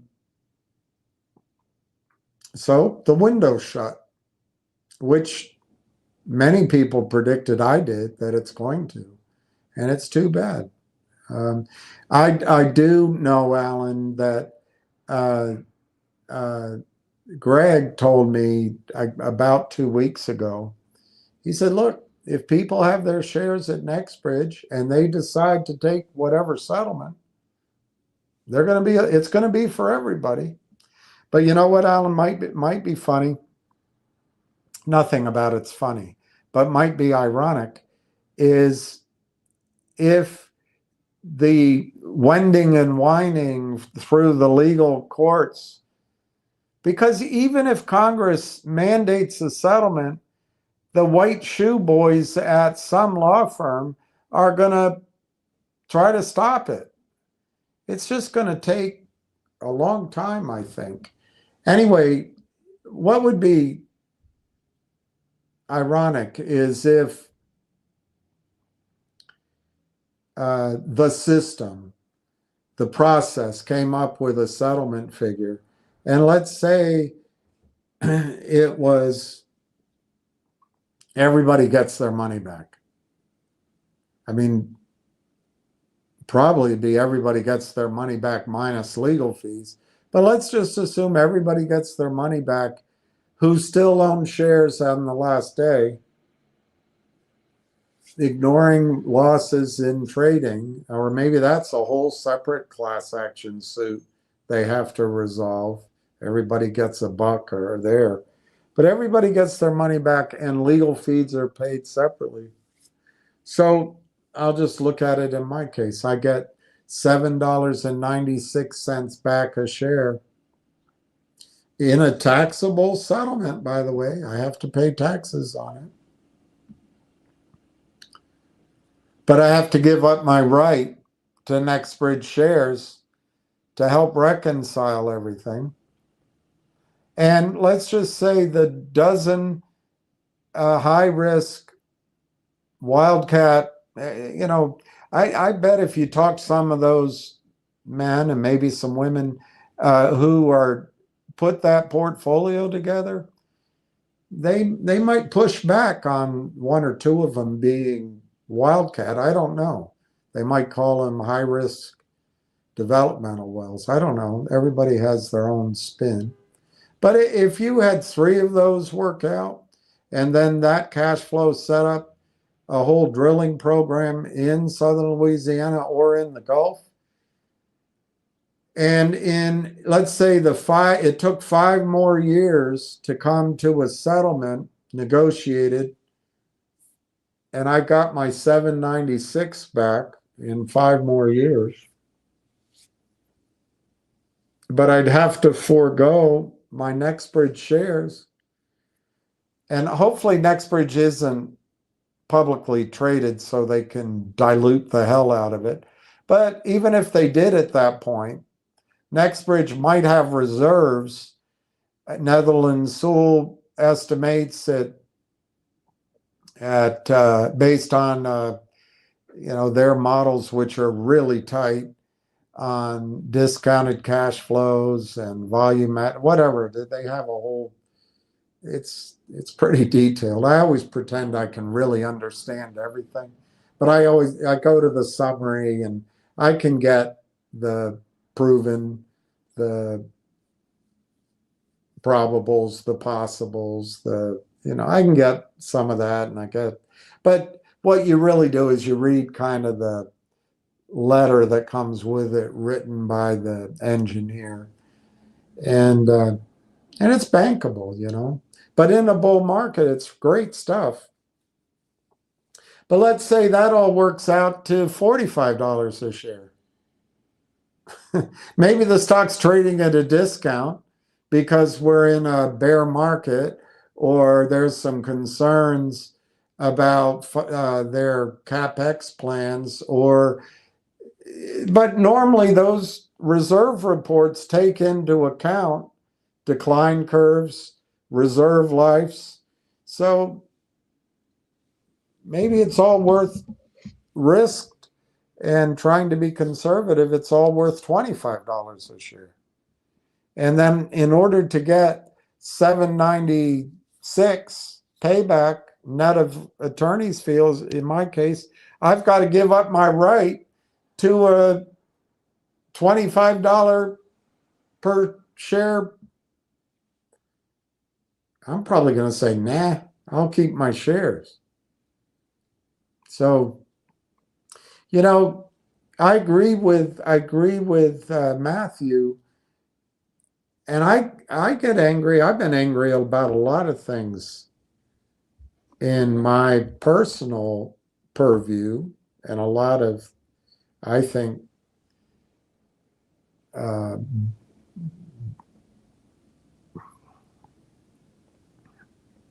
things that weren't right. But the only way you get ahead, you got to look at, can I change that? And after you go through the feeling sorry for yourself, which in my case, I'm able to do, and then you have the anger. And in my case, I'm glad anger's there because I'm not depressed. But I also can go into a period of depression. And whatever the other 5 or 6 stages are. But when you get to acceptance, the only way you're going to make your own position better is to start again, or start where you are. And I think Railtown gives that chance. I also think owning Nextbridge shares, because of what I just read it, but other analysts have it. It can all be summarized in reshoring, reindustrializing, bringing the jobs home, make America great again. And when we take over Canada, take over maybe the parts of Mexico that are infested with drug lords, and maybe we, I don't know about they have oil there too. Take over Cuba, I don't know. There's an active Soviet base there, and they might have oil. I mean, they hover at the edge of the Gulf. Take over Venezuela. I don't know. Greenland. I'm not for war, but we took over the Louisiana Purchase. We paid for it. Maybe we'll pay for Greenland. We tried to take Canada from the British, but our general got drunk. I think it was Fort Ticonderoga. You can look it up. I want to say it was Bennett or something. It might have been that guy who ended up having no country, that infamous general, before he switch sides. I'm having a Biden moment. But anyway, we lost that battle up there at the tip of Lake Champlain, and Canada stayed in the arms of Britain. But you know, we've changed. We've gone and claimed assets before. We won a war against Mexico. So anyway, the world is changing. It's breaking into basically North America, Russia, both Asia and Europe, and China for now. But, you know, it may not settle out there because you got to account for India. You've got to account probably for the new king in Saudi Arabia. You've got to account for the young population and possibly resource-rich countries of Eastern, Southern Africa. You've probably got to account for Brazil. And I don't know if Indonesia can anyway, there's going to be a multipolar world. And I think in terms of national security, you know, I listened to one, and maybe I'll find and play it to you. I listened to one professor or scholar from the UK. She was probably in her 60s. She might have been older, but she is world renowned for her work on national defense and oil, energy. And she did. It was captivating, her discussion. I want to go listen to it again. I don't know how to put my fingers on it, but she thinks Greenland is, sure, it's about national security. Sure, it's about oil. But the biggest thing is space. It's about space.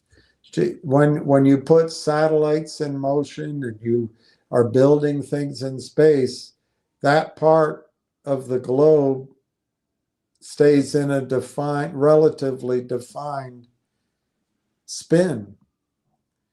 And she said it's the space race. She also argued that through history,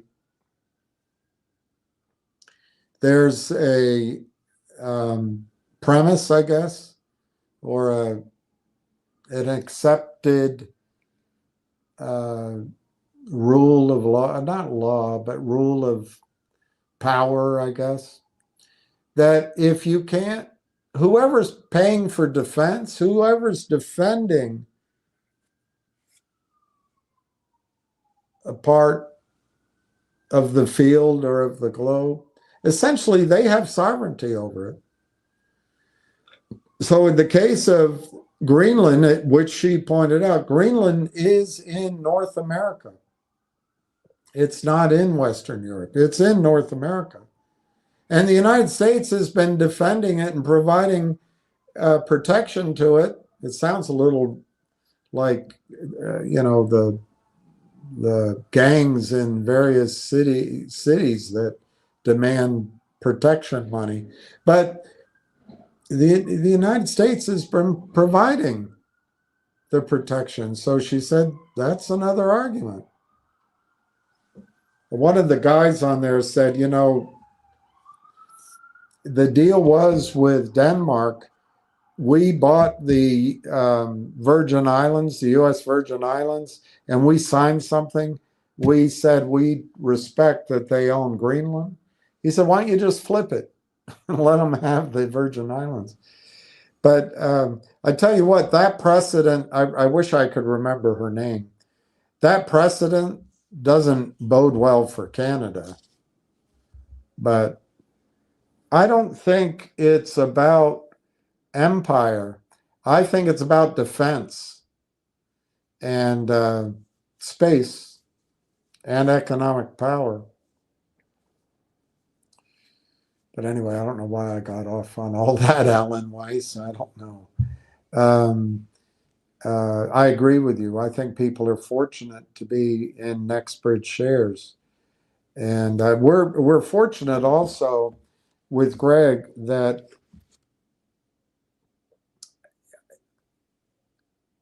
I think there's a lot of fight in the dog, and he knows we've been burned. So in NextBridge, he's out to make it work, and I think that's how we get our money back. But he's got to get through the filings, which he's done, by the way. That was a huge risk. To me, he's got to get through this funding he's going to do with Roth Capital. I'm worried that the criminals, and I asked him about that the criminals are going to come and price it at $1 or $2 or whatever. He said, no, the board's going to price it. And he's on the board. And he's going to get say-so about who gets the shares. And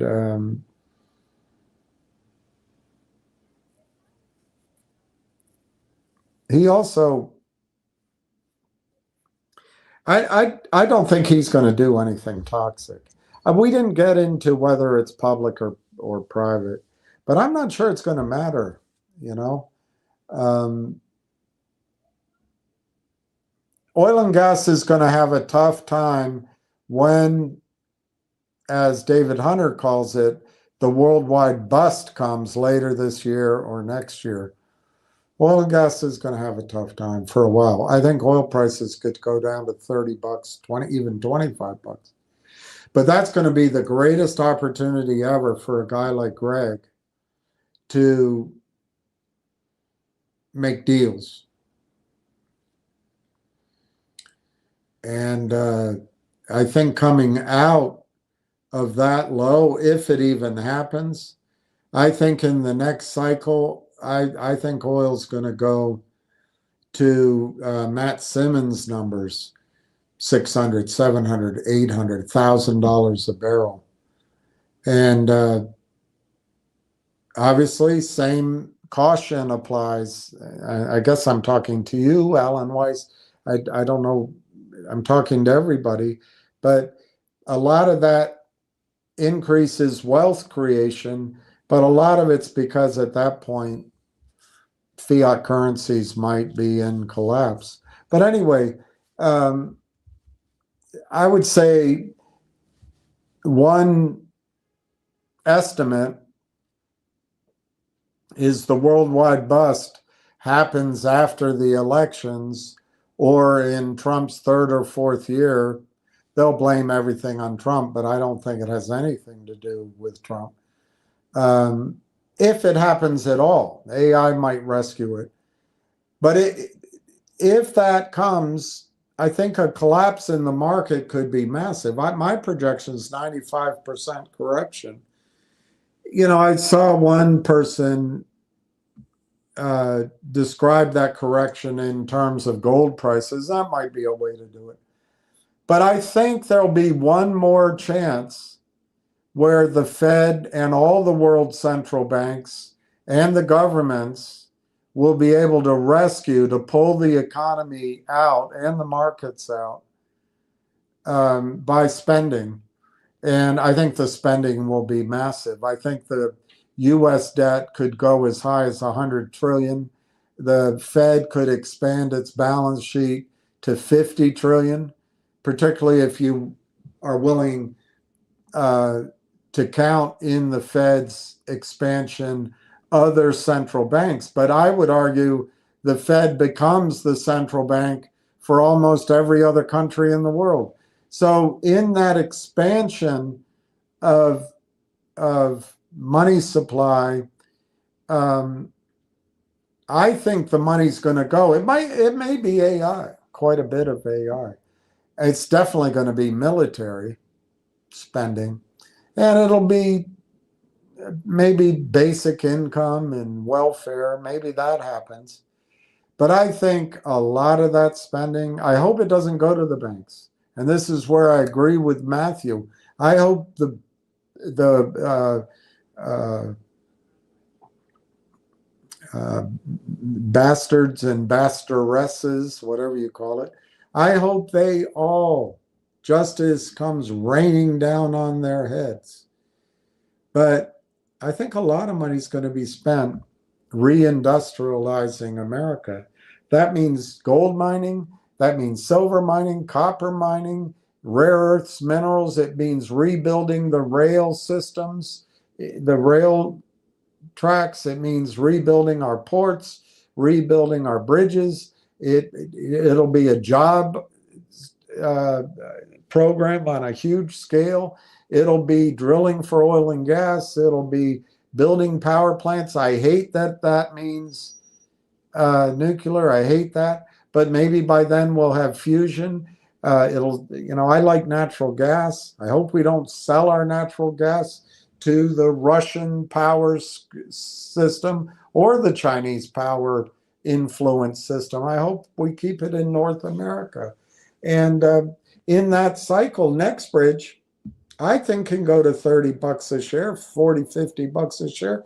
There's a lot that has to happen. Good deals, good financing, growth. But if oil prices move and we get into bull market, you need a team. And somebody that's done deals his whole life, Alan. And Greg McCabe has. So I think I agree with you, Alan Weiss. I agree with you, Alan Weiss. Jason Harbison, Corey just posted on LinkedIn.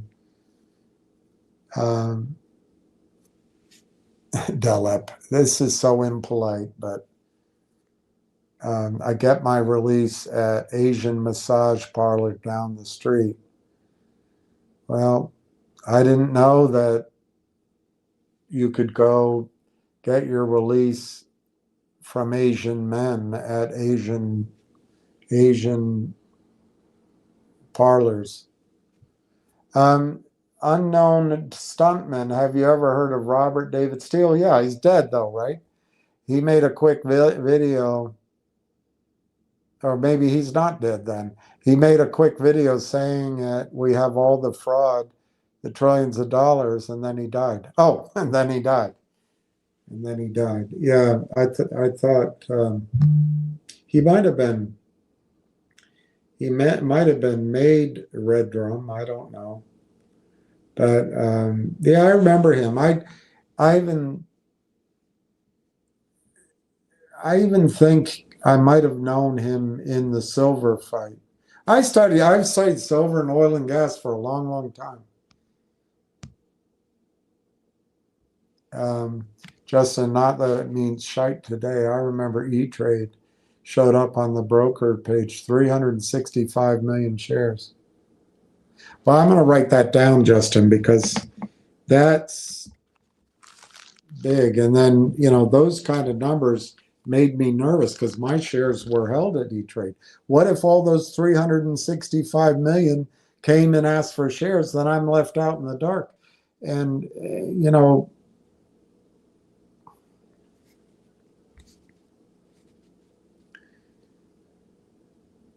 he who hesitates sometimes wins.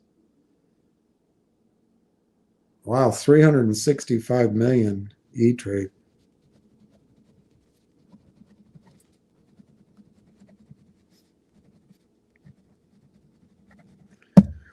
There was a video I wanted to show, but we're already at 5 o'clock.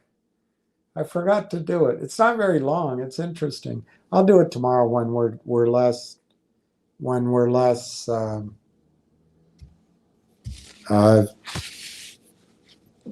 been released.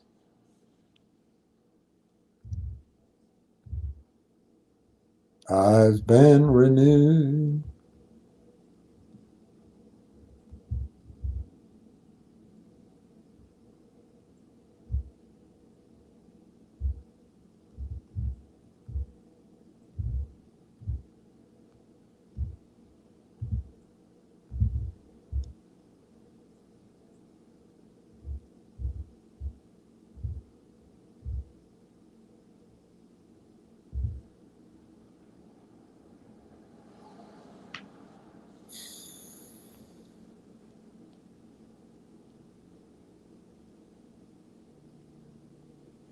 how did he, I'm not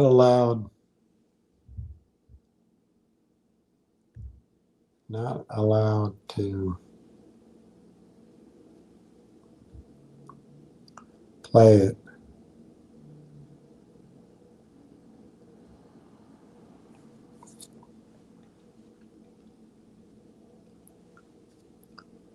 I've been this way before.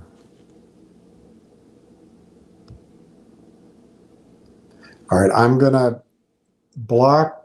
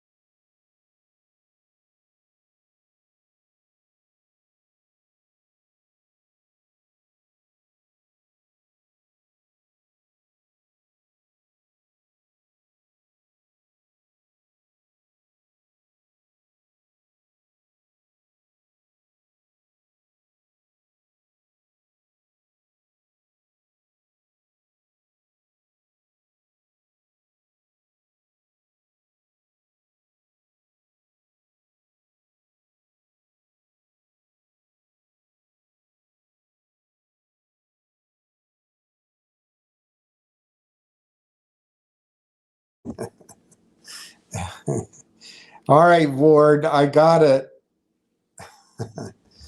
By Neil Diamond.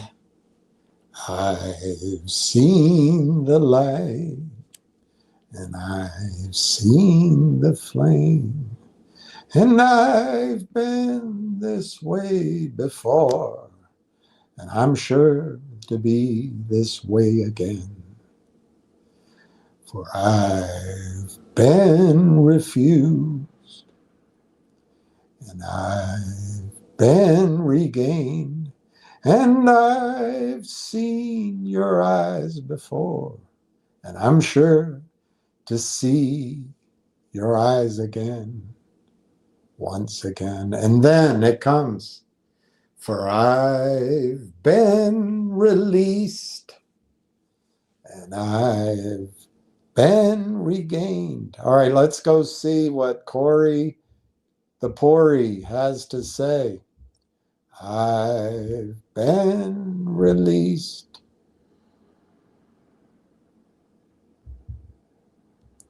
Corey.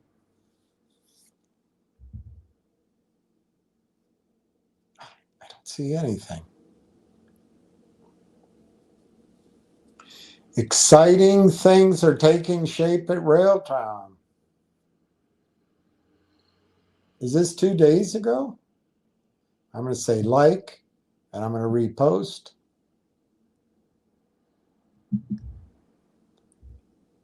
And I'm going to say I've been released. All right, exciting things are taking shape at Rail Tracks. We've launched RailWorks. I thought I might have read this to you. But anyway, a developer-first hub for agent builders where upcoming events, hackathons, and soon explore agent samples that show real implementation strategies, not concepts. It's meant to spark ideas, shorten path from prototype to production, and give a place to see how others in the community are solving their problems. Explore what's live today and follow along. RailWorks, the home for rail tracks innovation, hackathons. I've been released, and I've been this way before. I don't know what you're talking about, Ward. It doesn't, I can't find that rail engine. Let me see if I can go to, let me see if I can go to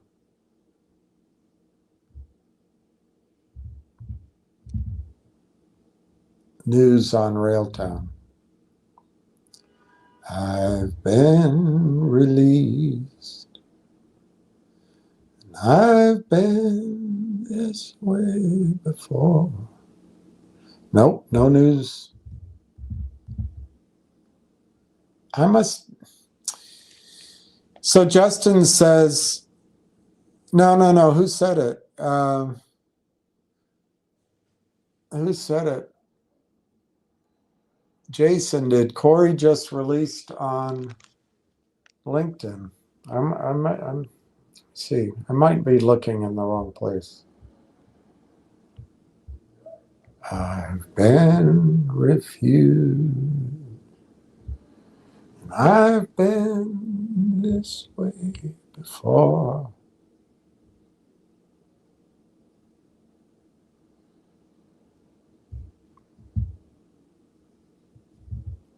All right, show all posts.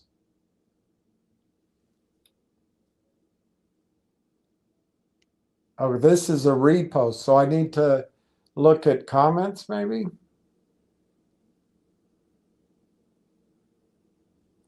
I'm happy to share that I'm starting a new position, machine learner at Railtown AI. All right, I don't know if that's what you're talking about. Documents? Detect, analyze, and fix errors more efficiently. Monitor errors and get real-time alerts.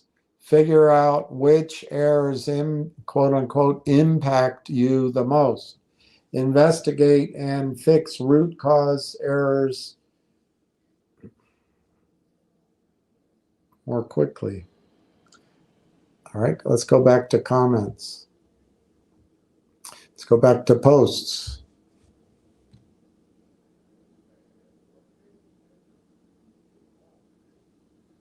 Oh, maybe this is his most recent. All right, let's see.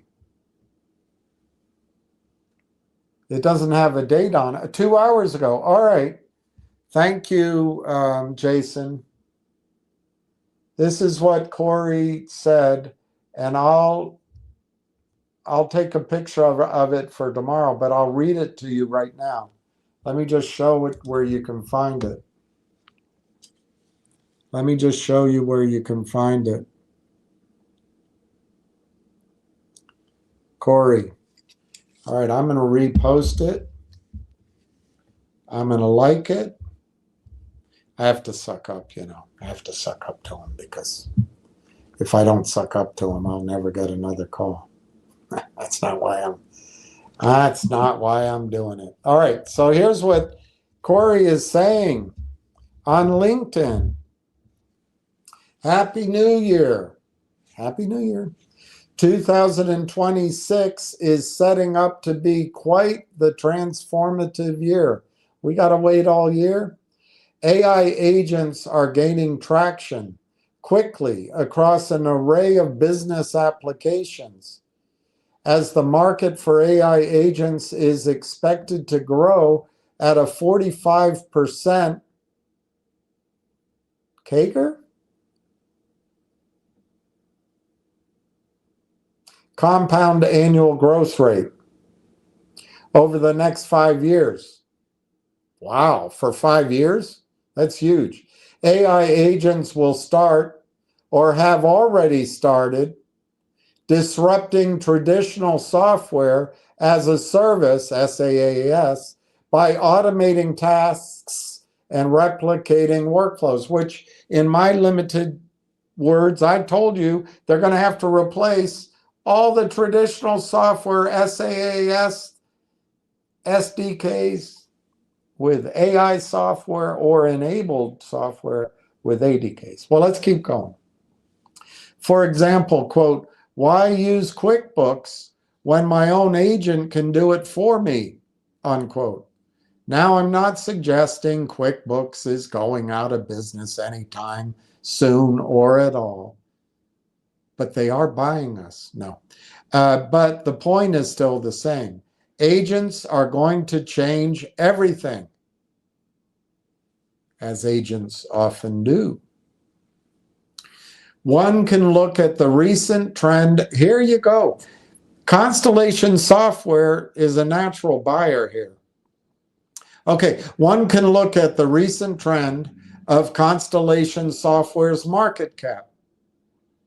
Constellation has been a fantastic company built upon a very sound SaaS valued model. But the concerns of agent workflow capability versus traditional SaaS has clearly had an effect on many analysts' opinions. Everyone can expect every app, mobile or web, to be updated with agentic functionality. You can expect every new startup to be built with AI function or built upon an agent development kit. Let's read that again.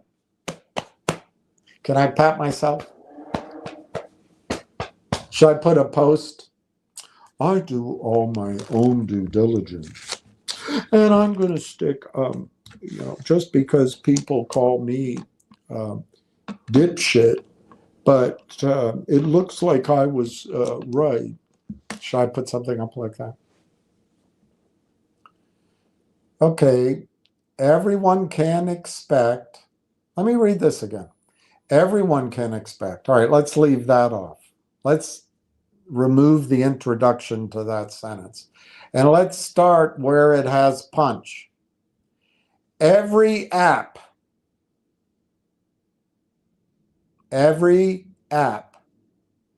mobile or web, so on your iPad or phone or based in the web, every app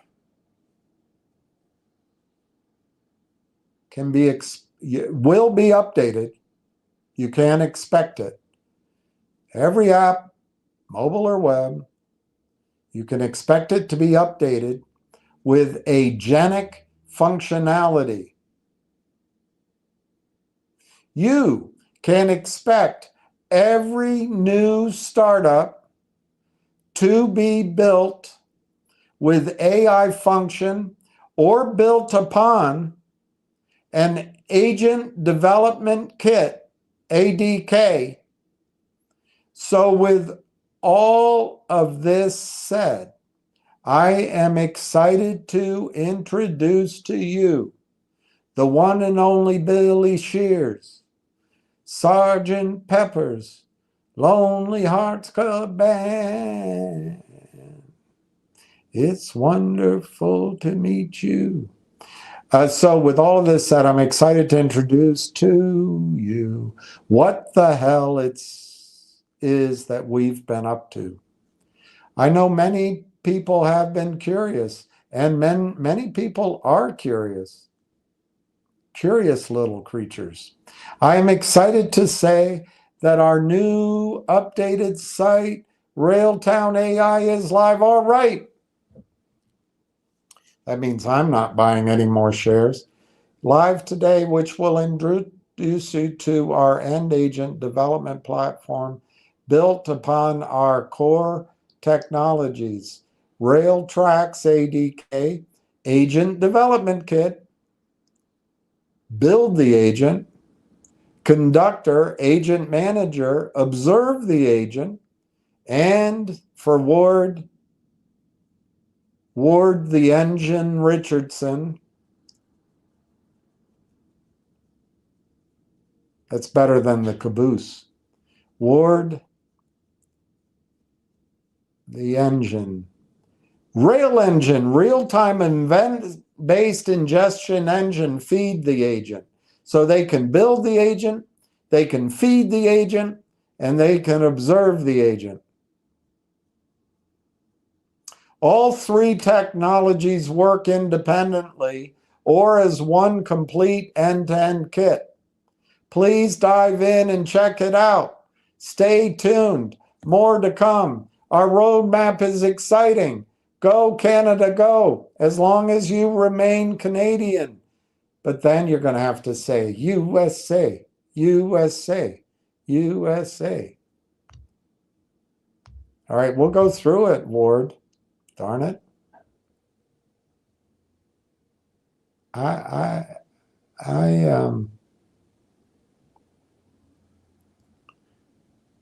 got to.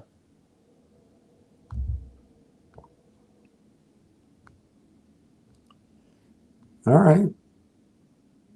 It doesn't have any videos, but we'll go through it, Ward. So you have rail tracks. You have rail tracks. Rail tracks. So rail tracks is an agent development kit, ADK. It's an agentic framework for building, orchestrating, and deploying autonomous AI agents at real-world scale. No friction tooling infrastructure. Enables simplified dynamic interaction with LLMs, tools like Tony the Tiger, not that kind of tools, and API to solve complex tasks. Secure and deployment-ready agent. Enterprise AI built on rock-solid infrastructure that can run locally or integrate into custom infrastructure. Multi-agent system. Scale applications by building multiple niche agents in a hierarchy capable of complex coordination and diverse capabilities. This is all on railtown.ai.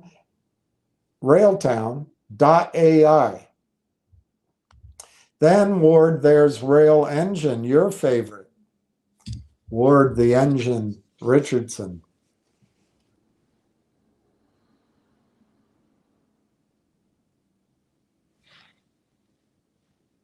All right, I'm going to read that. Rail Engine.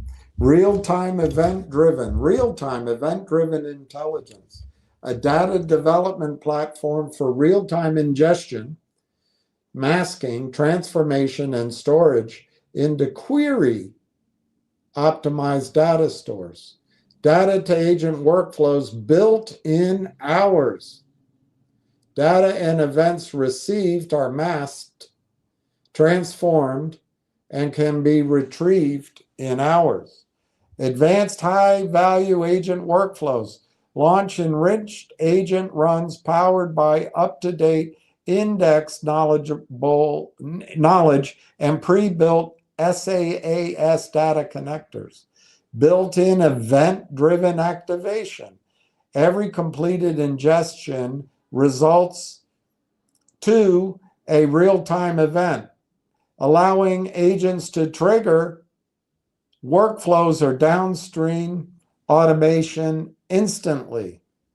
And then you got Conductor. This is Conductor. It's all accessible at railtown.ai. Railtown.ai. Conductor, agent observability platform, an agent observability and application productivity for full visibility into AI deployments and runs. That's what Kaopectate's for. Agent observability and app productivity acceleration, end-to-end visibility across deployments and reasoning output to optimize cost and performance. That's my argument. When you're spending all this money, you want the best performance possible, and that's Railtown. Complete visibility for agents provides full visibility secure integrations, and performance evaluation for every AI agent with transparent run-level metrics, centralized authentication, and logging.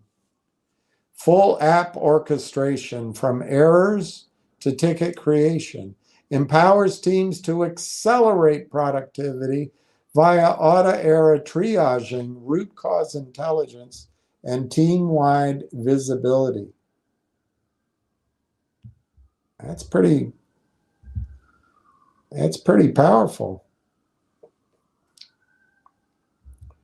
I've been refused, and I've been regained, and I've been this way before, and I've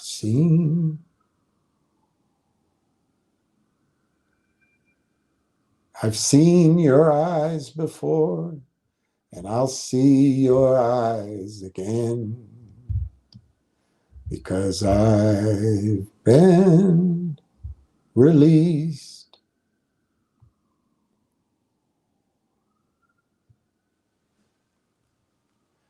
I've been remade.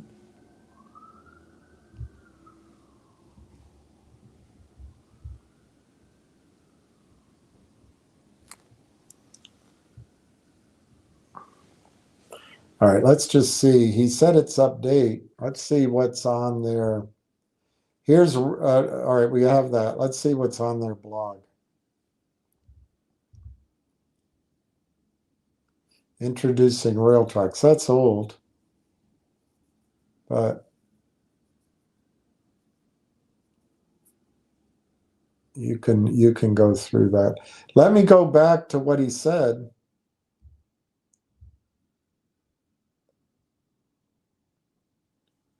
I'm having a hard time finding it, though. I'll find it again.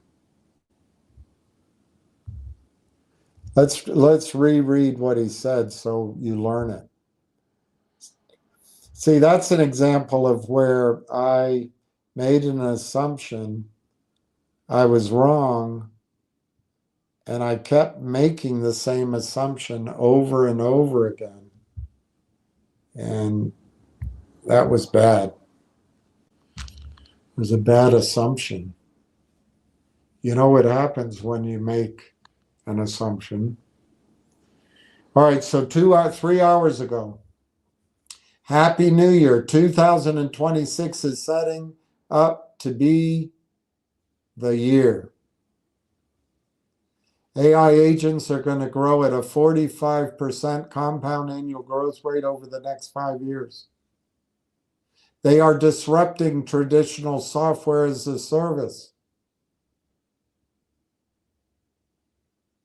They'll have an effect on Constellation Software. See, that's why I think Constellation Software is a buyer. You can expect every app, whether mobile or web, to be updated with agentic functionality. You need a data center. You can expect every new startup to be built with AI function or built upon an ADK, an agent development kit. Apparently, most of the software built to date has been built on Microsoft to SDKs. Natural buyer. Anyway, so with all of this said, I'm excited to introduce to you what we've been doing all this time. Our new site is Railtown AI, and it's live today. It has 3 technologies, 3 core technologies. It's our development platform. RailTrax ADK, Agent Development Kit, builds the agent. Rail Engine, real-time event-based ingestion engine, feeds the agent. Conductor, agent manager, observes the agent. All three technologies work independently or as one complete end-to-end kit. Please dive in and check it all out at Railtown AI. More to come. Mordecai.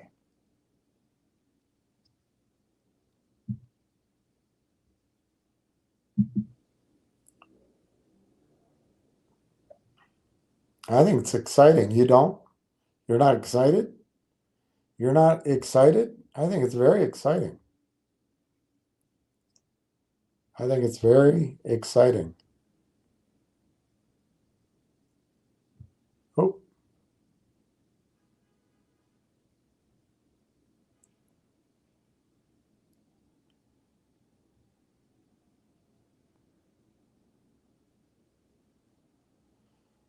I've been renewed.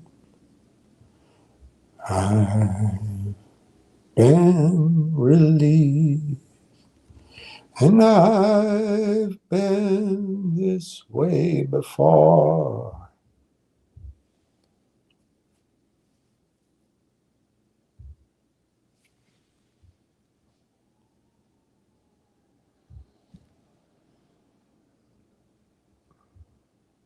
No, I've seen your eyes before, and I'll see your eyes again.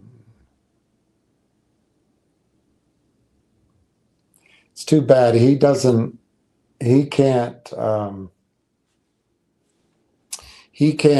sing anymore. And I've been renewed. I've been this way for.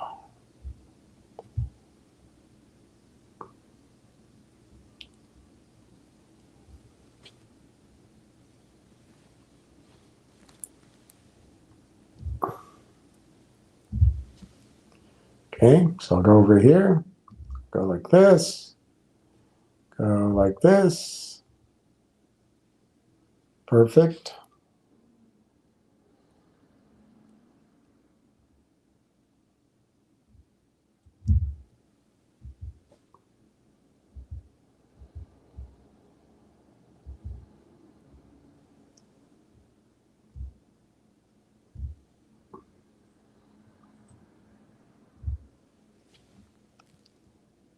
All right. I was just putting his post up. Ward Richardson, you're right. Rail Engine has been released. And Steve claps to that. Giuseppe says, Buonasera, William, and to all the good people here. I'm late, but I will catch up this evening. Don't you worry. Ward Richardson, William, RT webpage, Dan Lincoln. I just went to the webpage, and more to come. David Hensley, been working lately. MMTLP is gone. Get over it. Make it back on rail. I think that's right, but I also think you can have hope for next bridge. And you know what? If we make money in rail, we may be offered an opportunity to invest in next bridge. Anyway, it opens up all sorts of optionality. What if you can take your destroyed, battered, smaller, in my case, small, just plain small account, and get it to some size, then we can start doing some things. Ward Richardson, William just finished greasing rail engine, hooking up the stock cars now. That's great. That's great. This is awesome. All right, I think I've I've bored everybody enough today.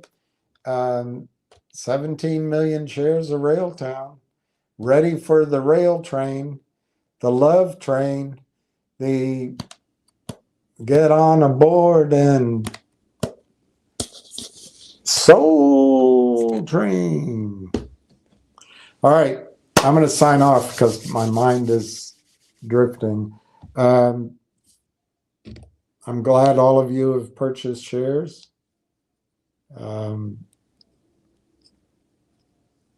And I still stand by that you know things that others don't know yet. Do you know it perfectly?